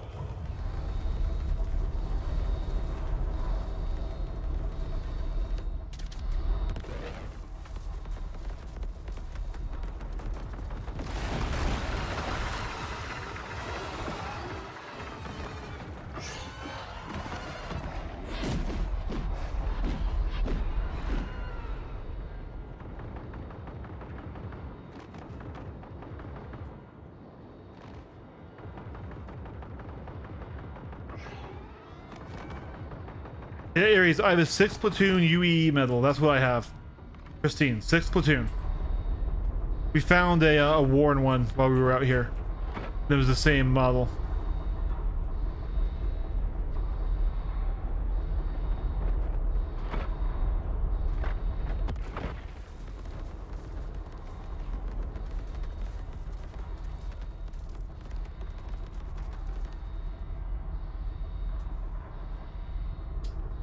Flash core.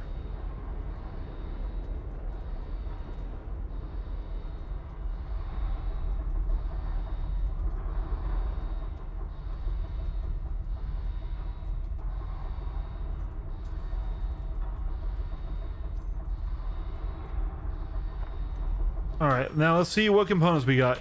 If this is a second FR-66, I'm gonna be so happy. It's a force wall. I'm still happy, but an FR-66 would have been a lot cooler. Still, it's a mill grade B shield. Slipstream. All right. We got one FR-66, 2 force walls. You know, we still got some better comps. What's the going rate for it? I should be flying back to Hurston to drop off my loot now.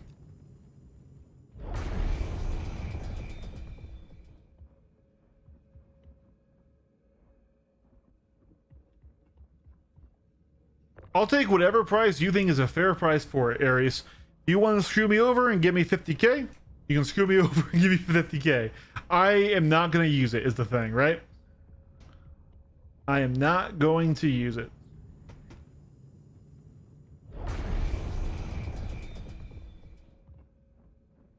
I don't do Wicklow.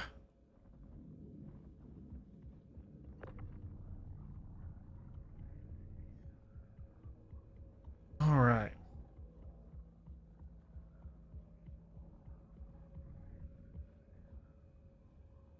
Are there aliens in the game? Technically, yes. Not aliens that you can play as. So, this is the Gray Shiv. Shiv. Yeah, 700k. Fair with me, man. The Shiv is a chimera. It was made from taking a bunch of other ships that were in a junkyard and welding them all together by Gray's Market, which is a ship manufacturer out in the Pyro system, which is basically the pirate system. Okay. The Shiv has parts from the Venerable Cutlass from Drake, from the Hurricane for his turret, and from the Valkyrie and stuff for his engines and a few other ships. But it is a relatively inexpensive and quite good performing ship, despite it being a little bit ugly by most people's standards. As I just fucking hit the edge. That's on me. Did we lose our engine? We did not lose our engine. We're okay. We just bonked it. That was on me. Anyways, let's get the hell out of here. Is it fast? Not particularly. It's a heavy fighter. And it has a cargo bay. But it's not overly slow. Most ships in the game have a decently equalized speed. But yeah, here in Nav, it goes up to, yeah, about 1.175 kilometers per second, which is, it's decent. Now in STM, it's going to be capped around 225, go up to around 450 on boost, which is your combat speeds. There's two different speeds for the game: navigational speeds and combat speeds. My game almost just hard crashed, which would have been heartbreaking with all these components on board. All right, and let's head home to Lorville.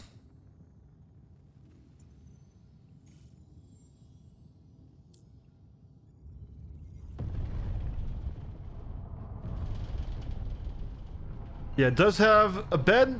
It has a turret that gets slaved to the pilot. It has 2 size 4 hardpoints and 4 size 3 hardpoints for the guns,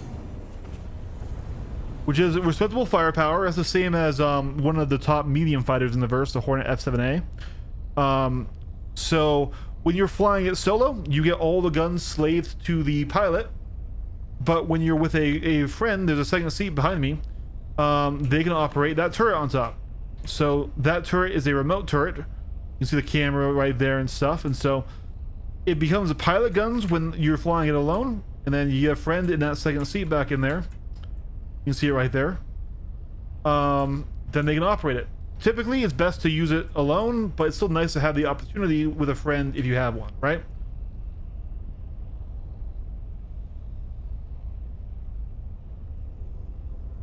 There's only one way in and out of the ship, and that's the back ramp. The Cutlass that it came from does have airlocks and stuff, but you don't really need it.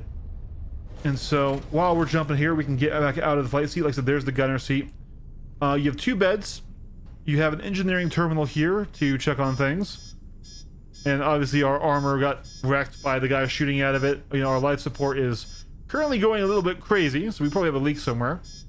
But yeah, so there's that. You have a weapon rack with this fits 2 rifles and then 1 heavy weapon. This could be a railgun, a rocket launcher, grenade launcher. You also have pistol storage up here. Ares sending me the money. I just got it.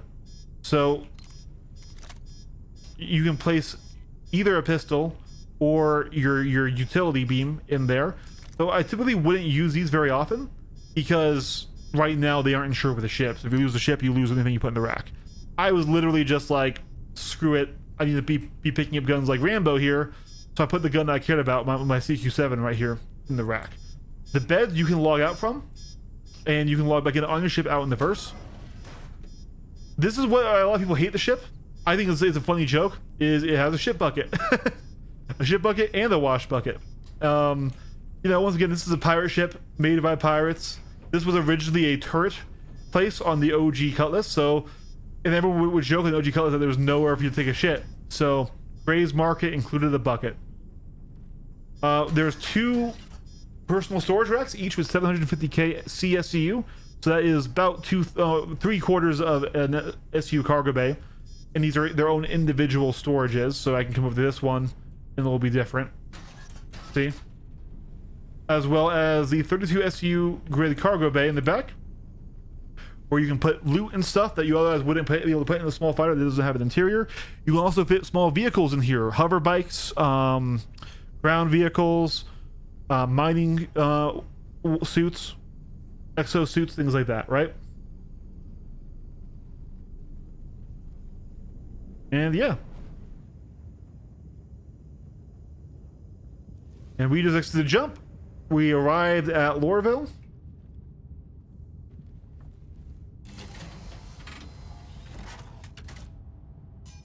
Yeah, it's not the best fighter in the world. It isn't.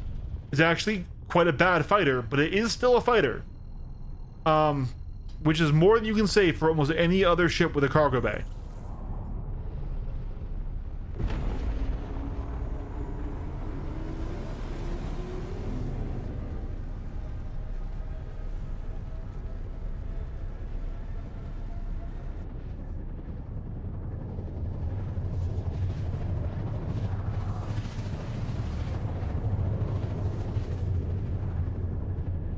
Now, as for how quick it travels and jump, that depends on your quantum drive. Right now in the game, that would be an alien ship called the Talon. That's the best fighter in the game right now. In general, it's usually either the Arrow or Gladius for light fighters. The Wolf right now is also a contender.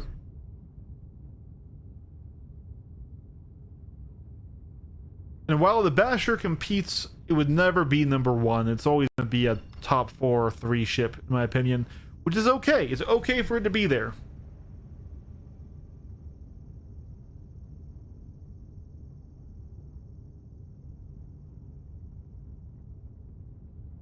Here we are at Lorville, where I am living for this patch. So I usually live out of Microtech, and I strongly prefer Microtech and New Babbage. But Lorville does have that Blade Runner vibe. I'm here because the best weapon for the size 3 fighters is only sold here, which is the Attritions. Well, I guess you could also get it in Pyro, but I wasn't going to live in Pyro because usually most of my PvP happens in Stanton. But this patch in particular, we actually do have PvP out in Pyro, which I'm glad to see. Yeah, there's like these big refineries where you can see all the molten metal being melted down and stuff. Because Hurston and Lorville is a weapons manufacturer. But they don't sell guns. My frames are always rough. Aries, remember I always get crap for new laggage when I'm at New Babbage. My frames just suck in PU. It's my Windows installation or something.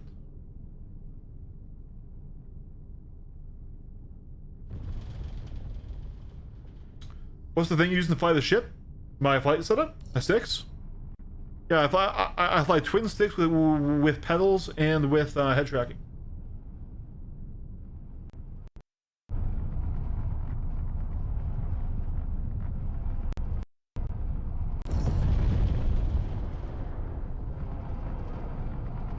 Here's my personal XL hangar. The reason why I get an XL hangar is because I own a capital ship, and this is my personal owned hangar in the verse, not one I'm renting as I visit. If you go to some place that's different, they'll just give you a hangar that size for your current ship.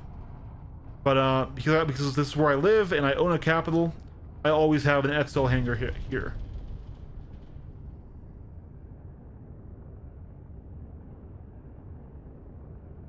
You can. There's nothing wrong with that. 99% of people play that way. But I like having my twin sticks and light setup. It's more fun for me. Alright, you can't ask for much better than that. Well, we'll step forward a bit to make sure it doesn't say we're impeding it. Let's go ahead and repair that damage. Refuel me here.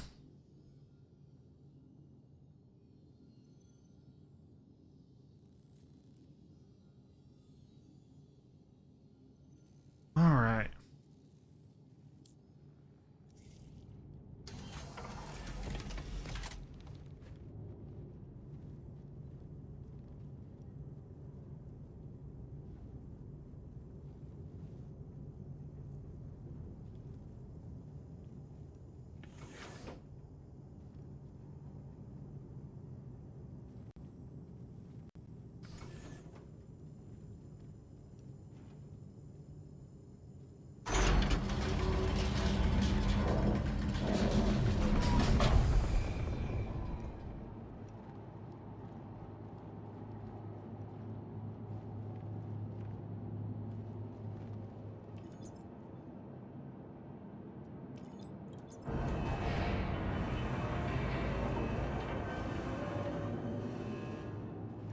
All right, and let's load all this into my storage through the freight elevator.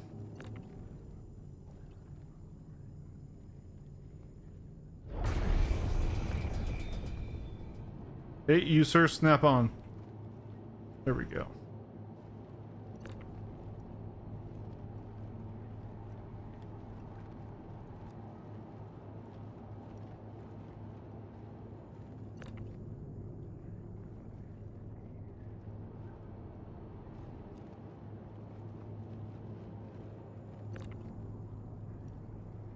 All right, and then once we're done unloading, we will build you a PC, wait for Ares to get here where we're going to sell him the metal.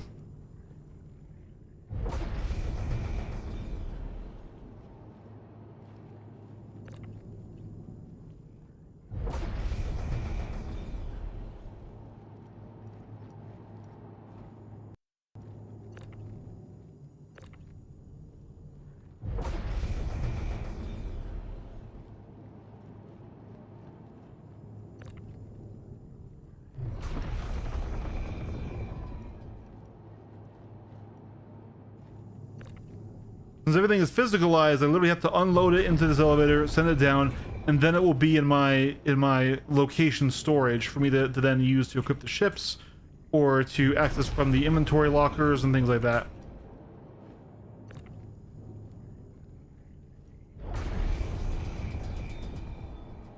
Everything's done physicalized and real, and that's both really cool and really annoying. Like, for example, when you're a cargo hauler, this is basically most of your time. It's not flying your ship, it's loading and unloading stuff. Now, they do have a tractor rifle that is better than my little tractor multi-tool here, but I can't be arsed to use it.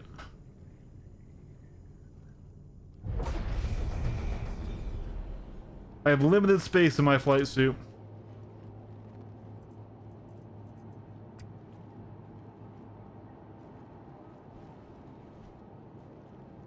All right.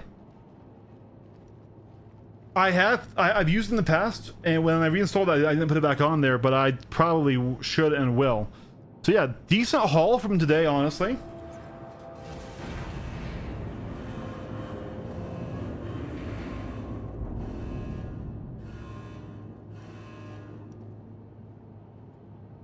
Alrighty, and now let's go to other.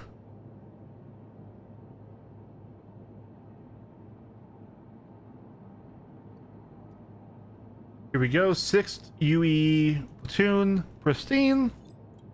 Sending that one up so that when Ares gets here, we can do our trade.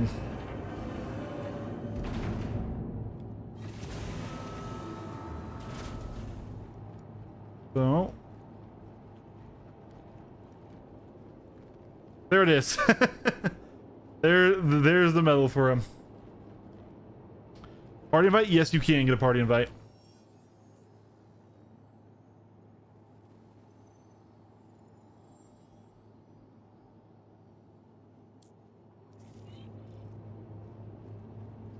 Yeah, Econ. Definitely will be using Starstreams eventually. I just need to stop being lazy. Yeah, we got quite the good amount of stuff here. Let's even send down our Shiv. There is absolutely friendly fire, yeah. There's even the whole crime system. So if you murder somebody and you're in lawful space, you will get a crime stat. And if your crime stack is high enough, you will get bounty hunters, player bounty hunters sent after you. And they will have a god marker knowing where you are at all times, which is kind of bullshit. I want them to rework the bounty system.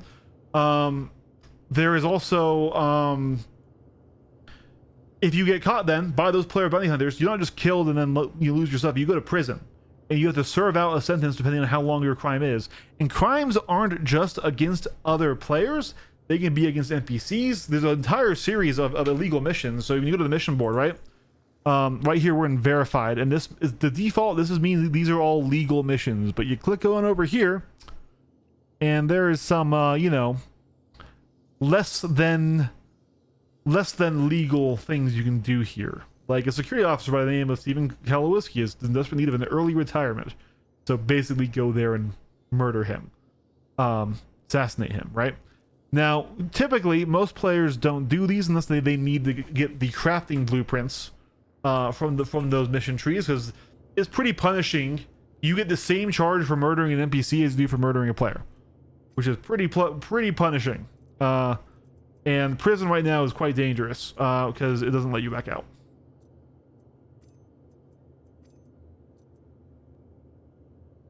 Yeah, I have a lot of different ships if you want to see some.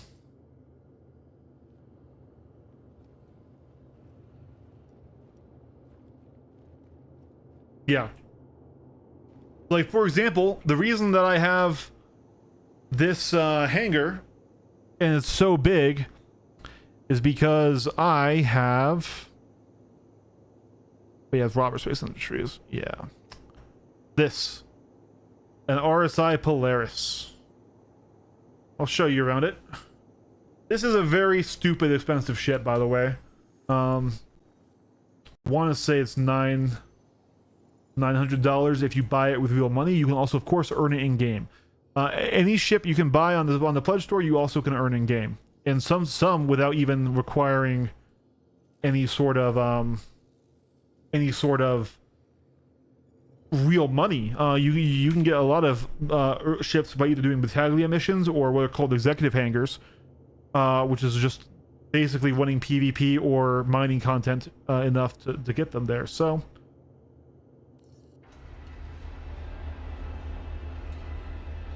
Oh, Ares, I didn't know you were in here yet.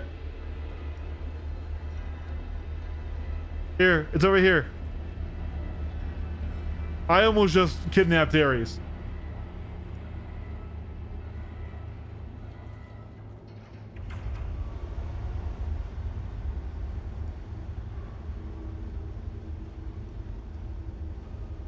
Your friends can play the game.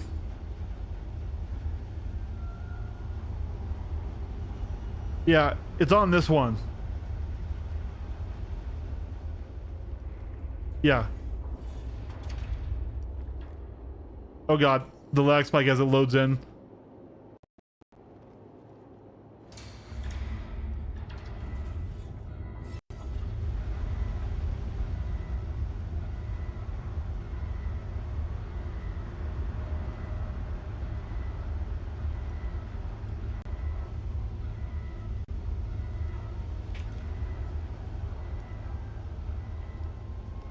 So this is probably the third or fourth biggest ship in the game.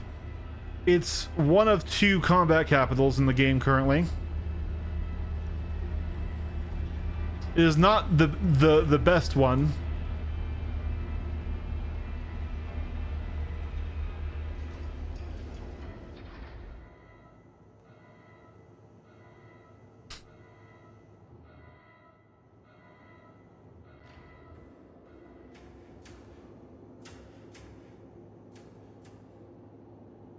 There it is. That's the Polaris. That is a Corvette class ship.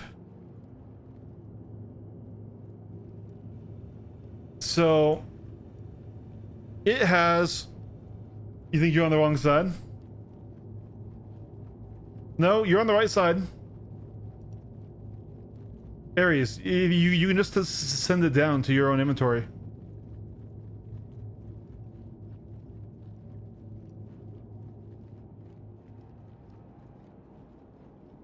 Right here. You got it? Okay. But yeah.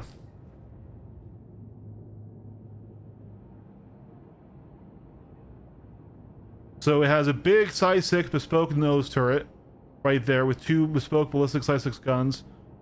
PDCs, that's what's right there next to my head. Those are defense turrets that automatically engage incoming fighters and missiles to destroy them.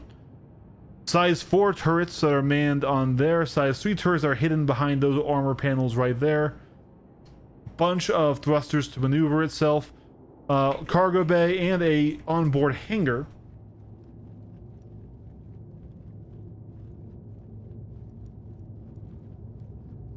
And the main crux of this ship, though, is that it has the largest torps that you can get in the game, and quite a lot of them.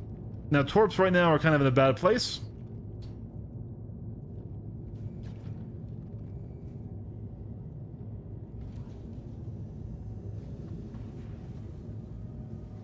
Yeah, this ship is why I had this extra large hangar.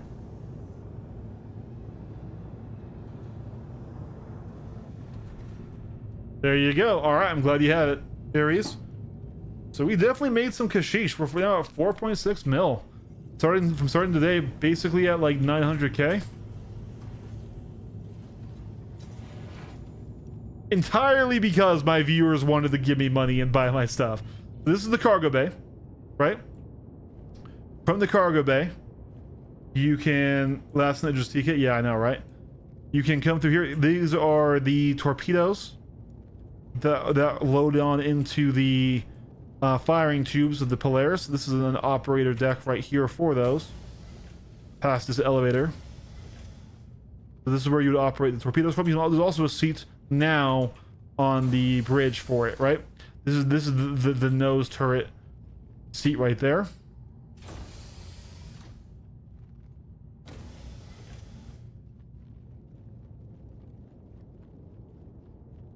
Back down this way is engineering.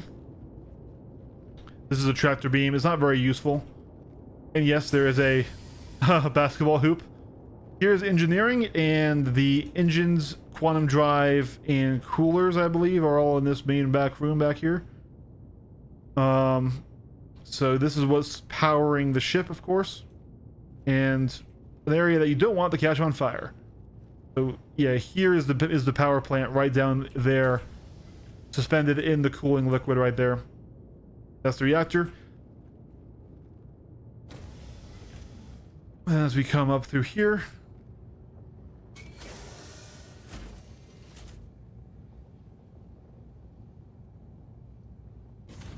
player trading cause my immersion, sir, right? Here is where you can operate the engineering terminal, which gives you lots of functions on the ship. Like I said, you can check to see its armor, its hull status. You can lock open and close doors if you need to vent parts of the ship. You can see where fuses that might be damaged and need to be replaced are. You can see where components are if they're damaged and they need to be repaired. So this is the whole engineering side of the game. Honestly, I'll be real with you. Engineering is cool looking, not very cool in practice yet because they gutted half of the system because it was too punishing for people flying large ships with small crews. So they kind of need to bring it back in. This is just, once again, here's where what will eventually be the gravity generator. Right now is purely cosmetic, but that is what that's supposed to be. Then we come through here. We're now up on the main deck of the ship. Yeah, engineering was so hyped, and then it ended up being nothing burger. Here is the hangar. So we can open up this. There's a shield there that keeps the atmosphere in. But we can open up this, and we can land fighter craft or other ships inside here. And they will come with us as we go. They will be with us as we log out on the ship. Things like that, right? And so this is one of the larger hangars you can get on a ship.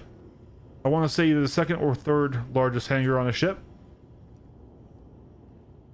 Haha, you think. Here's the medical bay.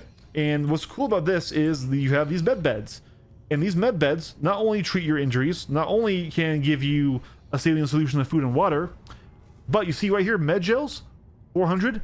Each one of them you can respawn on 4 times, as long as you are within range. So, for example, I took some injuries in that dungeon we ran. So I'm going to actually sit through here. As you see, it's actually filling up my food and water in the bottom left too. Now, that's not as good as actually eating or drinking. But here we go. And we're going to continue up through here. We're going to do medical care. We're going to do treatment. Treat my left arm moderate injury. Oh, hold on. Hit it twice. There we go. And now this will treat that injury to let me get back to complete full health again. There we go.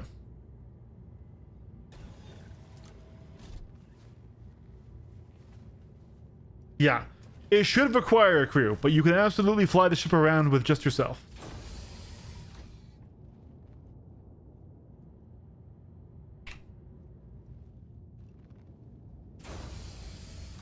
Here's the escape pods. They are currently purely vestigial. They don't do anything.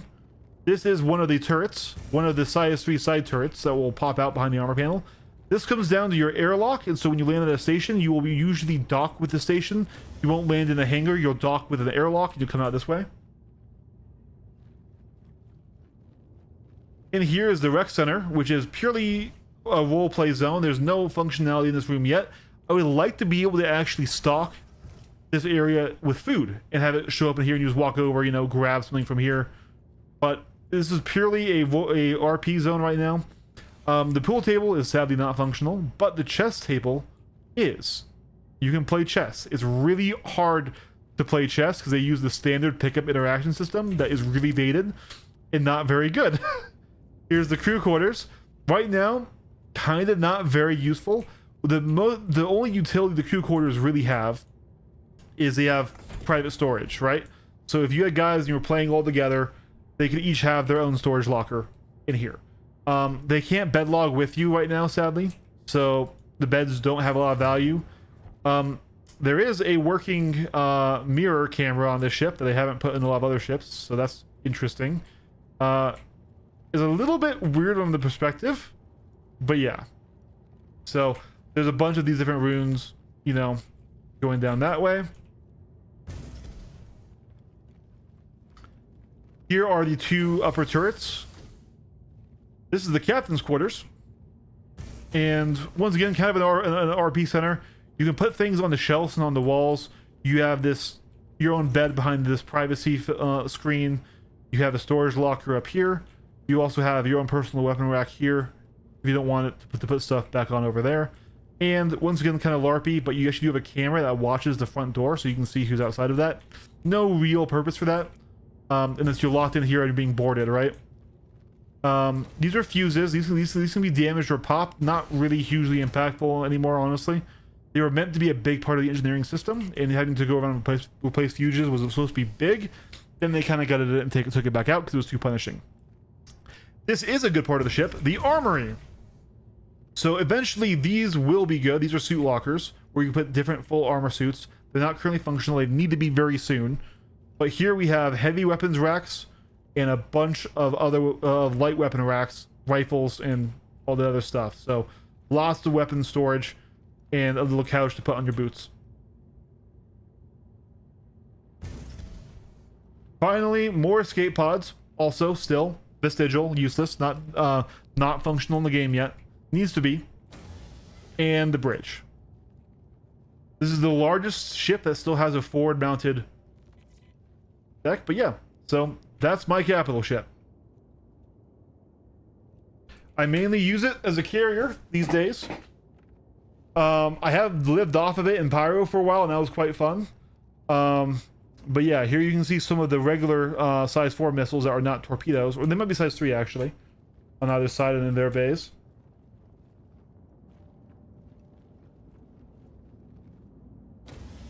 I would be surprised if we're getting the next one within 411. I'd be very happily surprised though.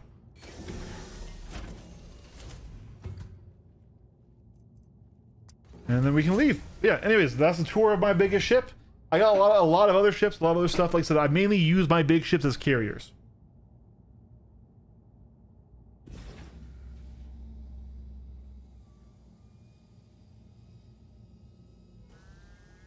I'm pretty sure Starware is going to be pretty broken when it comes out, just because it's a Star Citizen update. Come on. There we go. Yeah, so that's a tour of one of the bigger ships in the game. Not the biggest, but one of the true capitals in the game. Intentionally, you should have probably 6 people to run the ship. But because of how balancing is and stuff, you absolutely can solo it. I'm not pulling an ironclad right now because my ironclad with all my stuff on it I like a lot more. So Starwear is a revision of the armor system that lets you mix clothing with armor and undersuits and things. So right now clothing is in the game, but it's mainly useless compared to armors because it doesn't let you survive in space, equip a backpack, equip a weapon, or anything. It's just kind of purely roleplay and cosmetic. Starwear completely revamps that system, so that way you can, like, say, have an armored suit and then put a trench coat over it. Stuff like that, right?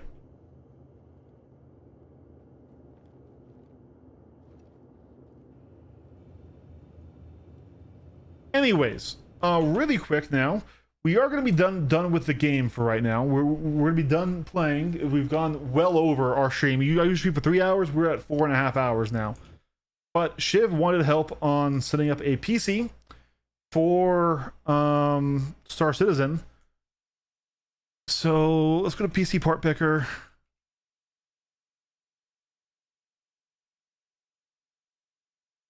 Unfortunately, right now is kind of the worst time to buy a gaming PC. I'm gonna be real with you.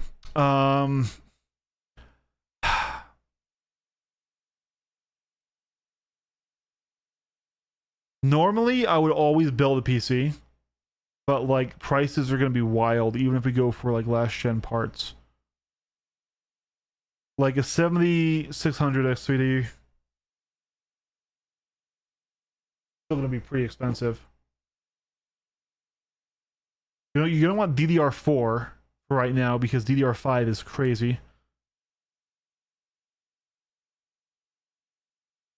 Right now, pre-builds are better price to power ratio. Yeah, it feels that way. Let's see, like Best Buy here. It's a shame because I built hundreds of PCs. Literally, I used to actually do one as a side gig for people, and okay, I might have to close the game here fully just because it is lagging me out. Come on.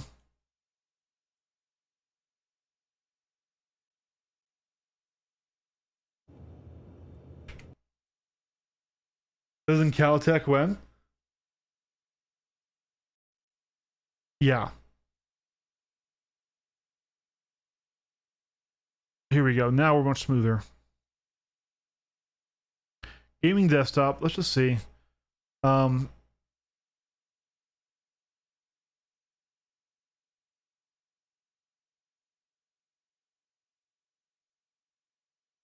of these aren't great.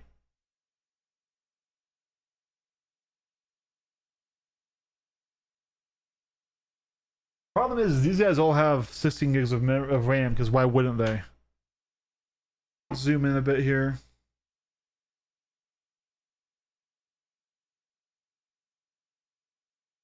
What was your budget? Like 1,000 or 1,200?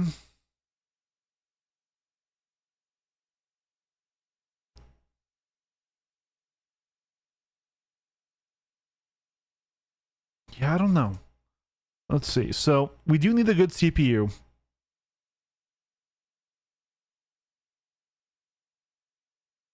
3D V-Cache is fucking awesome, but I'm not sure we have it in the budget. But for right now, let's try that. Let's just see. For a cooler, we'll do it. We'll do a. I liked the, what were they called? Thermalright?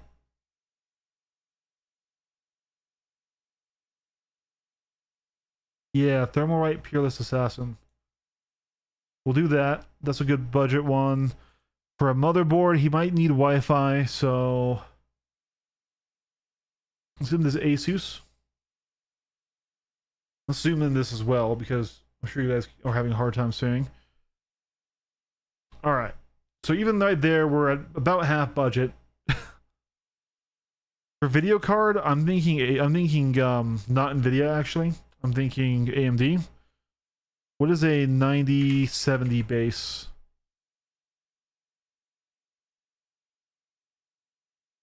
Still really expensive.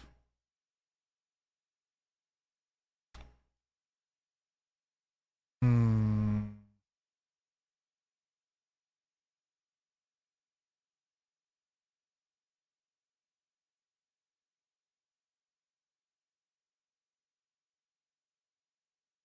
A 9060 XT might be okay.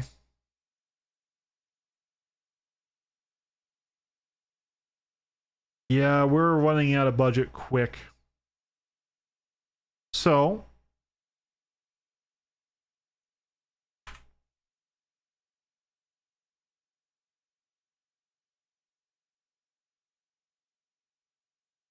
let's look at a different CPU and motherboard combo. If we do the 9600X, not X3D, at least modern, we can once again do that Wi-Fi board. This is where it's rough.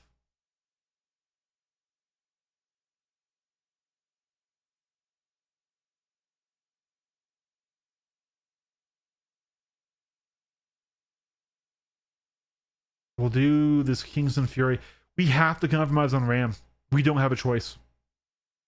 We do not have a choice because we can't afford the large kit. Storage, we're gonna need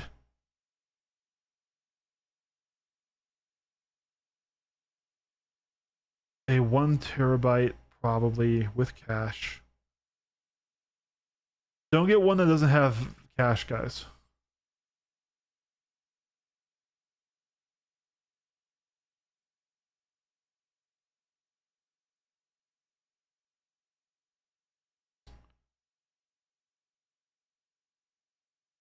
We'll do this Western Digital one. Okay. So we have storage, all that. We have cooling. We're going to need the video card now. So 9060.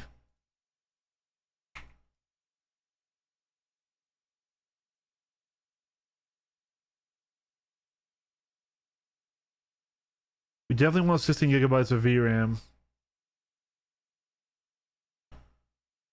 I think that Sapphire Pulse might be the best we're going to see here. We don't want 8 gigs of VRAM.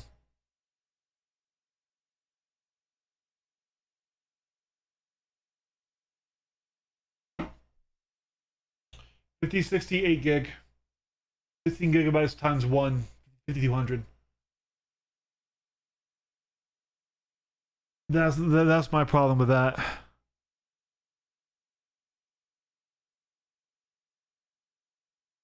You don't want non-dual channel memory.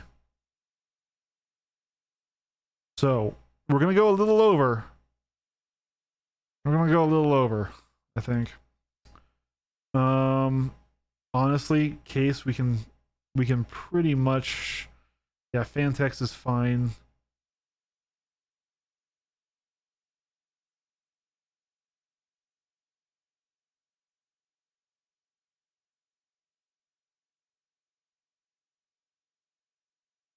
Maybe we can do better than that.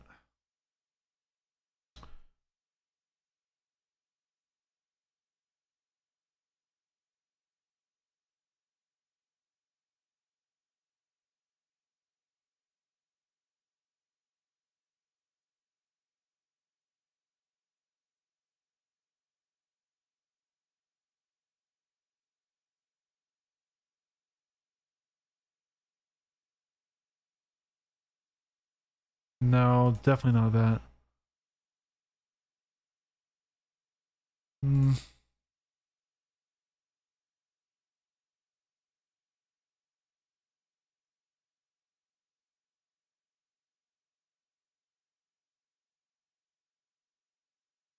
That's okay.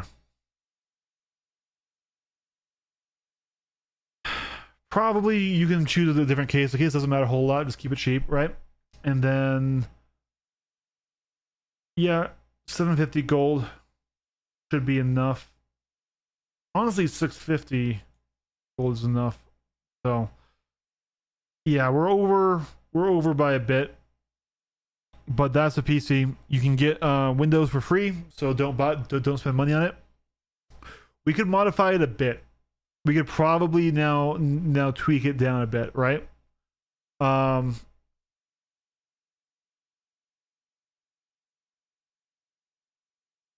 issues I'm seeing is these are on promo.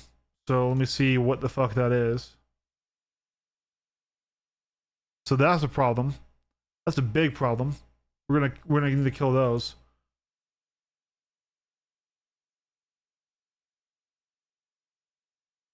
Probably. I still want 2 by.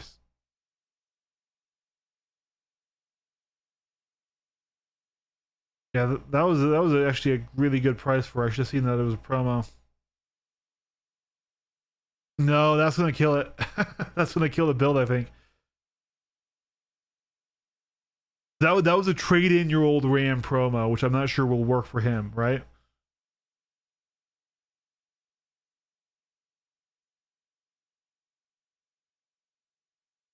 It would need to be a kit. Yeah, that's the cheapest 2x8 we can find.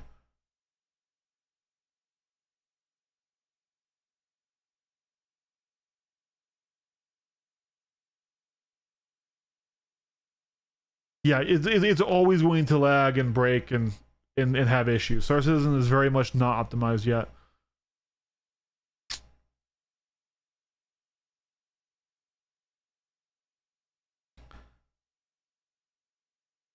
All right, well, we'll go with at least the name brand. That sucks. And $25 off on here. What is this for?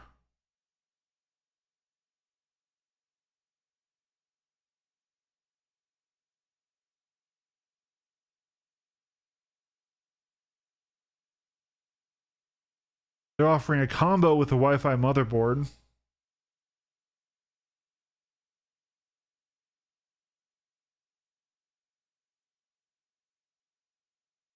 Yeah, I mean, iBuyPower is kind of, they're okay. I had one of their laptops that was decent, and then they had a huge cheating scandal in Counter-Strike. But that wasn't really the company's fault, I guess. Yeah. I hate the 8GB GPU. And I hate the 1x16. We also don't know if that SSD has cache or not. Has the DRAM cache.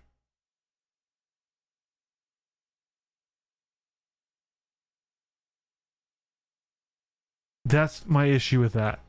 Is I really would like to get him 16GB of VRAM. That's huge in the modern era. Like if he's buying a gaming PC, yeah, he's buying it for Star Citizen, but he's also buying a gaming PC that he can play other games on too. And 8GB of VRAM is so limiting in the modern gaming space. I don't even think you can even play like Space Marine 2 on that.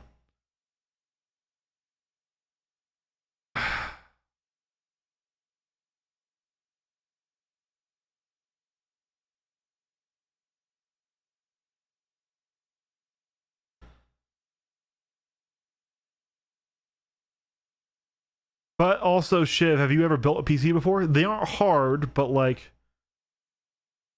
all you need is a screwdriver and some basic knowledge. But if you haven't done it before, you're gonna want to also follow a build guide and stuff. If you're even remotely like good with your hands, you should be able to do it. It's not difficult. Okay. How old are you? If you don't mind me asking, Shiv?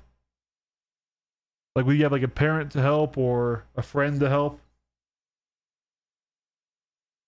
Okay, those benchmarks are always lies. Those benchmarks are always lies. 8GB of VRAM is a huge problem. 21? Okay. So at the very least, you're not a child. So you should be able to put together a PC.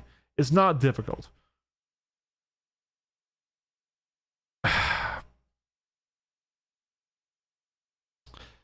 I wonder if we could maybe squeeze something else here.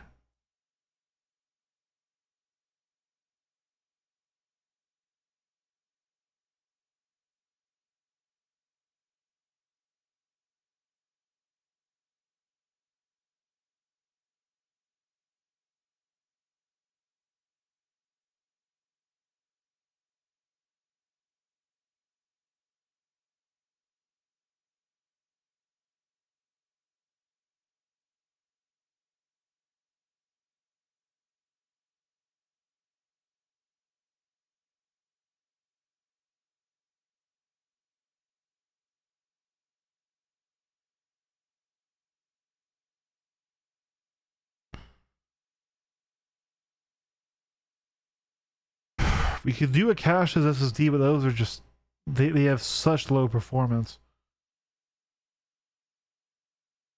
So yeah, the one we chose was kind of the best one. There's this one here. There's MSI. MSI, I'm not sure if I like their stuff, but it saves us some money, so we'll throw that on there to get us back under 1400. Let's take a look at the motherboard again. You probably need Wi-Fi, but you don't need overclocking. ASRock is fucking terrible, but I trust them more than I trust Gigabyte. Oh, Asus. There. Asus is a good brand. Okay, 1333.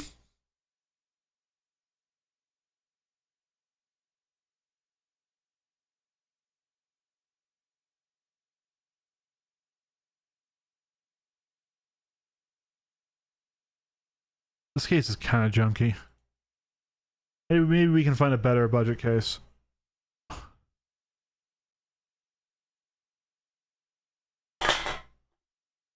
What controls do I use? Yep, I use Twin Stick. So here we go, guys. Get ready. Your free Citizen Cal crotch shot here. Boop. Twin Stick. There you go. But yeah, we're at the end of the stream right now. Katsia. We did the PvP to start with, then we did a bunch of Hathor sites to get components. Now we're finishing up, and we're helping Shiv pick out a PC to try and play Star Citizen on. So yeah, I'd rather do Fantix than a brand I don't know. Want to get Hosas later? So yeah, Hosas is very good. Okay, so this is $133 over your stated budget.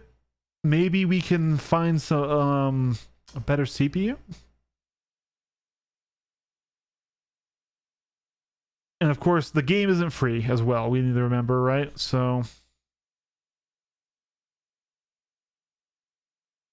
oh, Kitty decided to bring us all the way down.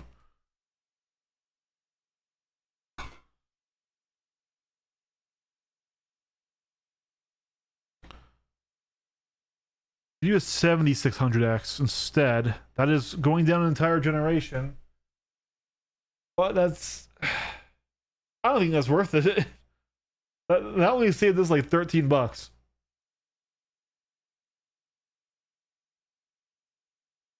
Honestly, at that price, go current gen. Yeah.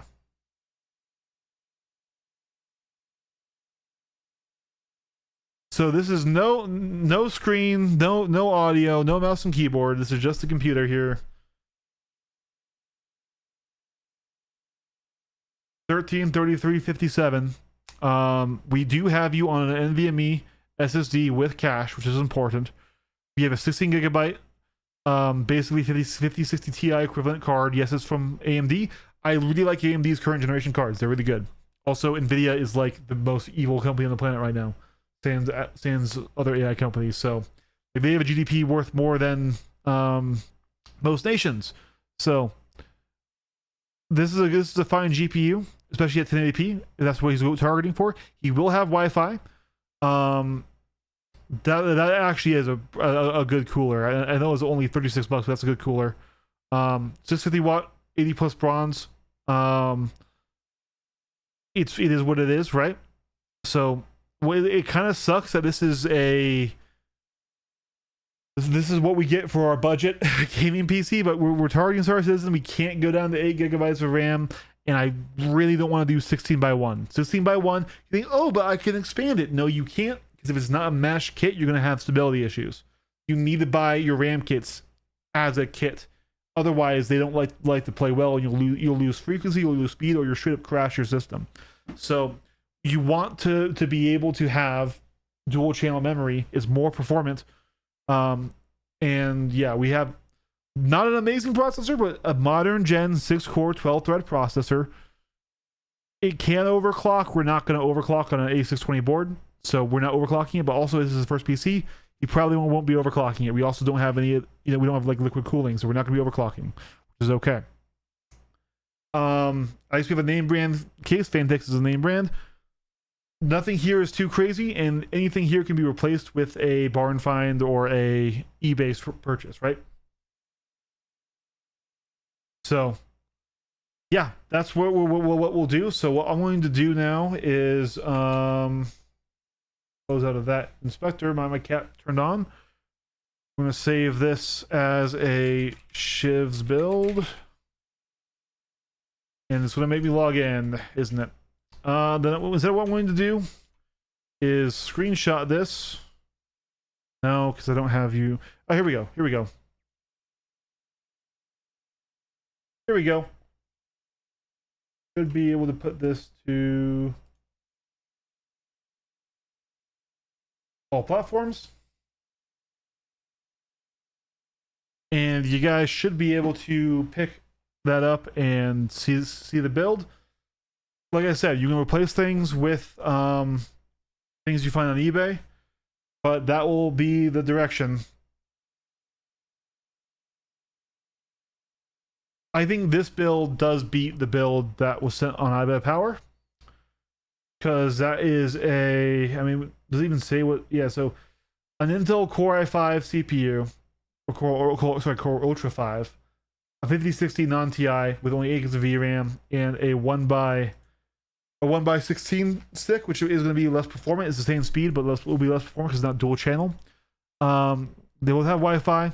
I'm pretty sure that SSD will not have a DRAM cache, which is, it's still going to be fine, but it is a lot less performant and it will peak out a lot quicker. So I do think this build does beat that build, and we got it in there for actually slightly under. So there we go. It's not by a lot. It's not by the hundreds of dollars you used to be able to beat pre-builds by, but we did beat the pre-built.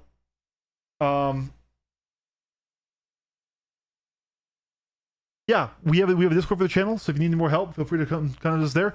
Thanks for watching, guys. Thanks for hanging out. I'm glad we did a 5-hour stream today, which is insane. Actually insane. I feel like I just lost my entire Sunday. I know I realize it. Oh no. Anyways, guys, I will catch you all later. Thanks for hanging out. I'll catch you later.